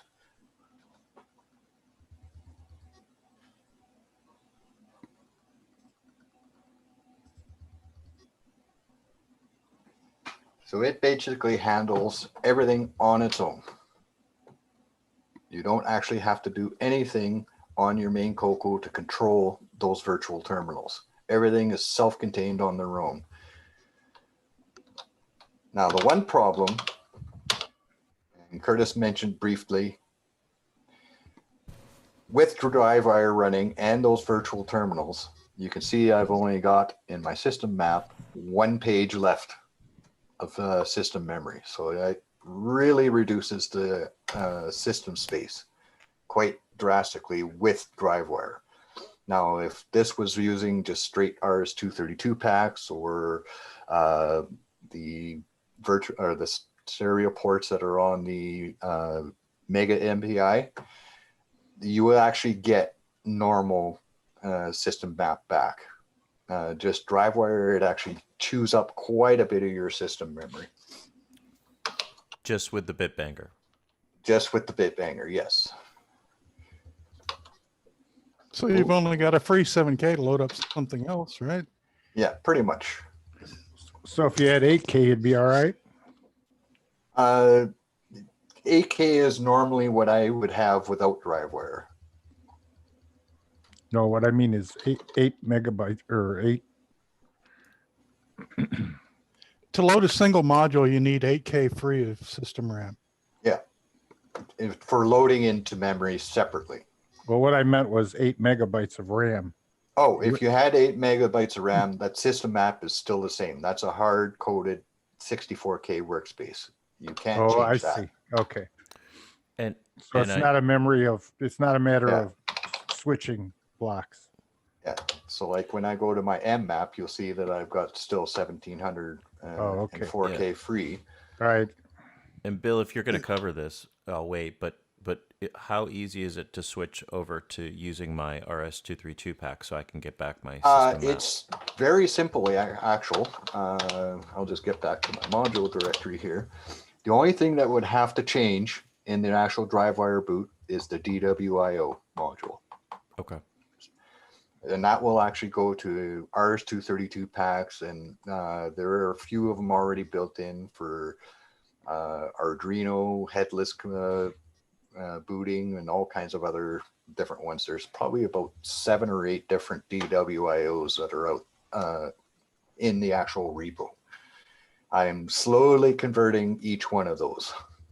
Okay, because a lot of people have that cartridge. Yes. So you could have yes. can have your cake. I do have an RS-232 pack, but the one problem with my RS-232 pack is the receive system in the actual pack itself, hardware-wise, is failed. Transmitting it works fine from the CoCo to anything else, but receiving from anything back to the CoCo doesn't work.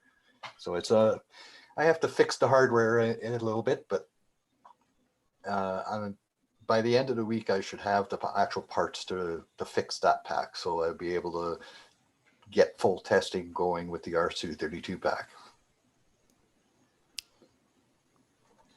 So what kind of baud rate are you the actual DriveWire through the Bitbanger is running at 57,600 for communication between the CoCo 3 and the DriveWire server.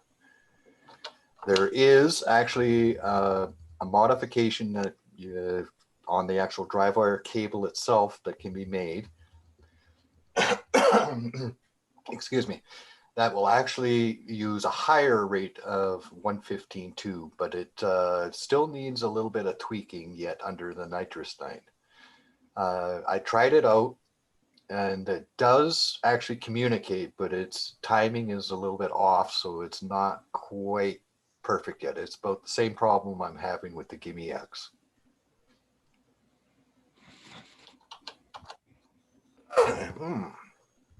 So have you guys tested this? Well, I guess your people that are testing it have different variations of color computer. Yes. Like I also have already made up the boot file for the Matchbox CoCo, but I haven't publicly shown that one yet because it's kind of introducing a feature that's on the Matchbox that nobody's supposed to know yet. And I'll just move my camera here a little bit. That is the Matchbox.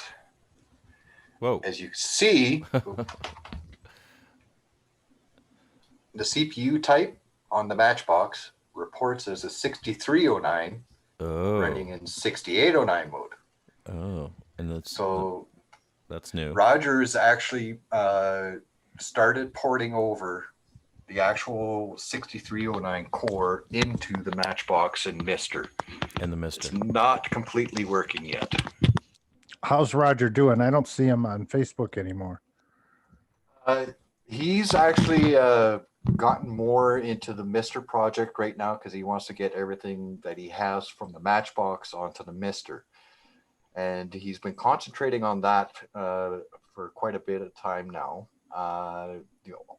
One biggest problem I have with Roger right now is anybody that still has a Matchbox, he's basically taken away all the actual firmware files, and you actually have to pay him to get them now. Because he's got everything moved over to a Patreon site so that you actually have to purchase the actual packages from him now.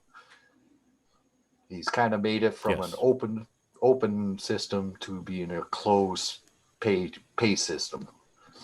But that is exciting news. We do have a question in the chat from James Jones, who's saying, where in the DriveWire code are the remote windows implemented?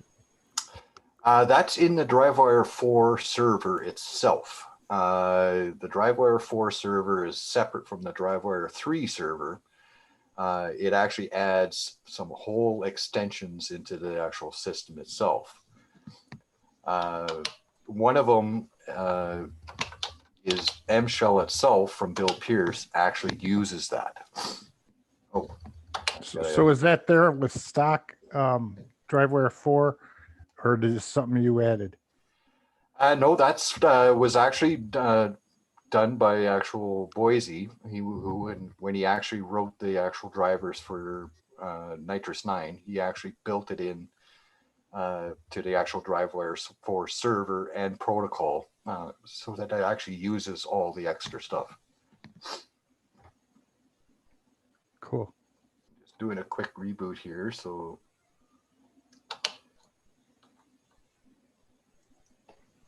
I really want a hotkey to skip that, by the way. That's coming. Cool. Cool. It should. I should actually have it completed the next day or two. Basically, what's happening is I'm actually changing the whole opening prompts for Cisco and actually changing things around so that you can have a verbose method, non-verbose method, and kind of stripping down the reporting of what is actually going on while the system is booting. Sweet. Neat. And a little bit of a preview for that. M-Shell is still loading here. That's like the BIOS in my old PC. Yeah. You can silent boot or whatever they call it.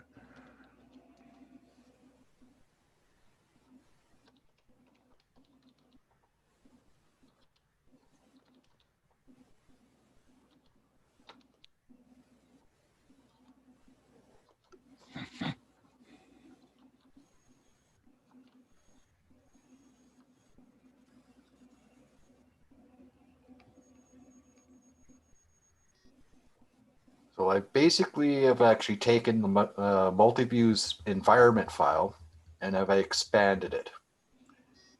So it's just taking a second to load up here.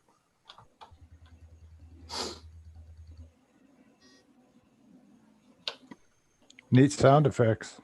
Yeah. Well, M-Shell right now is taking up a lot of the CPU time right now, loading up its system.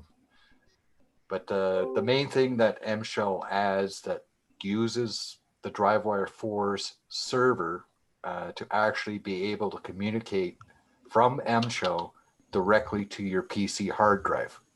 So you actually get the full access to your PC's hard drive for everything right off the base root of your drive C all the way through to any folder you want to go to. Is antivirus going to like that? Actually, the antivirus software does not interfere with the actual M-Shell or system itself through DriveWire. So this is kind of a quick little shot, straighten up the camera here, of the new environment file. To get to the left a little. Yeah. A little bit more. Too busy moving my things A around. little bit more. A little bit more? Yeah, a little bit more. So we're going to be able to throw in a Control-E and just load this? Yes. Like this is actually a text file that's in the sys directory. But the ones that I've added are like your key repeat speed here, the key click. A little bit further down, there's the printer stuff for G-Shell, monitor type. You can actually globally set your system priority, change what you want as your default data directory, your default execution directory. And these are the new ones coming, where you get your verbose mode, your console device type, which is your /term when you're booting, and the actual console width and height of the actual window.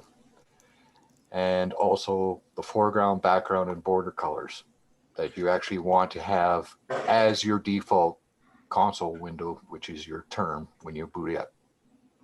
I wonder if other computer guys are going to see this and think that this is pretty wonderful. Well, it's going to take a little bit for a lot of the old users to really start to use the power of this new system that's coming, because you actually can set the actual default palettes for all your actual palettes separate from G Shell, because G Shell has its own its own G Shell window, which is right at the beginning of the file here.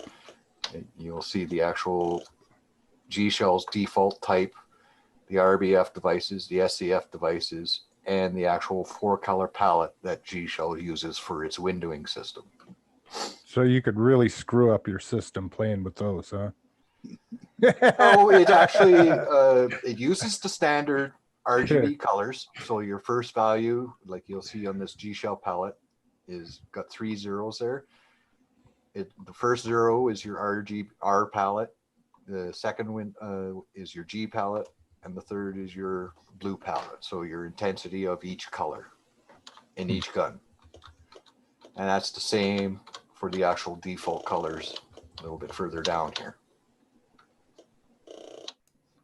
Now these colors that I have in the default system are specifically for RGB at the moment, because that's what I use.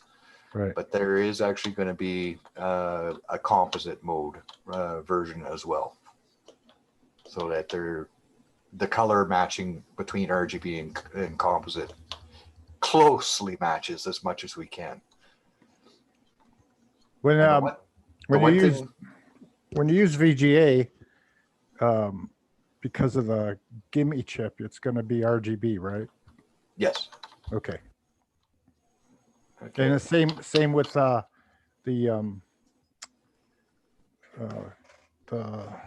what's the name of the thing that Jason makes? The Switcheroo? Switcheroo, yeah. Yeah, that it'll because the switcheroo actually uses the composite signal coming out of the CoCo 3 to actually get the timing right for RGB on the actual SCART interface.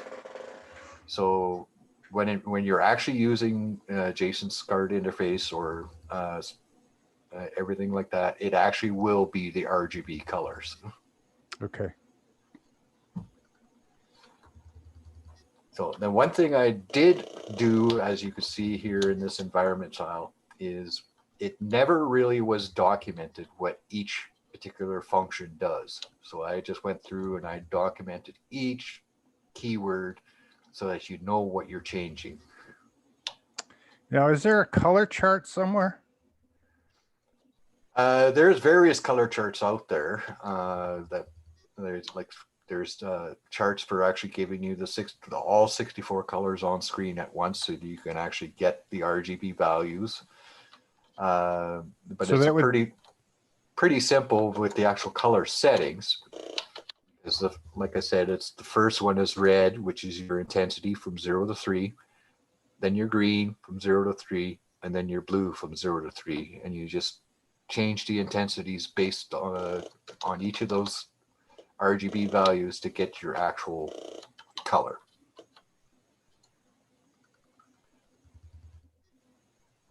That kind of give you an easy way to explain that. Yeah. Because actually, you could see here in the comments, I actually have the format is R, V, and B, and there are 2 values from 0 to 3.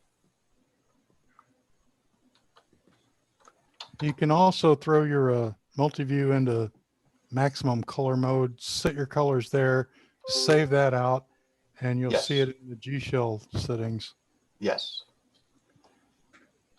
Now, control in G Shell itself is actually getting a rewrite as well, so that it actually will handle all of these extra new commands in there as well.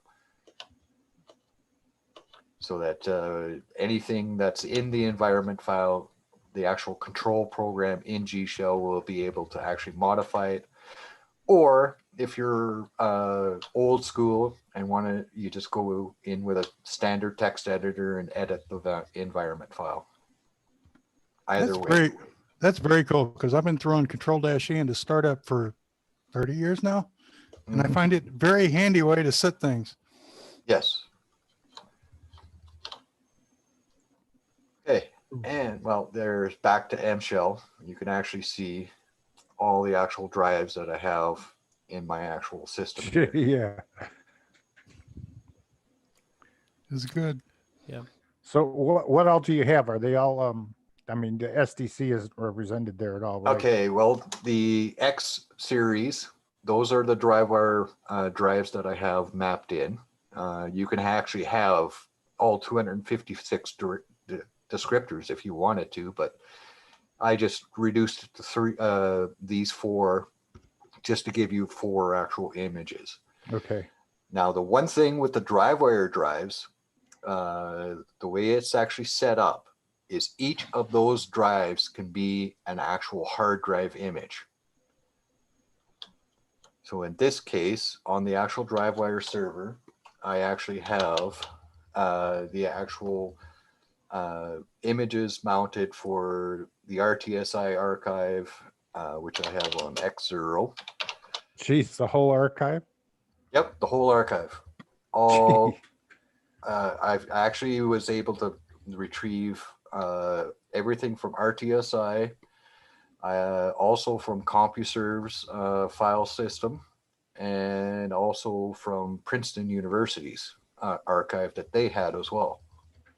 It's 3 terabytes. Getting pretty close. It's actually like my system right now when I'm running, I actually have, with the DriveWire system, I actually have 5 hard drives going. Wow.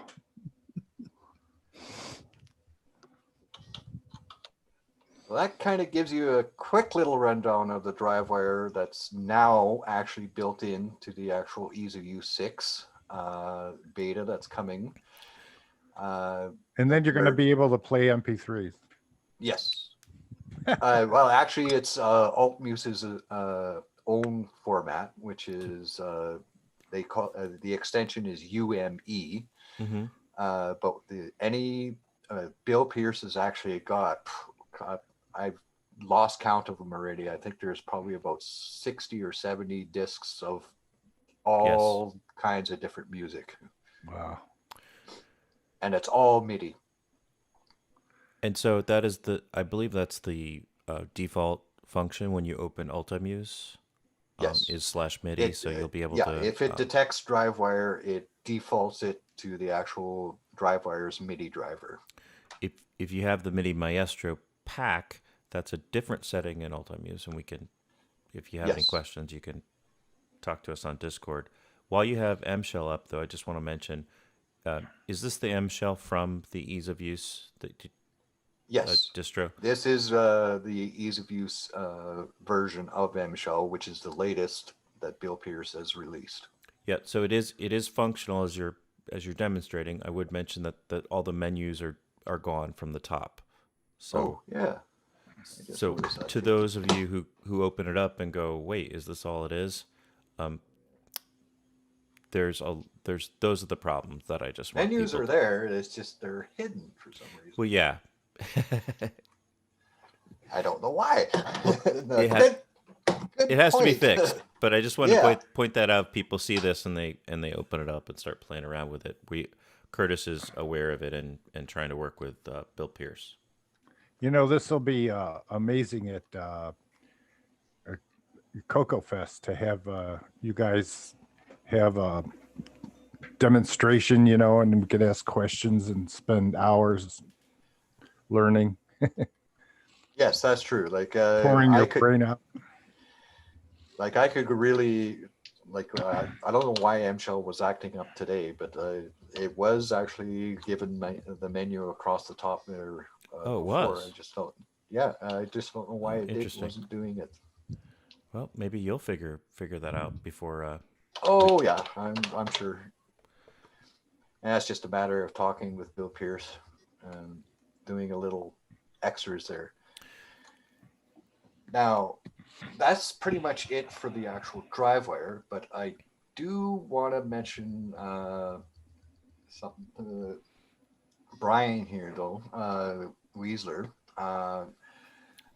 Last night I had some extra time, so I actually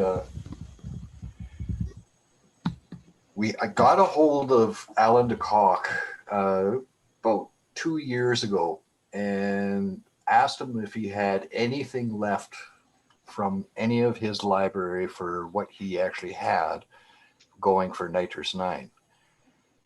And he was able to actually retrieve a whole hard drive full of actual stuff. And the one key thing that Brian will be interested in is I actually, Alan had the last known copy of all the Eliminator drivers for the WD-1002, the boot images for the W Eliminator, all the drivers for the Eliminator for the RS-232 pack, or ports in it, and also the printer port in it. Curtis Boyle has one too. He has part of it. He doesn't have it all. Can I ask a question? Because you just mentioned printer, and I don't forget. But so does that mean that the printer port for going to DriveWire is going to work? Yes, it is working. Yes, it actually. I've got the DriveWire server set up just to open up a text file and dump whatever you send out from the printer port on DriveWire through to that text file. So it basically ends up as a straight text file. And are you testing with PyDriveWire at all? Although it should be. I haven't tested with PyDriveWire yet because I don't actually have PyDriveWire server set up on any of my machines right now. Okay. But I do have a Raspberry Pi that I'm actually going to set up the PyDriveWire on it and see if it actually functions 100%.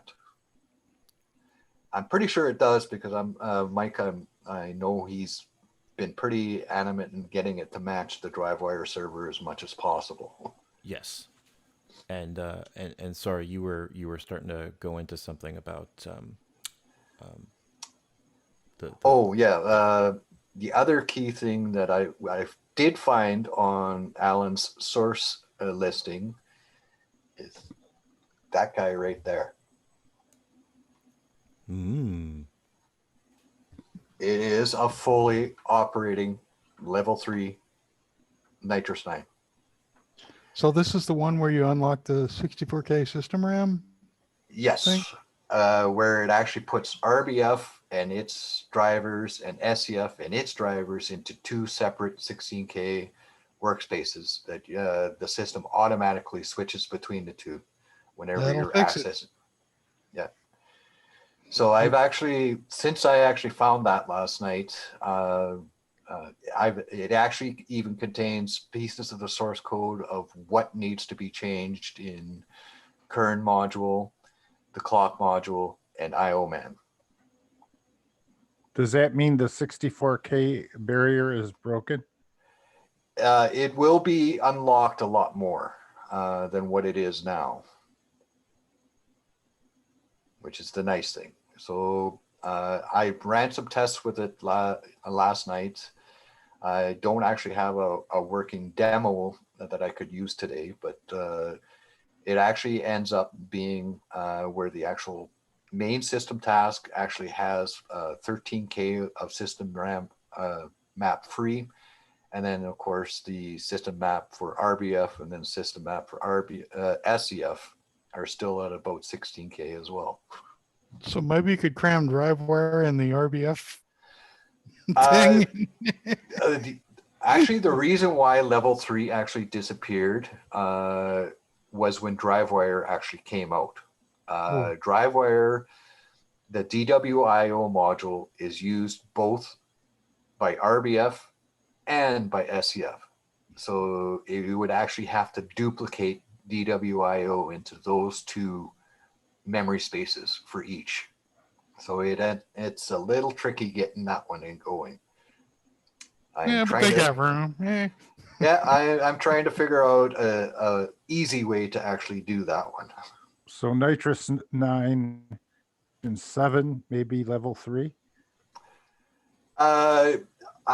The depends on how fast I can actually do the conversion for level 3 on the current ease of use to see, if there's going to be any other outstanding issues. That's pretty cool.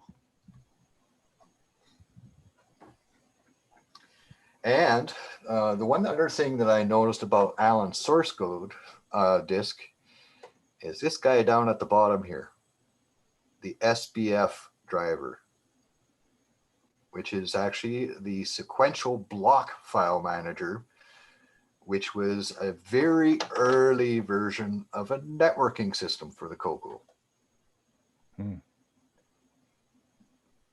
It actually uses an actual network card. We might need that again.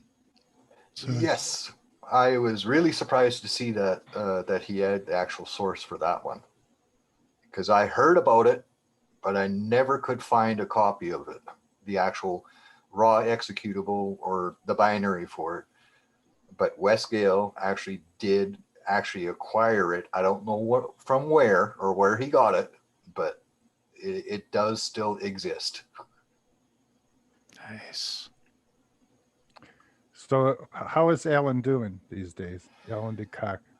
He's still in Ontario. He's basically gotten out of the actual CoCo altogether. He's gotten more down to, his own personal life there, because I think he's got his daughter now, and he's kind of taking care of her, and he's into other more. He's still into the computers, but not with the actual CoCo anymore. No, I have a text file from the 1990 with him in it from CompuServe. Yeah. I found Curtis Boyle too. I showed Curtis. Yeah, because I still talk with Alan every once in a while through Facebook. That's the only place that I've actually been able to get a hold of him, and through email as well. Do you think he'd ever want to come on and chat with us? I've been trying to convince him of that, but it's just getting his schedule and everybody else at the same time all together. Yeah. So, and the other thing that I did also find on this disc from Alan is I can't remember who was there was a person on the panel that actually got a hold of an actual SARDIS controller, which was that no-halt controller that had the built-in RAM buffers. I can't remember who it was, but they were looking for the actual drivers for that, that actually used the caching system built into that controller, and I found it, and we have it back. It actually gives you I actually had the driver and the actual controller myself, and I actually had a full 32K cache running on the actual controller itself, which really was nice. So that's blazing fast, huh? Oh yeah. You don't actually get any keyboard halt as you're using that disk drive. You can you type away as much as you want while the drive is being accessed. So is this something Mr. Brain might look at to reproduce sometime? Or Ed? One of the two will probably be interested in recreating that. It'd be nice actually if the SDC would have been no halt. Yeah. Right. Because that's the one thing I noticed when I first got my SDC under OS9. It actually had to shut down IRQs while it was accessing the controller itself, instead of actually leaving them enabled and carrying on. Geez, it seems like 10 years from now, things will be so much different. It's getting there slowly. See, I can't even imagine what it would be like. Optane instead of STC. Yeah. Yeah. So, Bill, I just want to check on the time and how much time that you have, and what else you might want to go over. Maybe I think I pretty much covered what's for the beta 6 of ease of use, because there's still some things I got to get done for development wise, so that we found out from a few of the testers already, like Patrick and Robert Galt, there a few things that they wouldn't mind tweaked that we are actually going to do. Oh, that's great. We appreciate all your work, you and Curtis. Amen. We really do. For Well, real. thank you much. Yeah. Well, this is great, and thank you, Alan DeCock, wherever you are, for providing this additional vault of stuff. Oh yeah, I'm still going through this disc, and I'm finding things that, oh wow, I forgot about that.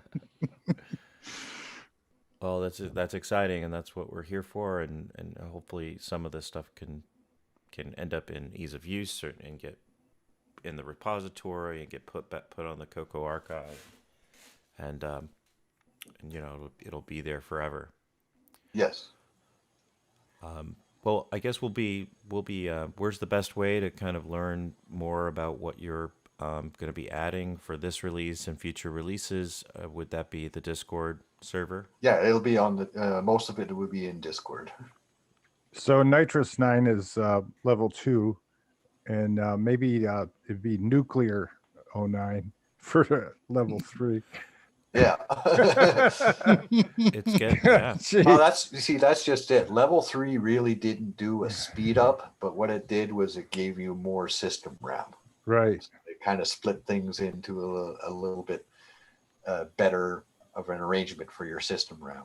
It's the next progression. Yes. Exactly. 64K for everything was level 1. 64K for the system was level 2. Level 3 is where it's starting to split things apart. Open up a little more. Cool. Great. Well, is there any other questions from? I know Restream chat has been having problems all day, but is there anyone on the panel that has a question about DriveWire or ease of use or anything else for Bill? Going once. rock on. Well, great. Well, thank you again, Bill. Thank you, Ron, for all the questions. And Sure. Why don't we do this? Because, Ron, I think you have a little bit to show us from the garage. Yeah, just a little short thing. So let's take a commercial, come back with Ron's garage, and then we'll final thoughts and close out the show. So I'll just run the Beta 6 commercial here, and then we'll be back shortly with Ron Delvaux, ladies and gentlemen. DriveWire, DriveWire, DriveWire. GIME-X ready.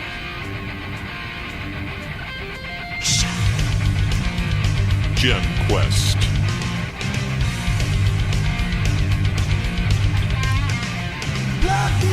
MV Canvas. Home Publisher.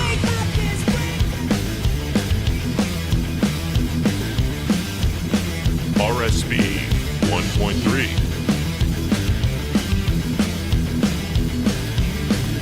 Phantom Graph.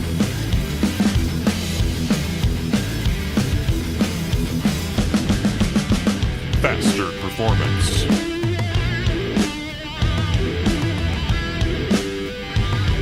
Sierra Homebrew Games.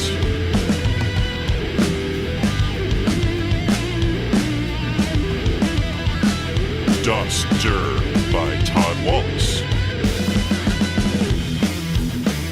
Expanded Help. And much more.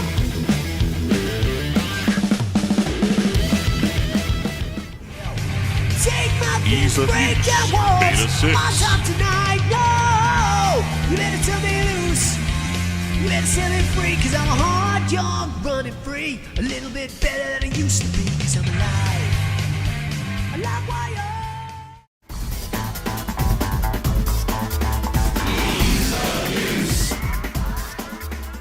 Download EOU today at lcurtisboyle.com. Ladies and gentlemen, we've got the comedy stylings of Mr. Ron Delvaux and Ron Garage. And Ron, the floor is yours. Okay, share the screen. Oh, can't do it yet. Now you can. Go ahead. Okay. Here we go. Tell me when you see it. I am You waiting don't to see it. I clicked on it. Dark. Darn. Not yet. There we go. Seeing it now. See it now. You see Ron's garage now? Mm-hmm. Yep. Okay. Basically, I made a high color screen for Danny. I recognize that. That's a CoCo 1 displaying in VG6 in CoCo VGA. Pretty neat, huh? That's pretty good for a CoCo 1 image, isn't it? Yeah, It's- pretty neat. It was the right contrast and stuff. Because sometimes if you do it, you can get a pretty crappy picture. But this particular picture happened to be pretty colorful and contrasty. It just worked out nice. And then this is a modern CoCo setup these days with my, what's the name of our adapter? The switcheroo and VGA and SDC, and still have hard drives because I've been converting some floppies, mostly text files of BBSs I used to go on. And then I just read through them, and it brings back memories back in the 90s and the 80s of all that stuff. That's cool. Then I noticed one day I was looking at my manual for the CoCo 3 and noticed they have old CoCo 1 graphics in there. How cheap is that? They just, well, it's a color computer, you know, so they so they just use the old graphics. And there's many instances. This is just one. Probably one of the Actually, cover that pages. almost looks like a video text because there's not a cartridge slot on the side, and it looks Yeah, like there is a modem right? button at the top. There's Yeah, the button at the top for memory, you know. Yeah. So yeah. So I have discs in there for the. I update it for Danny's pictures. They're on my files section. This is a one for the CoCo 3 high color. That came up really, really well. good. Really well. Really, yeah. Of course, we're not looking at the bits because if I get close, you know, it's a little rough. But this is in VCC, and I have to. Hey, if you look close at me in real life, it's a little rough anyway, so that works. That's cool.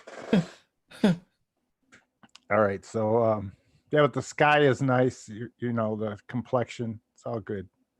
I don't know what you used on there, but anyway, that was actually taken with my phone. Oh, cool. That photo. Yeah. And this is an eBay purchase I made in 2002 from Boise.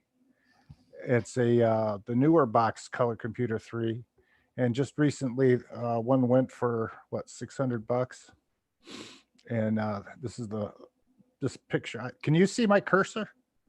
Yeah. Okay, so this box here was that. I just erased some of the around the edge of it, and he had taped it all up, and there's a shipping pack label, and on there it shows when I got or when he shipped it in 2002. So I thought that was cool. I thought I'd share it on my site. Then I did Charlie Brown on both CoCo 1 and CoCo 2, and VG6 and high color. That come out pretty good. I didn't include the text on the VG6 because it gets to be too small and looks ugly and you can't read it. Good grief, Ron! It came out good. Yeah, not bad. And this is Curtis Boyle in 8/24/1990, talking on CompuServe. I got him and Alan DeCock and a bunch of other people that I wonder if they're still around. It was interesting to read, what the concerns were of the day back then. And let's see. I did some, this I shared to different places, the Earth and the Moon. Back in the day, all we could do is either draw the planets, or if somebody had a program that they made these up. I mean, we didn't have pictures on our old CoCos, but now we can do it. So I've been scanning a lot of space stuff and even stuff that I do with my telescope and put it on the CoCo. And I think that's just so cool. I'm just thrilled with it. I'm excited about that. I like doing that. Back That in the shot day. So I was going to say ahead. that shot of the Earth from the moon. I love that shot. I've always loved that photo. Yeah, this one. Yeah. Yeah. Yeah, that's from one of the Apollo flights.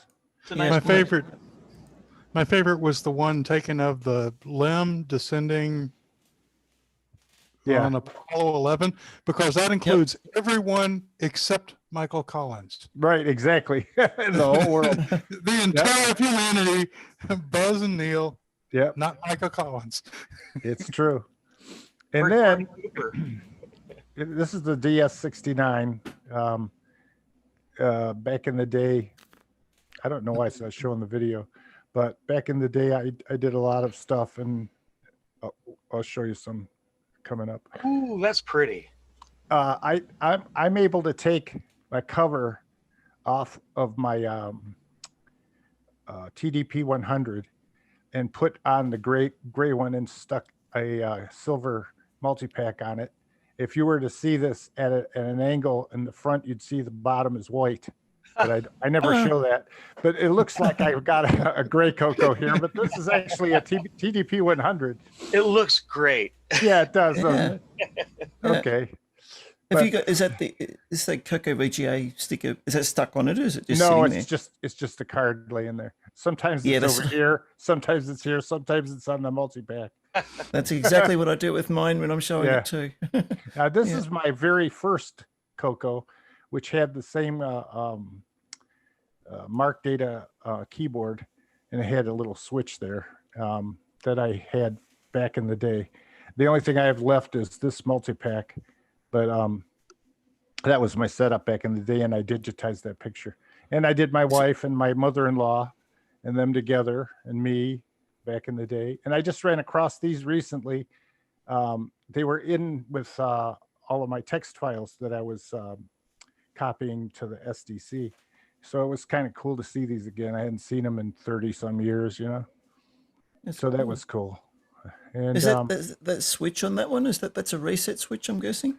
Yeah, it's a little red switch, Yeah. It was a momentary switch, so it did reset.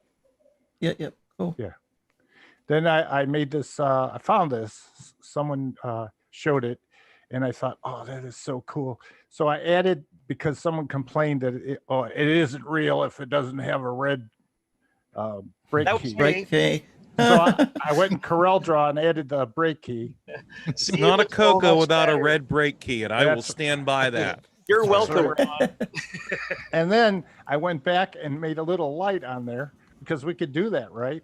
In fact, I was thinking we could probably put a bunch of lights on here for if we had a communications device in to show that we're going back and forth on RS-232, or we could have a hard drive light for a SDC if it was in there. Because look at all the room we got. You could have a sizable power supply in here, a CoCo motherboard, and maybe even slots on the back to have a multi-pack built in. Don't forget to make it peril sensitive. So, if something bad is about to happen, it runs away. Yeah, it's the actual whole size of a desk anyway. If you think of it. And so I don't know. It looks cool though. It does. Yeah. It definitely looks cool. Yeah. So if you ever get a chance to go to some of the sites that I've made, some of the go hit media, And then what's really cool is everything shows up as a tile, and you'll see thousands of pictures, thousands and thousands and thousands of pictures. And it's really pretty neat because there's just so much stuff I put up. And it's just amazing to look at, you know. And then if you see something you like, you click on it and you find out what it is I was actually doing at the time. Hey, Ron, is Ferret Buster a CoCo game? I don't know what that is. Well, it was one of your pictures. Oh. That Ferret Buster. I don't know. Yep, and I know, Ron, you also post some images in the artwork channel of our Discord server. Yes, I've done that too, because I think Steve wants to push it all the time. So he says, put some stuff in there. So I do it. You know, You'll go far, Delbo. Yeah. You'll go far. I have all these opening screens for your color computer in very different ideas, you know, if you got a 512K or 128, and you can make it easily show up on your SDC. Yeah, so I've had lots of fun. Every day I find stuff that I can do, or I become a little creative and come up with something. You know, I'll make a game banner like this, and I'd like to do more of that in the future for some games. You know what? One of the guys in our group has taken the SDC labels and has done some awesome artwork with those. Have you seen that? You for the little tiny SDCs. flashcards? Yeah, they look SD like pack. little floppies when he's done. Yeah, they're awesome. Yeah, those are nice. Yeah, and I've got all these CoCos, you know, that are put away, and I'll bring one out and I'll take pictures of it and I'll look at it. And then I found out one day that there was different embossing on the back compared to white cases. That was neat to see, you know. So anyway, that's it. I won't bore you guys no more. Can I bore you for a second? I got one of these things. I got a 3D printer, right? And I printed out like some cartridge shells for these, you know, for these little CoCo EEPROM pack boards. Okay. You know, and so, you know, for speaking of DriveWire, this is basically a little present for somebody. It's a HDB DOS for CoCo 3 cart. There you go. Oh, I got a couple of DriveWire cables that I knocked together too. So, you know, it's going to be a happy Christmas for little Mr. Anthony Courtney. You probably see him looking around on the Facebook and everything. He was the youngest member of our CoCo club. So great. That's HDB DOS. This is like Mark One. I gutted an old color file cartridge to put it in, but 3D printer, baby. Unfortunately, cool.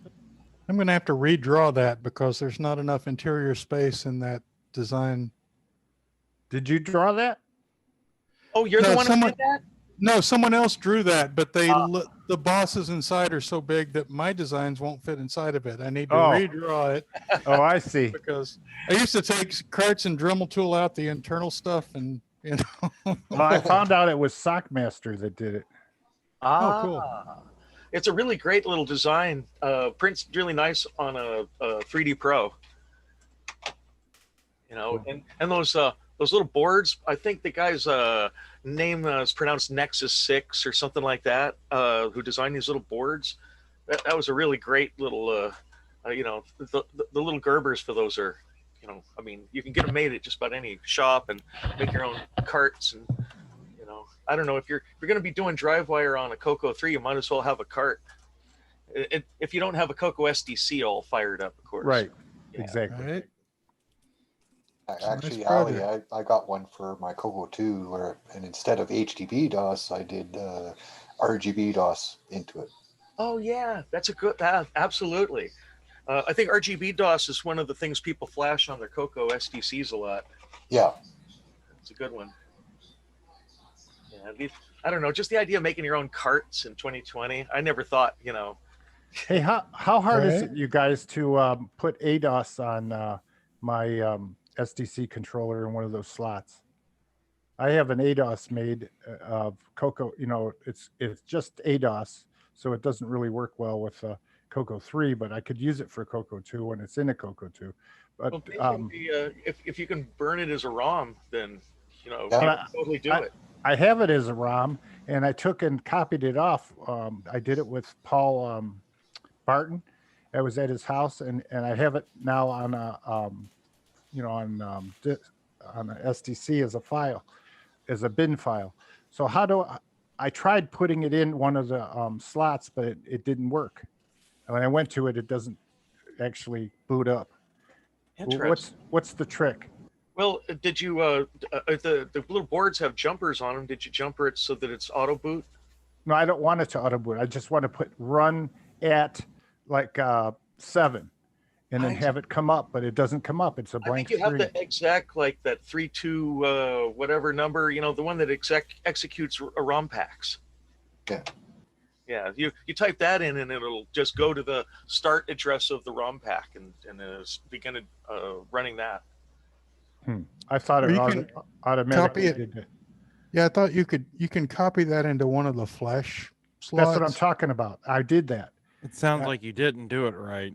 Well, I don't. What other way is there to do it than to use the flash I think that utility? would be something that would be best handled offline, because I think there's a lot to go into there. But right. Yeah, so I forget what the word. What's the word again? Some kind of fruit. Broccoli. Broccoli. That was it. Asparagus. Asparagus. Well, speaking of asparagus, is there anyone else on the panel that has something that can't wait till next week? I just want to make sure. Danny, you're good. We heard from Allison. Yep. Thanks. Yep. Thank you, Allison. Brian Schubring, you're okay. Chet, Alan. I'm good. They save the best for last. Always. Great. Well, thank you, everybody. Really want to thank Bill Noble, who's still on the panel, L. Curtis Boyle, Yep. Alan DeCock making an appearance in a sort of way today. Thank you, Alan. You can find Ron Delvaux on his 75 Facebook group pages. It's true. And push the button, Frank. I have a request for the closing credits. Jason's so salty today. I second the motion. Speaking of Facebook, you can go. There is a NitrOS9 page on Facebook where Bill Pierce, Chris Burke, many other luminaries are on there to answer your questions. We also have our Discord server at discord.cocotalk.live. Please join us there. There's a whole bunch more that we were not able to demo today.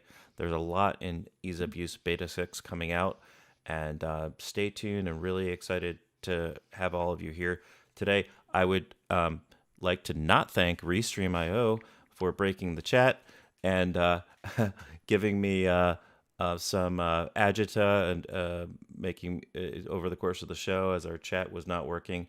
But I do see Lord Dragon out there. Thank you, Todd Wallace, and everyone else who was in the chat, and Brian Weisler and all the rest of the folks that were on the panel. Marco, appreciate all your help out there dealing with the chat situation and bringing those questions up to the forefront. And we will see y'all out there on Facebook and Discord. And Mark Bosley, thank you, and anyone else I forgot. It's been a long show, but we'll see you, and it's exciting, and see you on the other side, everyone. See ya. Good day. Bye-bye. This concludes another episode of CoCoTALK, the world's leading live talk show featuring the Tandy Color Computer. For all things CoCoTALK, visit us on the web at cocotalk.live. We'd love to hear from you. Send feedback, suggestions, even segments via email to cocotalk@cocotalk.live. CoCoTALK is rocking the 8-bit world, keeping the Tandy flame alive. We may be mocked, but we'll never stop, 'cause CoCoTALK is rocking the 8-bit world.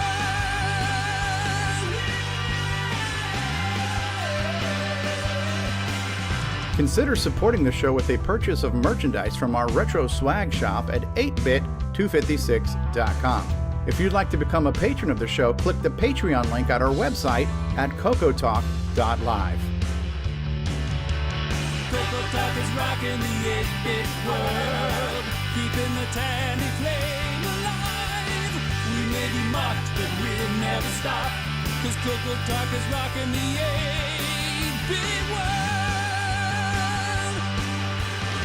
CoCoTALK would not exist without the community, its cast, crew, and contributors. Thanks go to Curtis Boyle, David Ladd, Mark Overholzer, Grant Leedy, Bruce Moore, Nick Marentes, Ron Delvaux, Rick Adams, Jason Reicher, Richard Lorbieski, Jim Brain, Tom C., Rob Inman, Mark Bosley, Brian Joyce, Ken Reichert, David O'Connor, Brian Weasler, Terry Steggy, Nick Marotta, John Strong, and many more, especially to Steve Bjork for production suggestions and James Differendaffer for making my head explode.